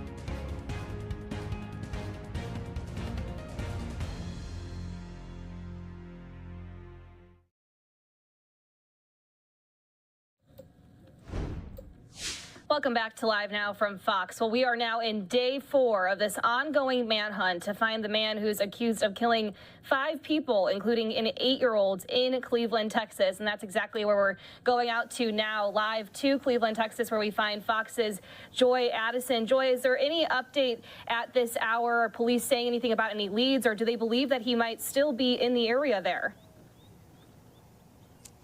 Lexi, police say that Francisco Oropesa could be anywhere. They've asked for hundreds and hundreds of officers to help them look for him, and they're now asking for the public's help after witnesses say Francisco Oropesa was outside of his home, allegedly drunk, shooting an assault-style rifle. When his neighbor came over and asked him to stop, he then went inside of his neighbor's home and killed 5 people, including a little boy who attended the elementary school here behind me. There is now an $80,000 reward for Francisco Oropesa's, any information leading to Francisco Oropesa's arrest.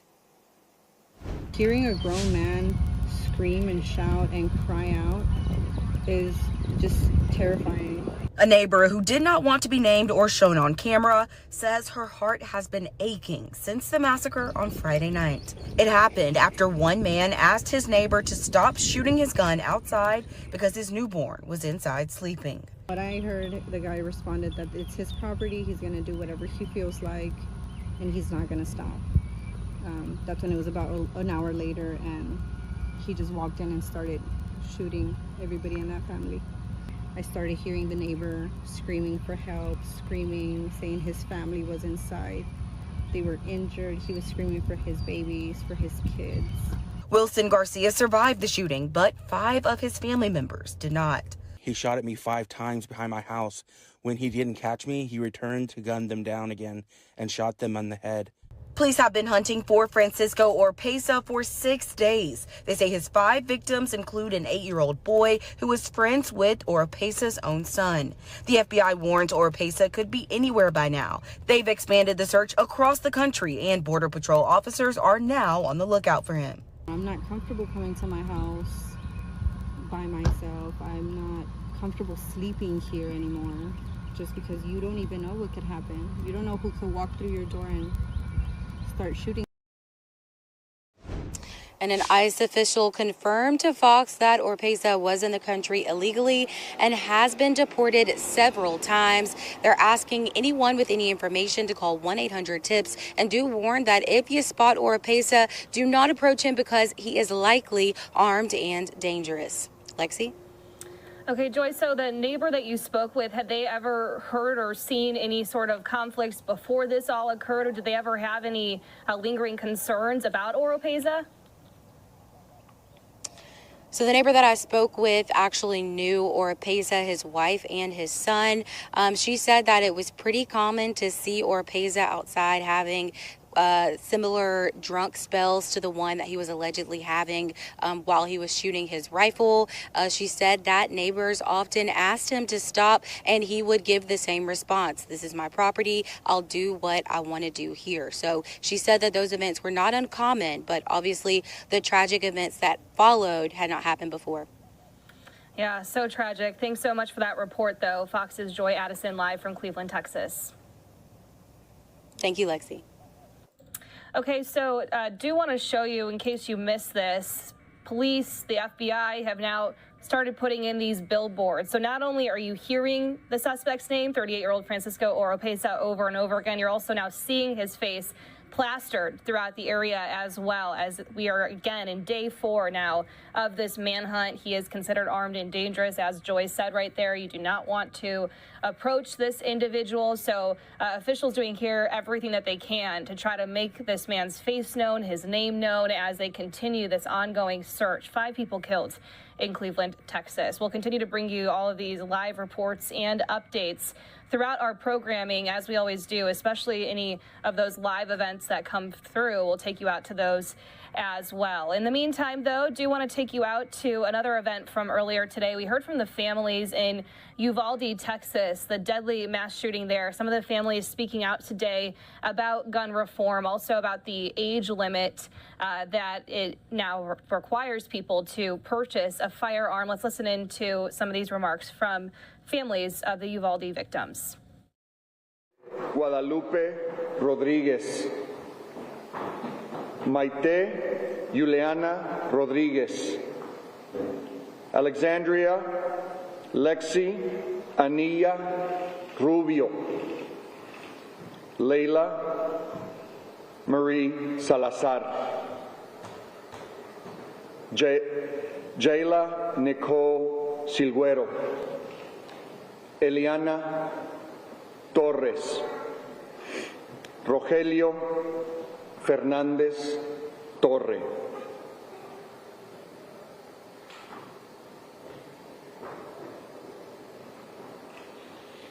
this morning, the Texas House adopted 21 memorial resolution authored by Chairman Tracy King, honoring the 21 lives lost unnecessarily to completely preventable gun violence. My name is Rafael Lanchilla, and I'm the former chairman of the Mexican-American Legislative Caucus. And before we hear from the families, from Lexi's mother, Kim Rubio, and Tessa's mother, Veronica Mata, I'd like for us to sit with these names for a moment. And we read them slowly for a reason. All the families that are here mourning their loved ones had one simple ask of this legislature, because they know that gun safety bills work. And their simple ask was to raise the age from 18 years old to 21-year-olds for a person to buy a military-style weapon of mass murder. That's all these families were asking for.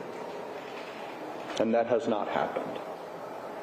And today is a day of sadness, because we remember loss, unnecessary loss of life. And I must say, at least speaking personally, a day of anger. I'm angry.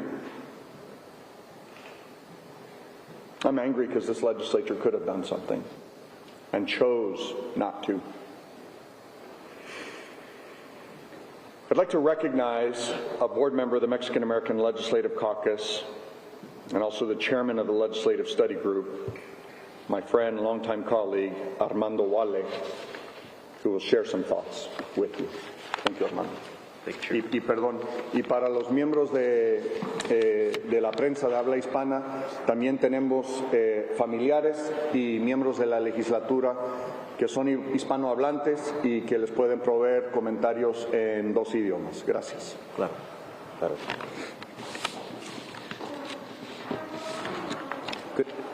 Good afternoon. My name is Armando Wale. I'm a member of the Texas legislature from Harris County, North Houston.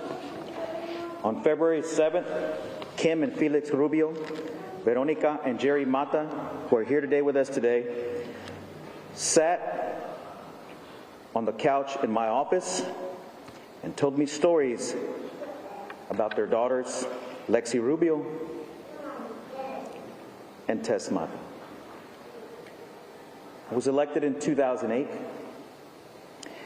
In my time in the legislature these past 15 years that I've served as a state representative, I've had countless hundreds, thousands of meetings with constituents from across the state.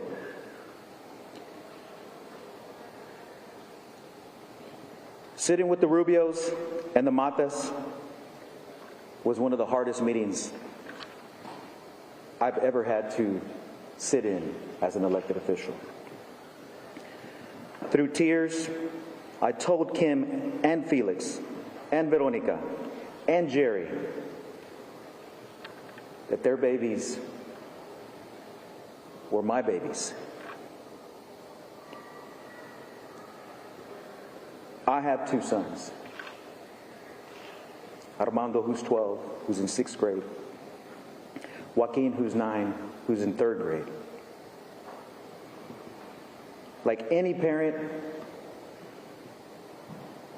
our kids, my kids, are our pride and joys. They are our lives. They are our lives. And we try to protect those lives. But when the legislature doesn't do anything, some of us have a problem with that.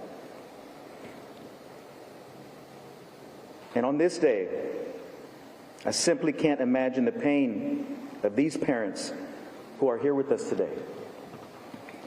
I'm grateful for their strength and their courage for continuing to come week after week to advocate for this particular bill. And I'm grateful for all the families that have come here today to be recognized. Turning incomprehensible pain, ladies and gentlemen.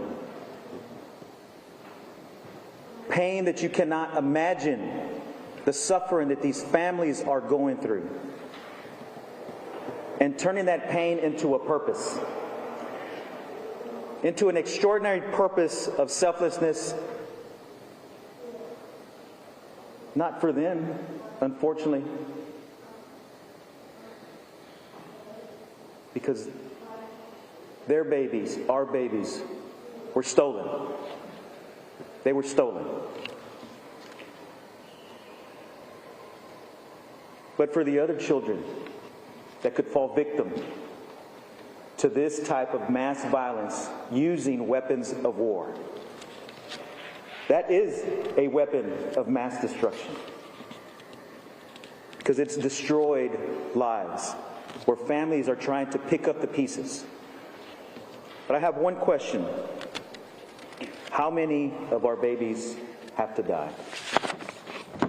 How many kids have to die before we pass common sense gun safety legislation?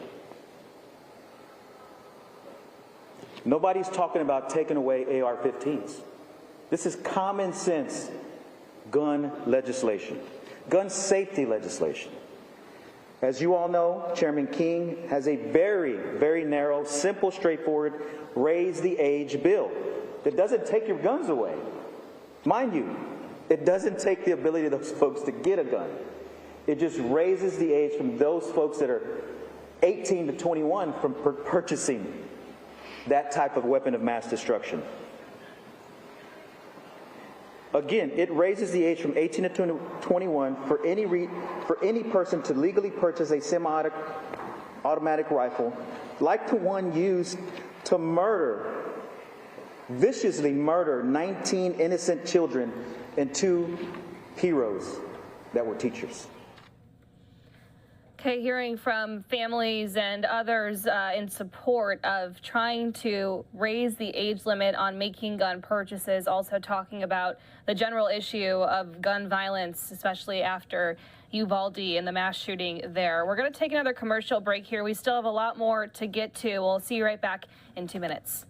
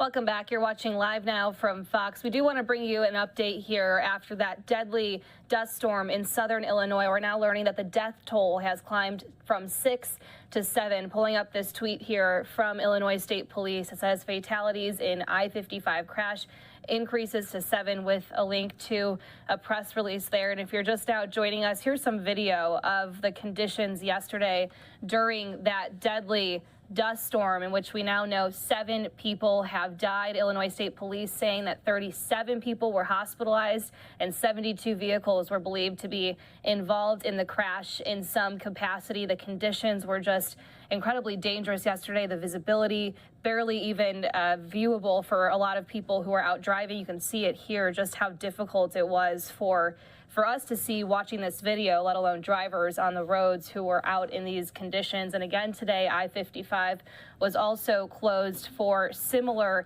conditions, especially after this tragedy yesterday. 7 people killed in this. We also have another tweet here we want to pull up for you as well. This one also from Illinois State Police. It says winds have calmed down. I-55 northbound and southbound between milepost 63 and 82 are now open. Use caution when driving in strong winds. So it was closed a little bit earlier, and now from Illinois State Police, we know that they are back open again on Interstate 55. So an update there after a 7th person has now died. We also heard from officials earlier saying that they still need help in finding the identities of 2 of the victims and asked for the public's help in that as well.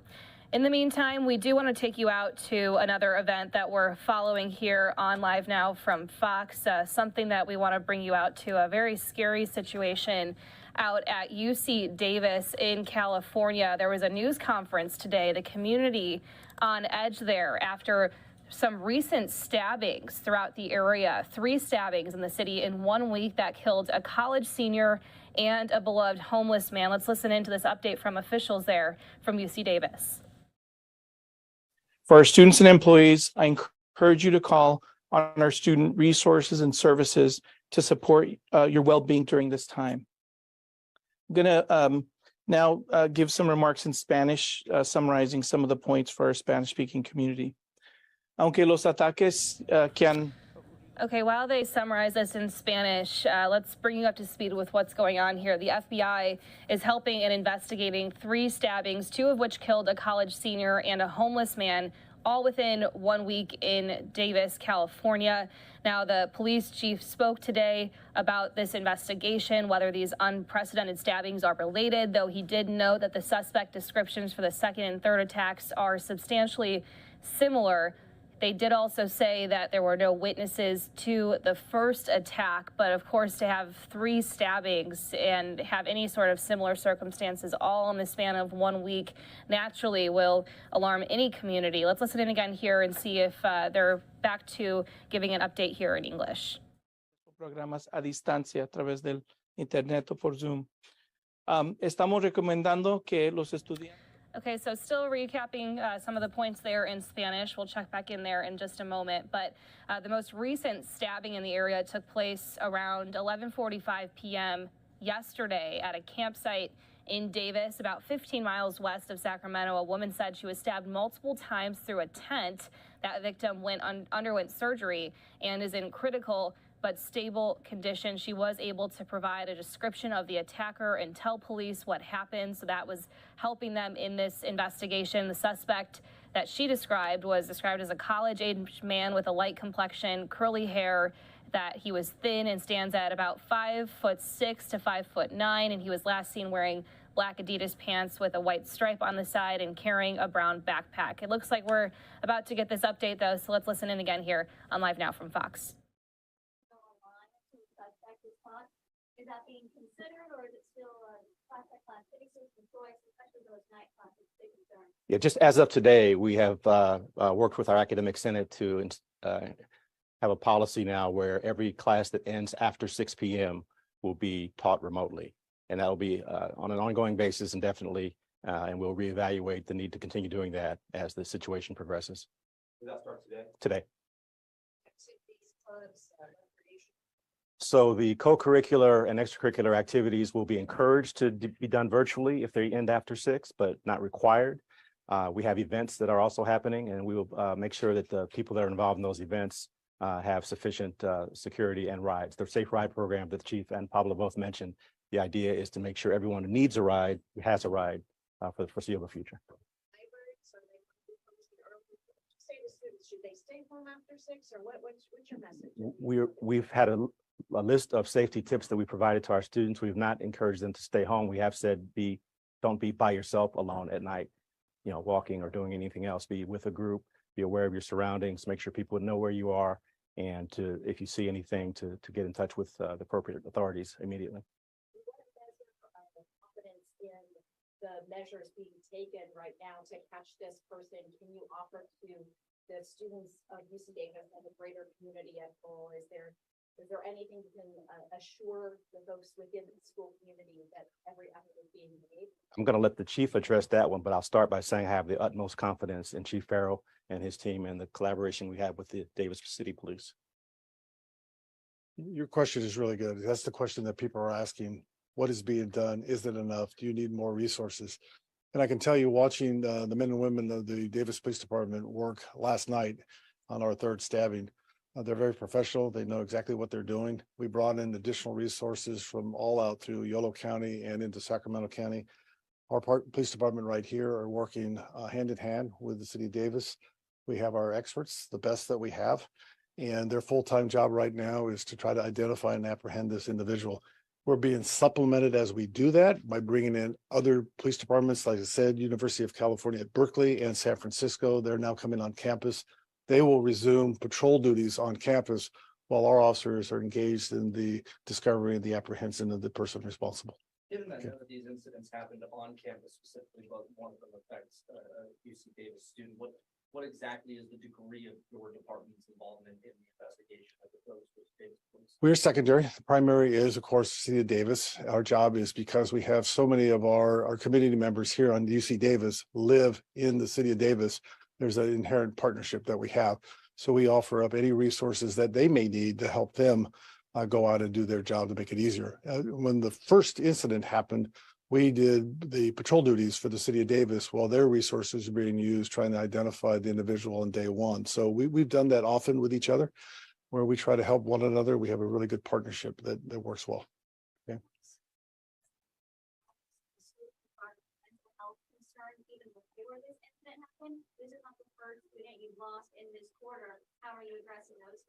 You know, it's a really, really good question. That is really important to us because mental health crisis, mental health on campus, really in our society, is one that we need to discuss. We need to be open. We need to talk about it.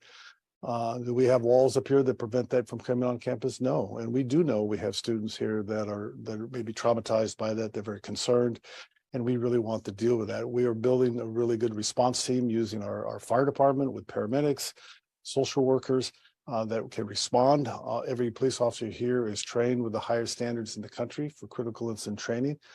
You may or may not know, in my capacity here too, I'm also the president of the National Alliance on Mental Illness, where we take this extremely serious on how we respond. So we're trying to do everything we possibly can, knowing that we have young adults coming onto our campus, experiencing tragedies like this for the very first time in their life, and how we showcase and move forward, I think, really helps them identify that we're all in this together.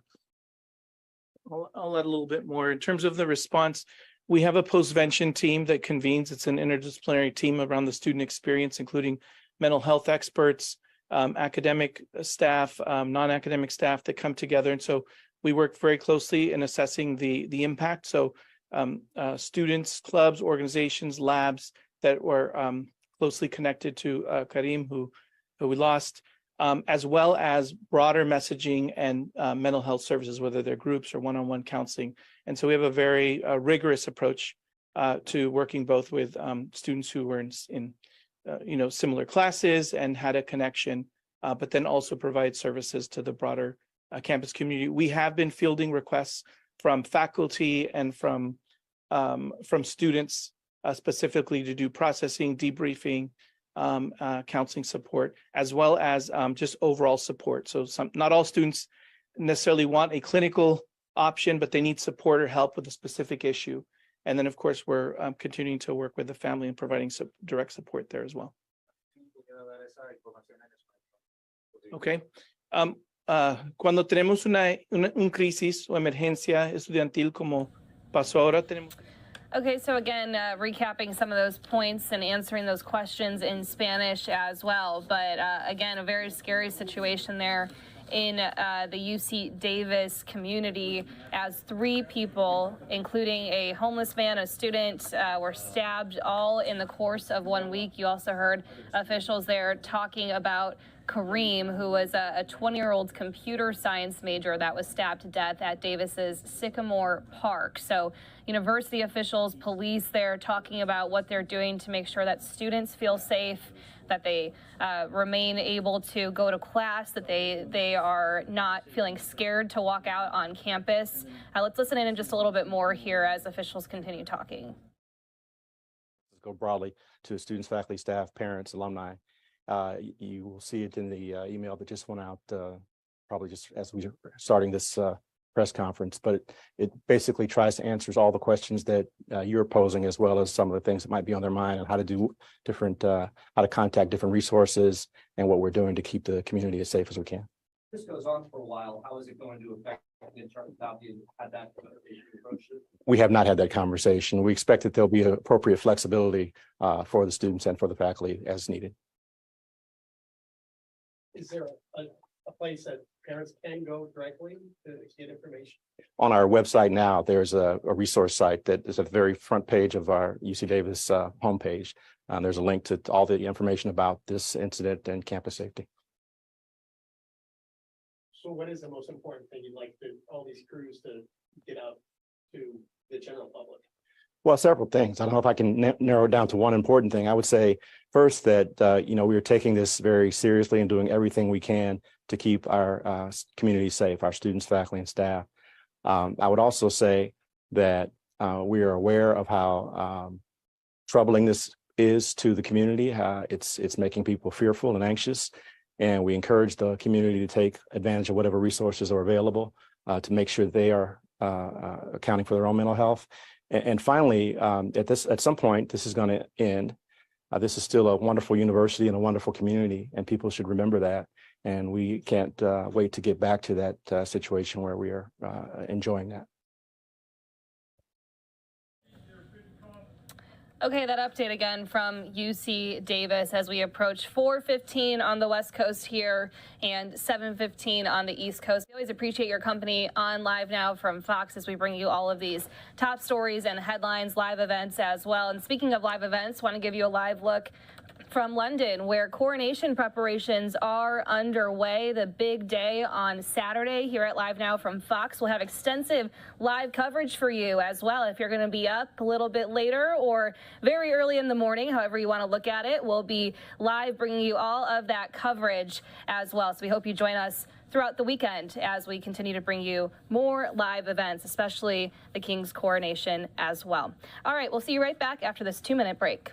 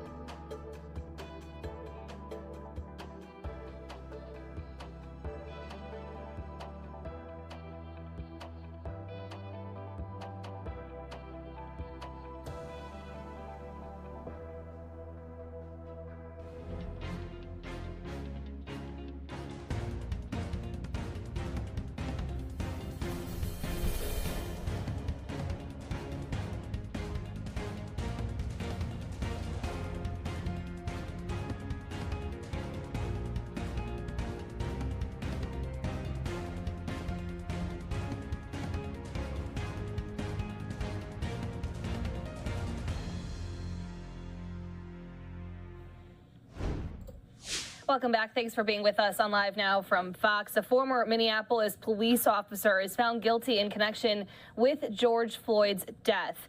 Judge Peter Cahill found Tou Thao guilty of aiding and abetting second-degree murder. His defense argued he worked to get medics to the scene as quickly as possible, and once he took over crowd control, his focus was not on what the other officers were doing. Prosecutors, though, argued that by not intervening and by preventing others from intervening, Thao was liable for Floyd's death.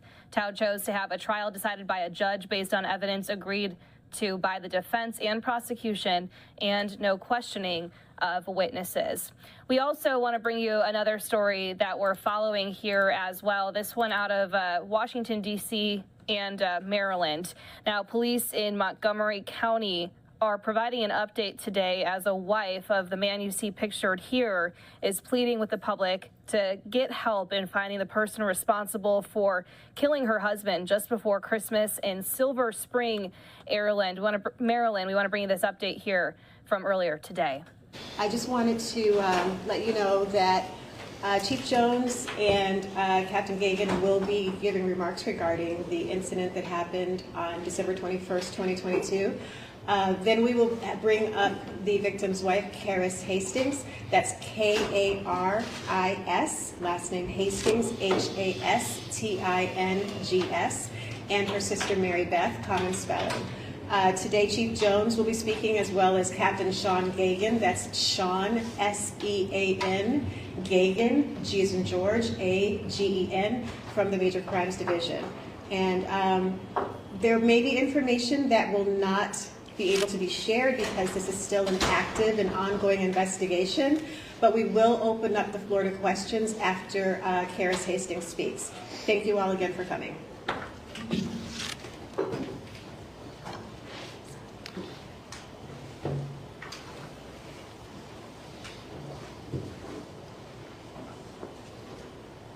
Good morning.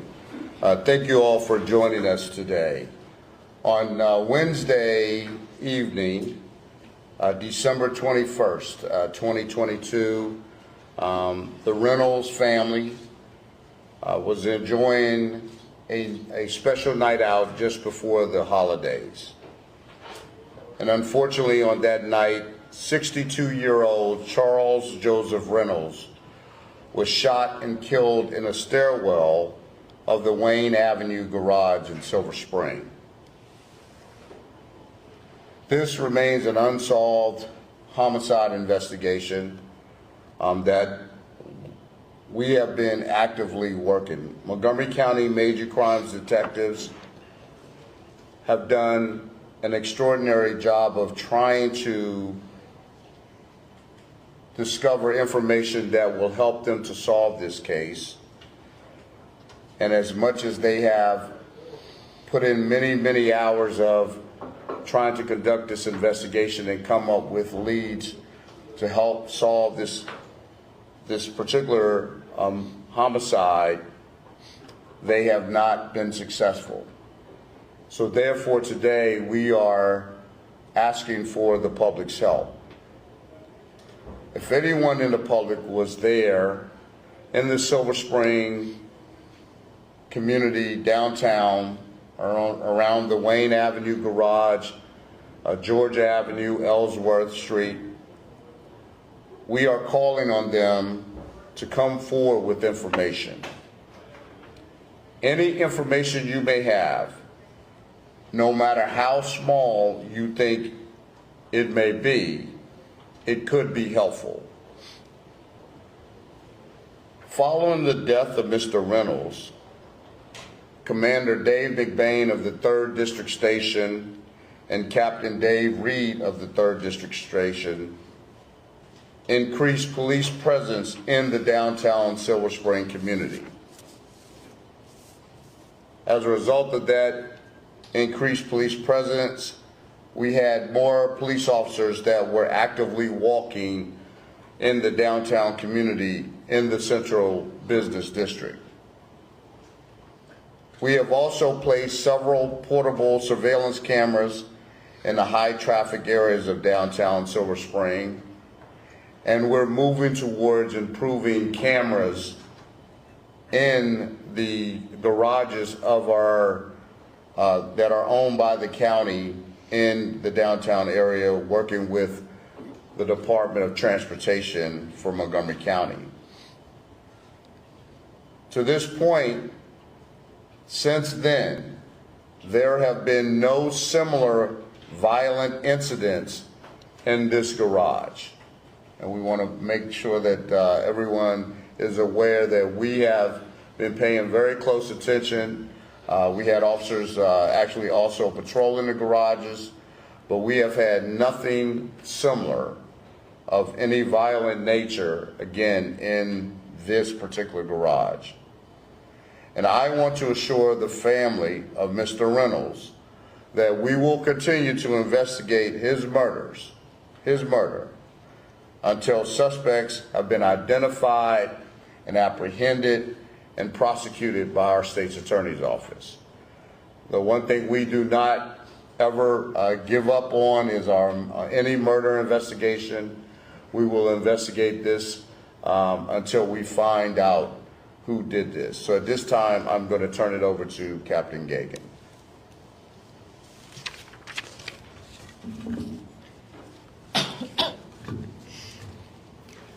So good morning. I'm Captain Sean Gagan. I'm the director of our Major Crimes Division.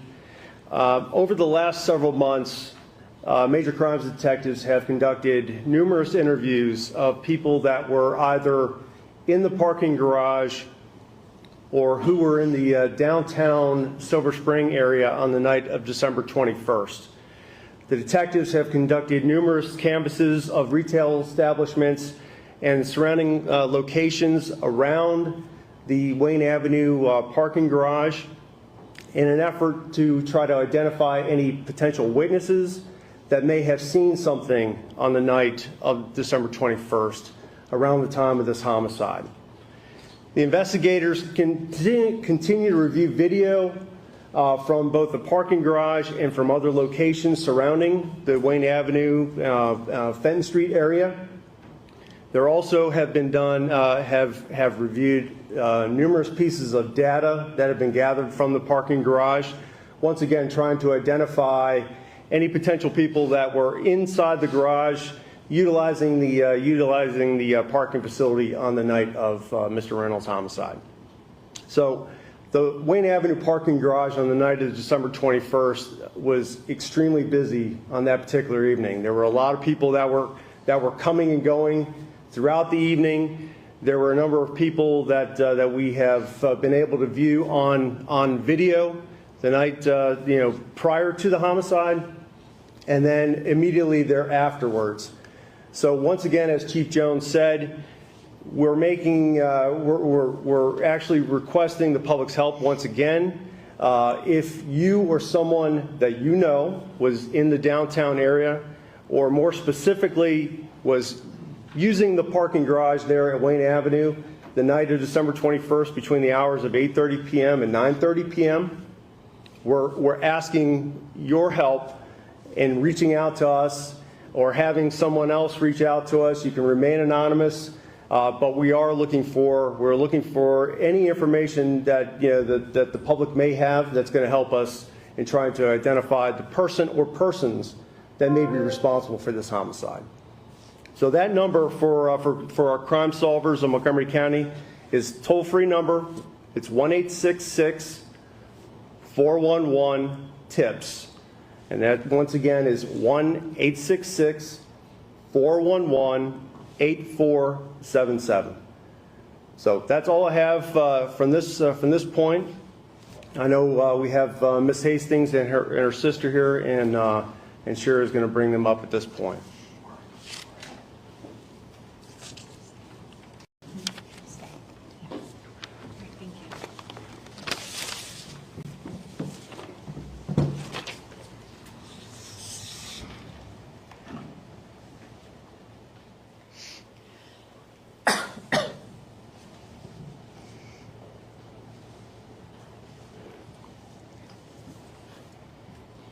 My name is Karis Hastings, and I just want to echo what the captain and the chief have said and just ask anyone that might have seen anything the night of Wednesday, December 21st, and in the vicinity of the Wayne Avenue parking garage to come forward.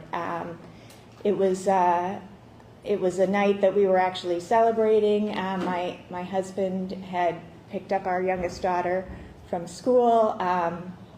We were finishing up our Christmas shopping. It was 4 days before Christmas, and we were having a celebration dinner for Mary Beth's daughter's birthday, and had all gotten together, and after we left the restaurant, most of us went down to get some ice cream. Joe went across to the parking garage to put the leftovers from dinner into the car, and the rest of us went for ice cream. Mary Beth ended up deciding she didn't want ice cream. She went back to the parking garage. She actually found Joe when she got there and called 911. And it was literally 6 minutes between when we left the restaurant and when she called 911. And the rest of us had gotten ice cream, came back, and there's a helicopter overhead. We got to the garage. It was surrounded by police tape, and I was told, that it was my husband who was the victim. So we literally, in a 6-minute time frame, went from celebrating and being together, getting ready for Christmas, to then just the unimaginable that he had been shot, that they were trying to revive him, and then they were unable to. And so then, instead of getting ready for Christmas, we were talking to the police and calling funeral homes. And so our 3 daughters, 2 of our daughters were there that night. The other one came the next day, and just lost a wonderful father who, unlike me, could talk to them about their techie careers and interests. And I lost a husband who was just everything you could want a husband to be. Okay, this is Andrew Kraft here in the anchor chair now. You have been listening in there to the wife of Charles Reynolds. Charles Reynolds was murdered in a Montgomery County, Maryland parking lot last year, just before Christmas. And now his family, along with the Montgomery County police officials, asking the public's help to find his killer. And you heard there his widow kind of recount what led up to this, how he was found, what they were doing in the hours beforehand. He had just finished having dinner with family at a downtown Silver Spring, Maryland restaurant. This was on December 21st last year, when he decided to drop off the leftovers in his car before rejoining his family for ice cream. And we were showing a photo of the 62-year-old. He was found a short time later in the stairwell of a parking garage, suffering from gunshot wounds. He died at the scene. We'll keep you updated on that story there. If we hear anything from our Fox 5 DC folks on that investigation, we'll make sure to bring it to you.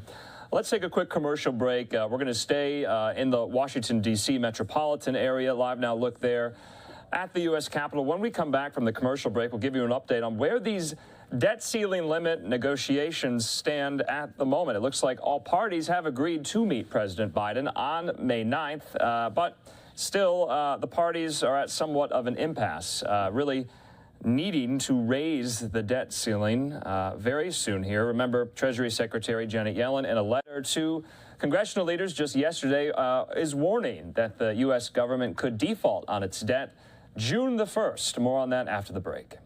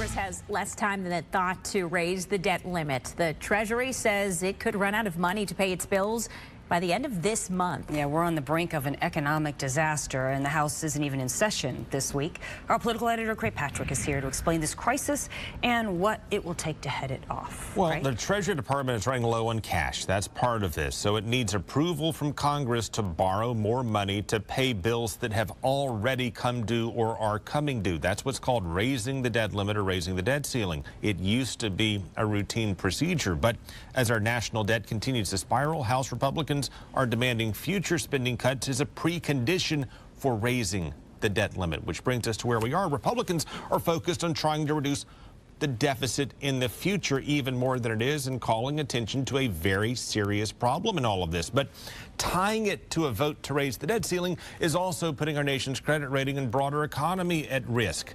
Earlier this year, the Treasury Department projected it would run out of money by July or at some point in June. Well, the updated forecast moved that up to June 1st.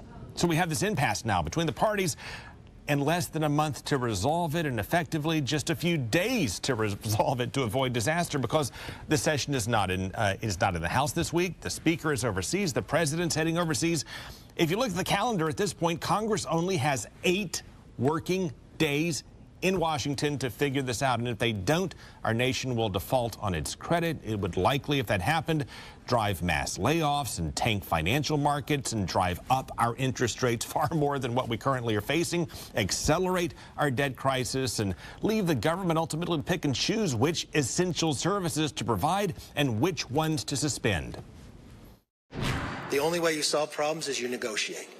And I'm looking forward to the president changing his mind and negotiating with us. And from President Biden's perspective, he understands the need to negotiate on the budget, but he said this is not about the budget because we don't raise the debt limit to pay for new spending. We need to raise it to pay for stuff Congress has already purchased. So President Biden says raising the debt limit is not or should not be up for negotiation, that there will be budget negotiations yet to come, but they must be separate from Congress paying for bills that it has already racked up. But House Republicans say if they separate budget negotiations from raising the debt limit, well, with the Democratic Senate and Democratic President, that they would lose significant leverage in demanding spending cuts while our nation is on the path to going broke. Wow, so how do you think this is going to end? What's the most likely outcome? Predictions are fraught with peril. At this point, Democrats are trying to run a discharge petition that would allow them to bring, if they get a majority of fellow lawmakers to sign on to the House, they could leapfrog the House Speaker, force a floor vote, and with 5 Republicans joining them, if they get 5, they ultimately could raise the debt limit. But that's something that may be far-fetched given the makeup of Congress. We do have the president who called for a meeting with Republican and Democratic leaders in both chambers. That will take place next week. They're going to have to certainly negotiate something. The most likely outcome is that they may temporarily suspend the debt limit until later in the summer or early fall, just to buy more time and take this up again. All right, Craig Patrick. We'll see what happens. Thank you. Thank you. Okay, we thank Fox 13 in Tampa for that summary there of where these negotiations stand, especially in high anticipation for this meeting that's going to be taking place May the 9th at the White House with Chuck Schumer, Mitch McConnell, Kevin McCarthy, and Hakeem Jeffries. All right, let's continue talking about the debt ceiling. Senate Republicans and Senate Democrats held their respective press conferences today in the halls of the Capitol. Let's listen to some of these Senate Republicans first, to which Mitch McConnell says his message in the May 9th White House meeting will be that the president and the speaker need to reach an agreement. His deputy, Senator John Thune, Republican from South Dakota, said there are not 60 votes in the Senate for a clean debt limit. Let's go out right now to Mitch McConnell and fellow Senate Republicans.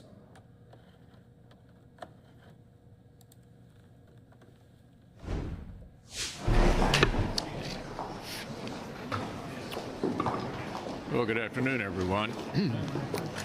Got a call from the speaker from Israel last night, and also the president called about the meeting that the president's asked us to come to on May the 9th.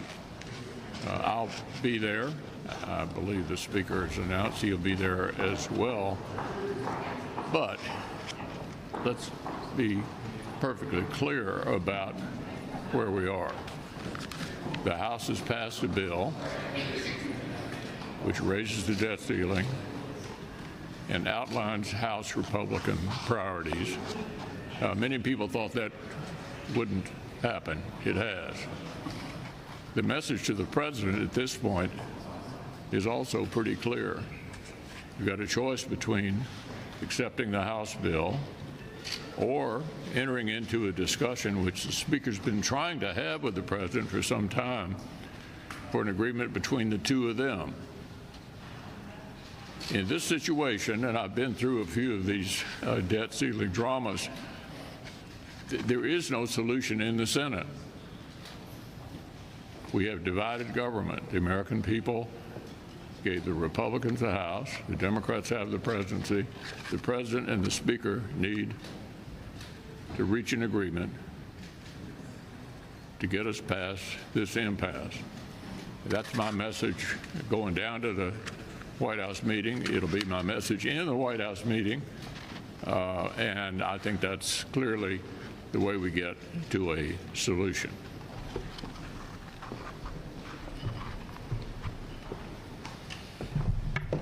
Well, that is the leader, I think, made the point very, very well. There is no deal that gets done that can't pass the House of Representatives and be signed into law by the President.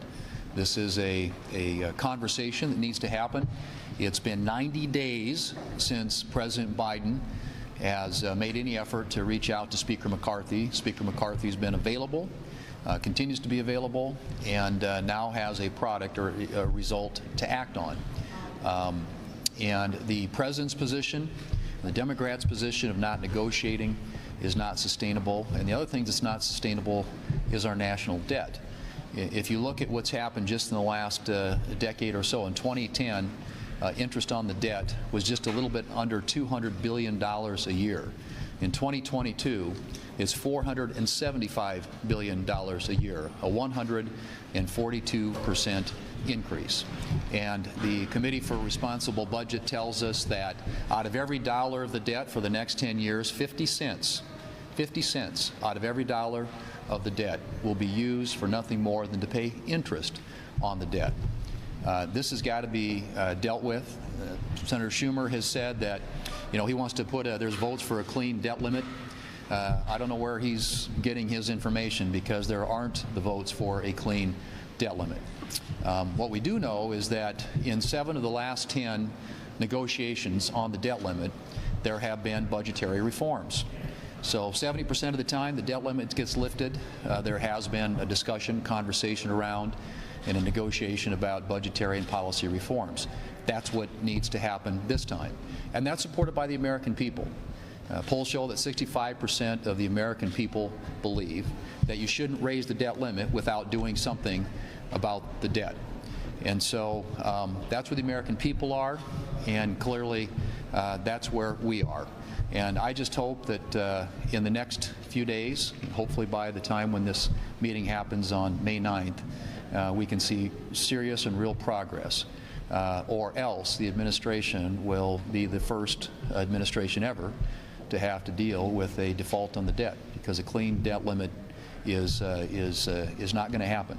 And I think they need to understand that, get serious about sitting down at the table. And if the X date actually is June 1, that brings an additional sense of urgency to this situation.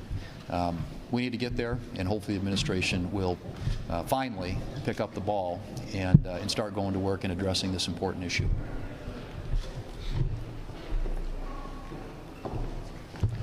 Joe Biden is playing Russian roulette, as well as the Democrats, with our Americans' economy. It's dangerous, it's reckless. The President and the Democrats are fear-mongering, threatening to default on the debt. They believe it's okay to continue to borrow and spend money we don't have, and the American people deserve better. This spending binge that the Democrats have been on the last 2 years has brought us record high inflation, 40-year high inflation, and a debt of over $31 trillion. As a result, 2/3 of Americans say if you're going to raise the debt ceiling, you need to tie it to some reforms in spending. That's what American families have to do if for one reason or another they max out their credit cards. And the Republicans in the House of Representatives have done just that in terms of coming forward with reforms that are responsible, that address the issue. And you take a look at what they've included in there, things like clawing back unused COVID money. Of course, that's very popular with the American people. Tying work for able-bodied American adults who don't have children, tying that to welfare. Again, the American public agrees. So it's time for President Biden to take his head out of the sand and sit down and talk and negotiate with Speaker McCarthy. Maybe the president believes that there's no cutting to be done. There's no waste, fraud, or abuse in government. Well, there's clearly areas where we can do reforms. They're needed to the point that the 8 times that reforms have been done tied to a raising of the debt ceiling, well, Joe Biden was either in Congress or as the Vice President of the United States. He's been for 6 of the 8. All right, Senate Republicans there, including Senators McConnell, Thune, Barrasso there, urging President Biden to negotiate in good faith with Speaker McCarthy. Remember, House Republicans, just last Thursday, they got their own bill on what to do about the debt ceiling through the House. It was a very slim margin on really partisan lines. But it's not going anywhere in the Senate. And so now they're kind of back where they started. And so hopefully something will come after this meeting, May the 9th. But right now, though, we want to take the opportunity to hear from Senate Democrats on the other side of the aisle. That's what we do here on Live Now from Fox, because they were also talking about the necessity, the urgent necessity, to raise that debt ceiling by, sometime soon.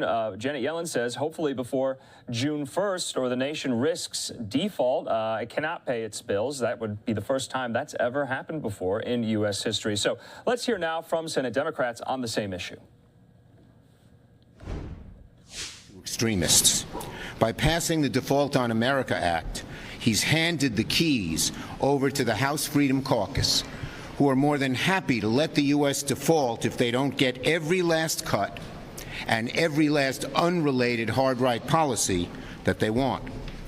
In fact, the American people haven't even had the ability to look at what's in this awful bill, and I think they deserve to see it. And I believe Speaker McCarthy, from just a few weeks ago, would agree with me. Let me quote Speaker McCarthy the day he became Speaker. Here's what he said, quote, "I want to give all Americans a personal invitation. You're welcome to see this body at work. No longer will the doors be closed, but the debates will be open for you to witness what happens in people's houses. From the committee rooms to this floor, we commit to pursue the truth passionately and embrace debate. No more one-sided inquiries. Competing ideas will be put to the test in public so that the best ideas win." Well, Mr. Speaker, I agree. You didn't do it, but that's what I am setting out to do here in the Senate. This bill was written and amended in the dead of night, behind closed doors, with a pen in the MAGA Republican hands. So starting this week, we will be doing what the House didn't do, showing the American people what this bill is made of. If Republicans refuse to level with the American people about their bill, Senate Democrats are more than happy to do it. We'll show the American people how Republicans' Default on America Act will decimate federal law enforcement in this country, erasing nearly 30,000 law enforcement jobs and leaving border security hanging out to dry. They'll see how the DOA is a direct assault on families, slashing child care, cutting Pell Grants, and gutting vital programs like Meals on Wheels.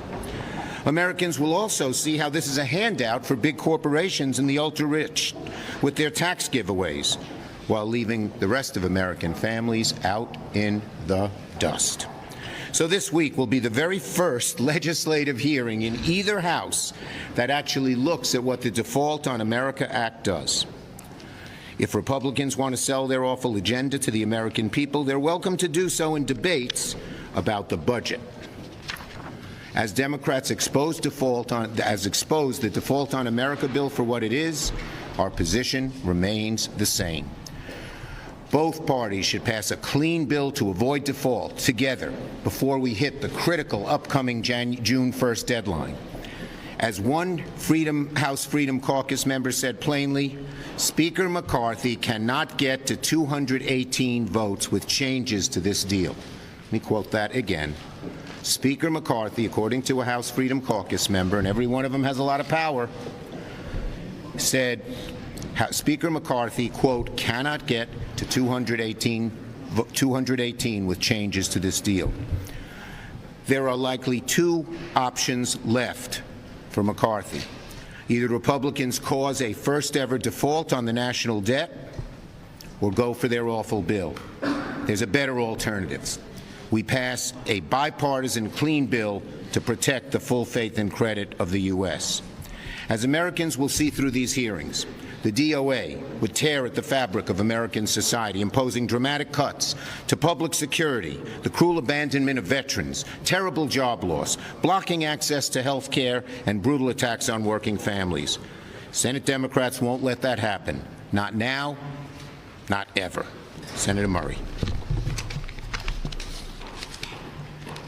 Yeah, thank you, Senator Schumer. I want to make very plain what's happening here in Congress. The Secretary of Treasury wrote to Congress yesterday, and she told us that if House Republicans continue to refuse to pay the nation's bills, then we may see a default on our debt as early as June 1st. If Republicans force this country to default for the first time ever in our nation's history, then our economy will crash. American workers will lose their jobs. Seniors will lose big on their retirement savings. It's just going to be painful. Speaker McCarthy's big plan, his #1 economic priority, is to threaten economic catastrophe and hold the full faith and credit of the U.S. hostage. And in exchange, they want us to pass their Default on American Act so they can cut essential government services that we all rely on. They're going to slash funding for our veterans, make our country less safe, and surrender our economic competitiveness to China. House Republicans do not want to pay our nation's bills like we have done on a bipartisan basis so many times before, unless they can take a chainsaw to our economy with draconian cuts that will kill nearly 800,000 jobs and send us. Okay, so Senator Schumer there, now Senator Murray, talking about the urgent necessity to raise the debt ceiling before these deadlines that could push the U.S. economy on the brink of default, meaning we cannot pay down our bills. It has never happened before. You still are hearing from Senate Democrats. They want a clean debt ceiling increase, to which we just heard from Senate Republicans saying that that's not going to happen. They don't even have 60 votes in the Senate to do just that. Of course, President Biden and the White House there have said all along they don't want to negotiate. They want a clean debt ceiling limit increase as well. But now the parties are going to be coming together May the 9th for this meeting there at the White House. All right, just want to get one piece of news in. Remember, we are previewing for you what's going to be taking place Saturday, May the 6th, King Charles III's coronation there in London. All of the UK is preparing for it, so much so preparations are understory as well for the rehearsals of the coronation. Take a look at this shot that we have been getting as well. Something happened, though, today at Buckingham Palace. This is a live look. I want to put up some of our tweets from Josh Rahm. He's going to join us for our coronation coverage on Saturday, but he broke this down that's pretty easy for us to understand. This is what happened today, saying a concerning incident at Buckingham Palace where the Met Police confirmed an incident occurred and arrest has been made. They said a large amount of police presence cordoned off the area where media were evacuated, and a controlled explosion was later heard by those in the area. So this is quite interesting. Back out live to some of these coronation rehearsals. It's all going to kick off, of course, Saturday morning, and here on Live Now from Fox, we will have special coverage of it. But go out now to yet another tweet from Josh Rahm. He says a source near the palace earlier described the area being at, quote, total lockdown. He said, despite reports, the king and queen consort were not in residence. The source has also confirmed the royal standard was flying at the top of Buckingham Palace at the time, which isn't very customary if both the King and Queen consort are not there. He went on to say that the Met Police confirmed that a man approached the gates of Buckingham Palace at around 7 p.m. The person threw a number of items suspected to be shotgun cartridges into the palace grounds. So you can see there these coronation preparations still taking place. Josh Rahm went on to say that the Metropolitan Police confirmed a controlled explosion was performed as a precaution after the man was found to possess a suspicious bag. So he was arrested by officers for possession of an offensive weapon after he was searched and a knife was found. UK police, though, say they're not treating this as a terrorist incident or act, but very, very scary stuff there ahead of the coronation on Saturday.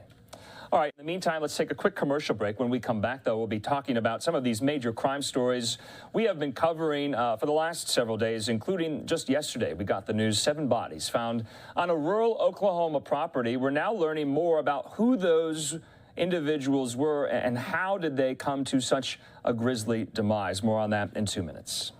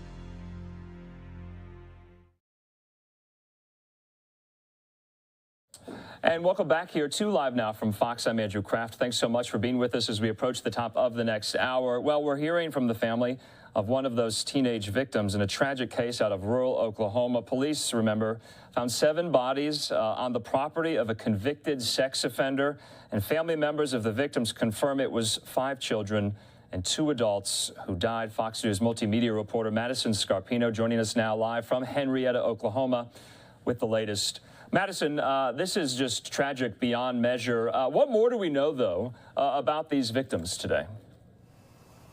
Andrew, the case began as an Amber Alert for 14-year-old Ivy Webster and 16-year-old Brittany Brewer. And the girls told their family that they were planning to sleep over at a friend's house. Well, that friend's stepfather is sex offender Jesse McFadden. Ivy's family tells me that they had no idea about McFadden's criminal history. And although law enforcement has not officially released the identities of the victims or how they died, Ivy's dad tells us that this was a murder-suicide.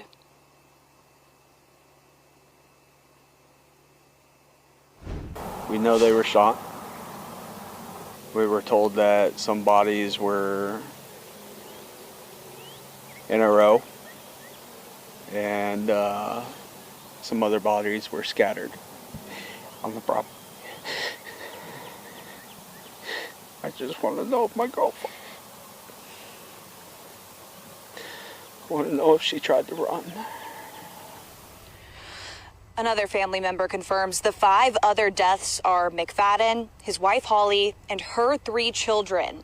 McFadden was released in 2020 after serving 16 years of a 20-year prison sentence. He was expected in court yesterday on new charges of soliciting sexual conduct with a minor and possession of child pornography.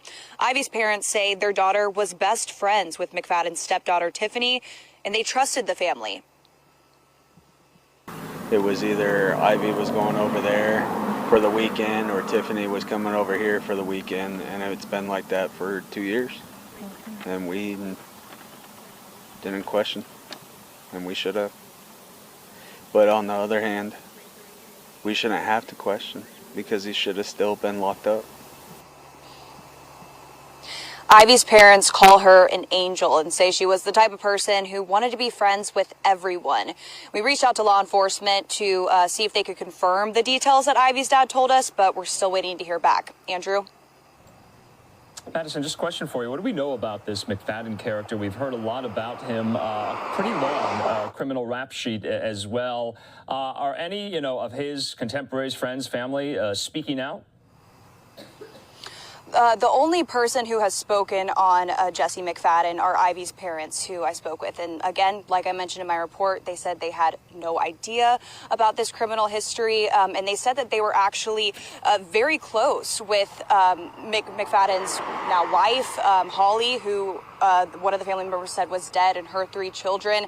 Never expected this to be his character. They told me that it wasn't until the Amber Alert was issued and on Facebook they started to see about his criminal charges. But other than that, pretty silent when it comes to his family members. But the family members that I speak to tell me that they just want answers. They want to know how he got let out of prison.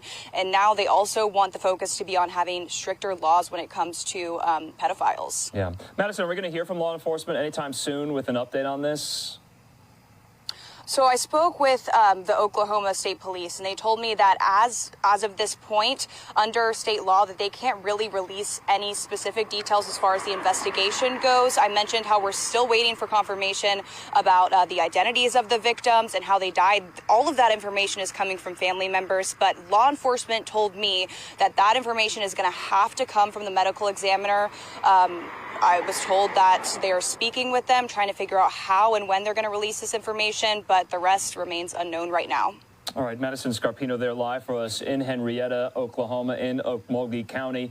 Madison, we'll talk again with any more updates on this horrible story. Thanks so much. Thanks, Andrew.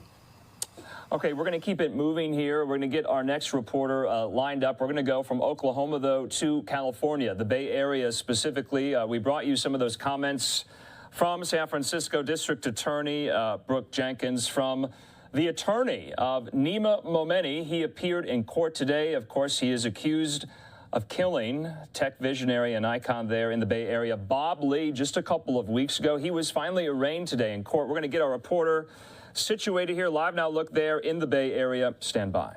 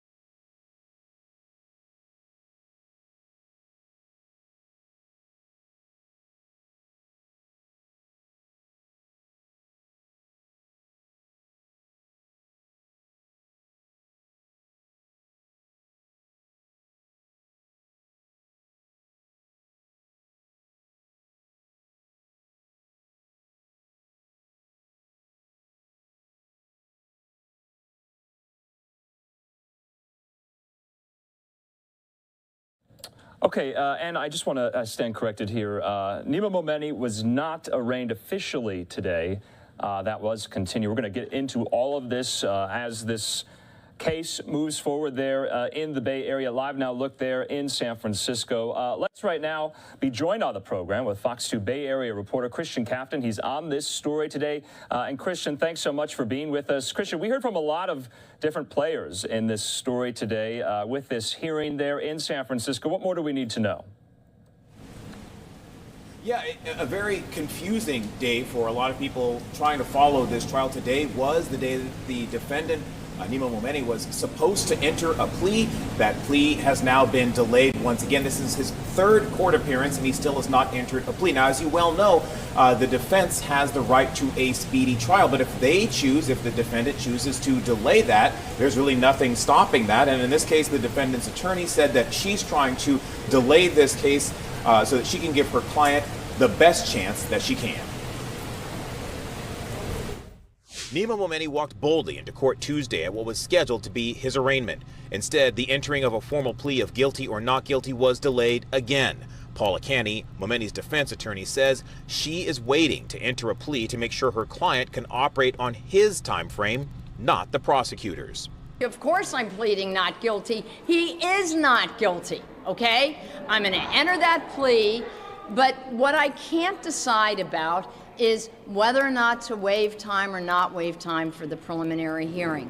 And that's what I need the 2 weeks for. District Attorney Brooke Jenkins says her team was ready to proceed Tuesday, but that it's not unusual for defense teams to delay, looking for an advantage. The defense has the ability to continue this arraignment as long as they wish. Mr. Momeni is in custody, and the law views it as though it is his choice whether or not to exercise his rights to a speedy hearing or any other part of this criminal justice process. The autopsy report for Bob Lee has now been released and says Lee died after being stabbed in the chest, which resulted in injuries to his heart. The final report also reveals that the tech exec had cocaine and other drugs in his system at the time he died. Paula Canny may have provided a clue as to how she will defend her client, saying people on drugs sometimes act erratically. There's a lot of drugs in Bob Lee's system. I mean, Bob Lee's system is like the Walgreens of recreational drugs. Prosecutors say just because someone had drugs in their system does not give anyone the right to kill them. We are accustomed as prosecutors to having the reputations of our victims be denigrated by the defense. That is a customary defense tactic that is normal, sadly, in the work that we do. And Momeni is due back in court on May 18th at 9 a.m. to enter a plea. Again, the defense attorney told me today when I asked her specifically, are you looking to enter a plea? And she said at that point she plans to enter a plea. But again, Andrew, that's what we'd heard about today, that if she received the autopsy report, she said she was planning on entering a plea today. So we will see on May 18th if that all happens as we expected.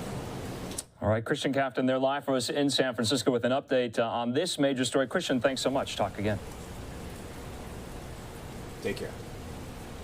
Okay, in the meantime, though, you saw some of those kind of snippets, sound bites there from Nima Momeni's attorney. We want to play out a larger portion of that. She was really quite animated today, taking questions from reporters about the status of her client's case and kind of indicating what plea he might enter. Let's listen.